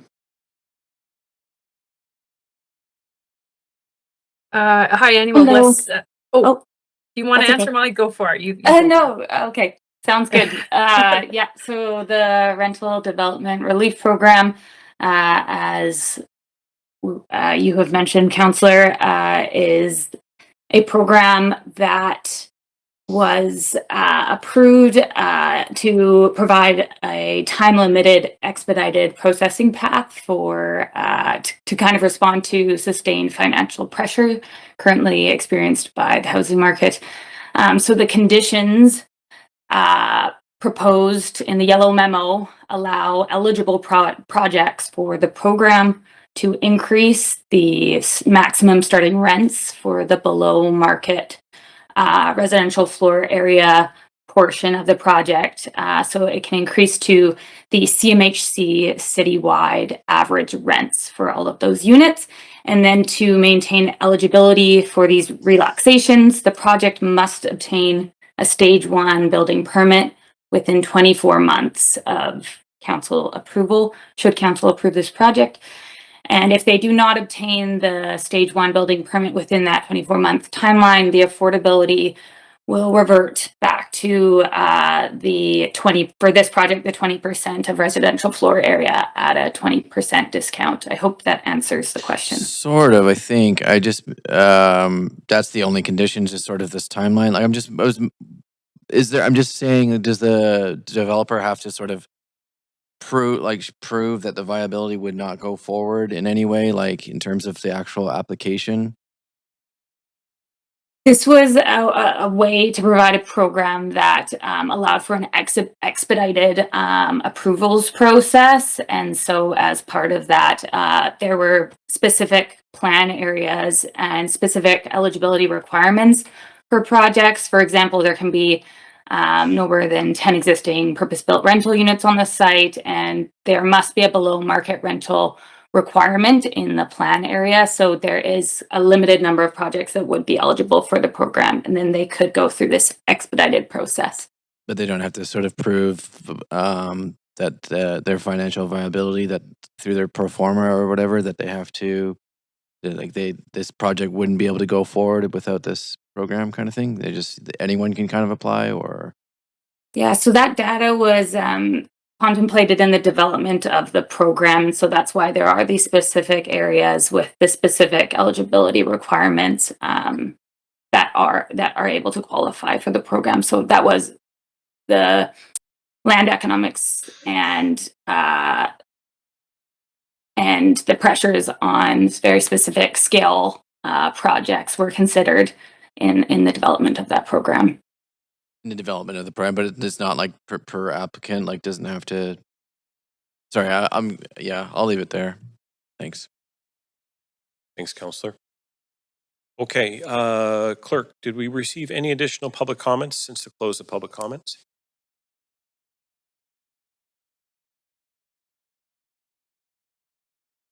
No, we did not.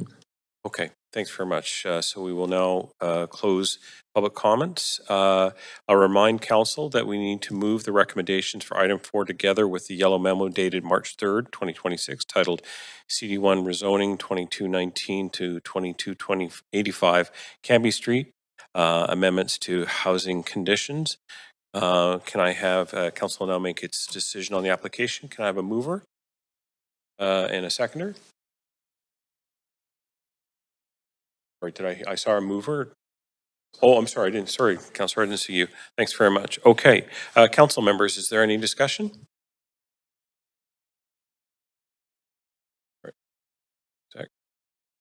I will advance myself. I guess I'll have to cede the chair to Councillor Deputy Mayor Kirby Young. Thanks very much. Thank you. I'm just going to speak very briefly on this item, noting the context of the area. I consider this part of Cambie Street to be one of the most successful parts of our city because it was designed in such a way that embraced the public, and I think it's proven itself over time to be a really fantastic example of urbanism. Who would have thought that big box stores like Canadian Tire and Home Depot, in the case of Home Depot, have housing above it?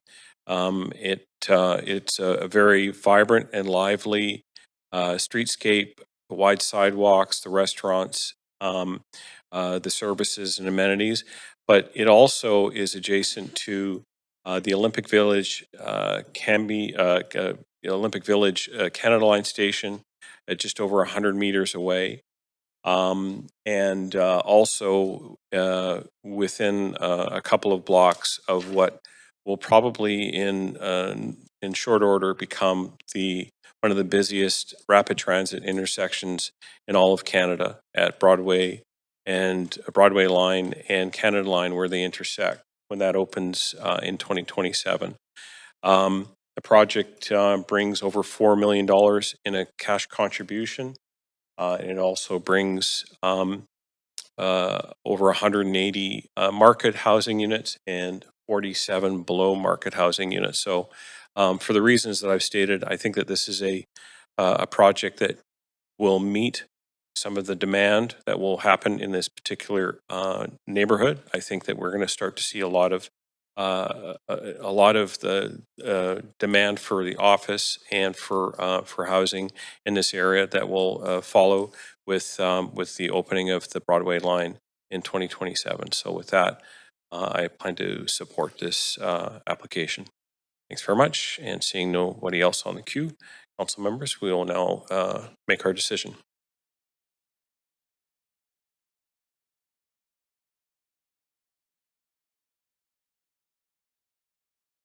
And that passes with all present in support.